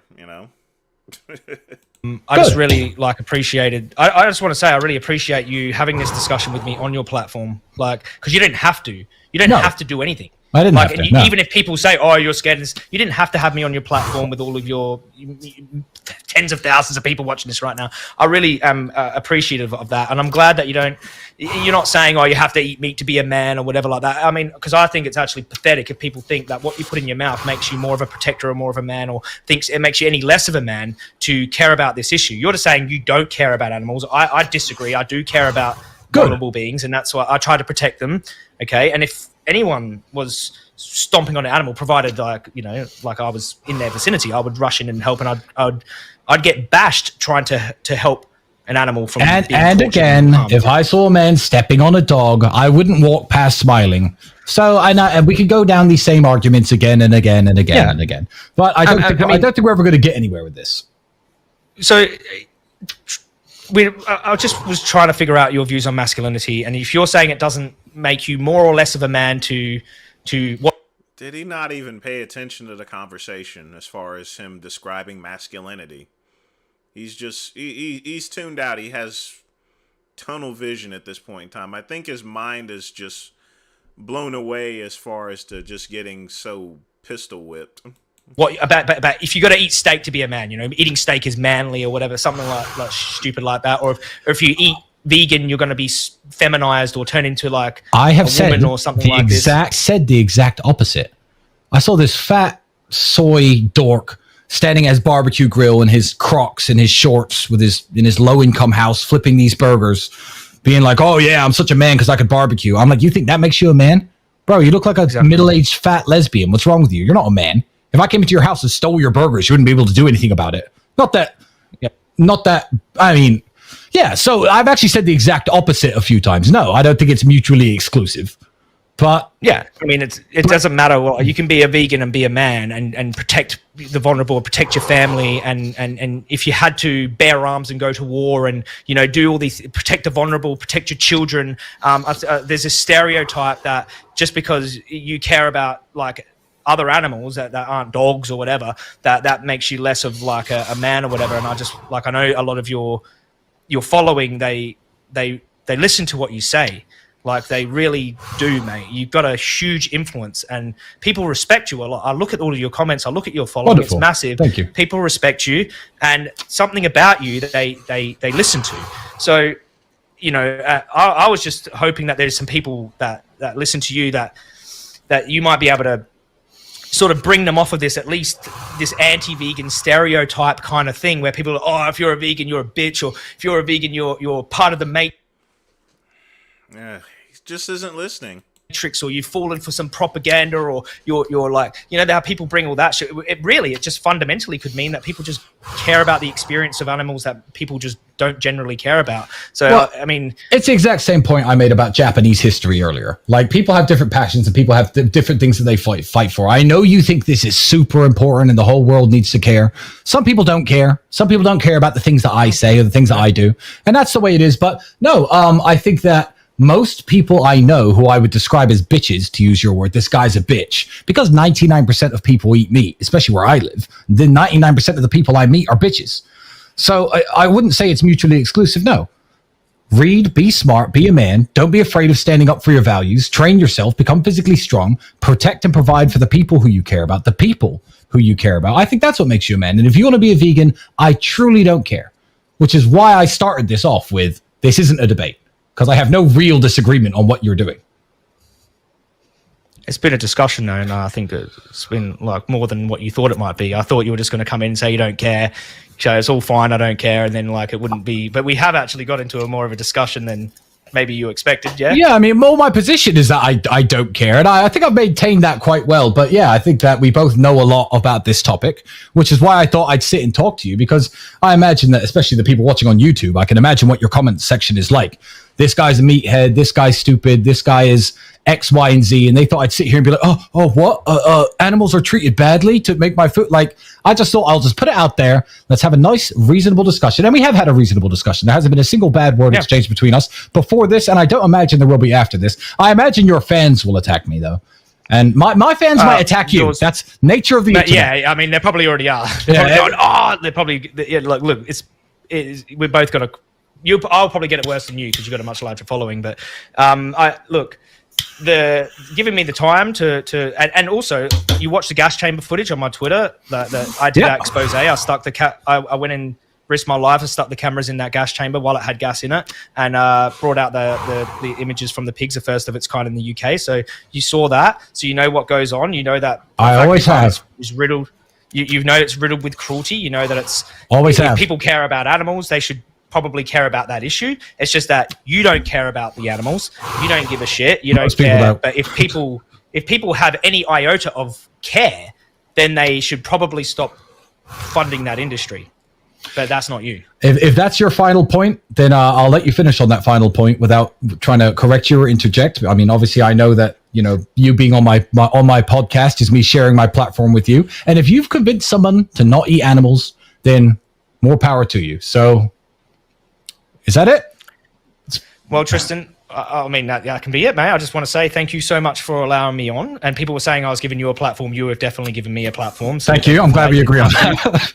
Yeah. We didn't have to. And look, mate, if you ever I mean, maybe this is not a good idea because you probably wouldn't care, but if you ever want to come into one of these farms with me when you're in the UK or catch up, have a vegan burger or something like that, then please. I would love to. Now you're baiting me. Yeah, but yeah, I could bring you into these places. Like, it would be a good video, mate. Like, if you actually see what's going on inside there and have that, and maybe you just go, I don't care still. I won't care. Maybe you might. I super don't care. Send me every video you make for the rest of your life, and I will continue to eat meat, as will most of my followers. So, would you share it on your why don't you share it on your platform then and see if how many people don't care with you? Well, everyone who has any issue and anyone who has any point who they're trying to get across wants to share my platform, and they want me to promote their stuff. Now, I'm going to promote the things that are applicable to me in my life and the things I want to share with the world. You share the things that you want to share with the world, and we'll leave it at that. And I wish you a happy and healthy vegan life, and I will continue to keep eating meat.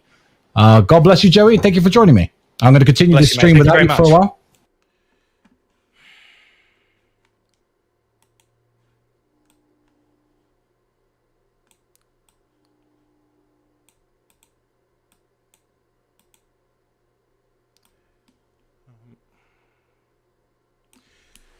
Well, folks, I have to say that was a beating, and that's the thing about Joey. He thought that he can come in and say, well, this guy is a meathead and everything. You know, Tristan, I believe, is worth a little over $100 million here, and I mean, he's if not that, he's definitely a multimillionaire. You know, so when someone is a multimillionaire and is very successful, they're not going to be a dumbass. They're not going to be a stooge. I mean, Joey is completely out of his league. Even if he debated me, I would have been a lot more nicer. Like I said, I'm a Gen Xer. We're slackers. But I still would have put a whooping on him. Yeah, he got destroyed. He got his ass whipped. And for good reasons, too.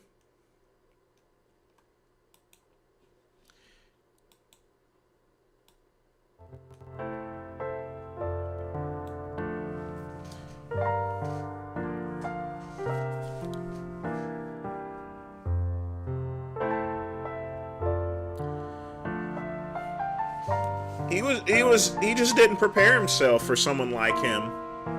I mean, Tristan, Andrew, they're straight up true alphas. They're ultra alphas. I don't consider myself so much of an alpha because I have, you know, there's a big difference between, you know, Andrew and Tristan's generation and my generation of things. So while I am most people consider me as an alpha. I've been working as a corrections officer in security. I'm still a Gen Xer as well. We're still slackers and melancholy type people. So, you know, but he just didn't study up, and he just got outclassed. But folks, I'm going to close out the stream in about 5 minutes or so. So smash the like button if you got some questions to ask, or more importantly, if y'all want to put some money in that collection plate for the Reverend Dr. Vince Goodrum, I would appreciate that too.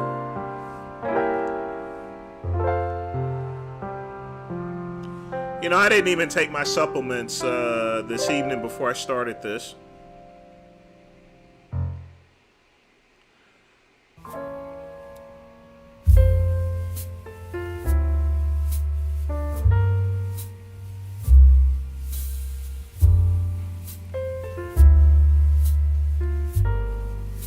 We'll have to play it next time, Chad.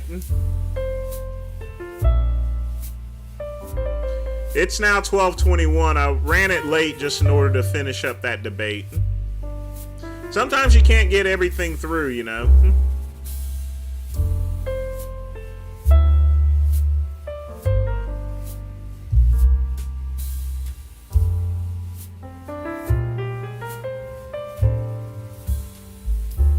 Yeah, it is time for me to eat. I'm probably gonna have. I didn't even have dinner, Pug Man.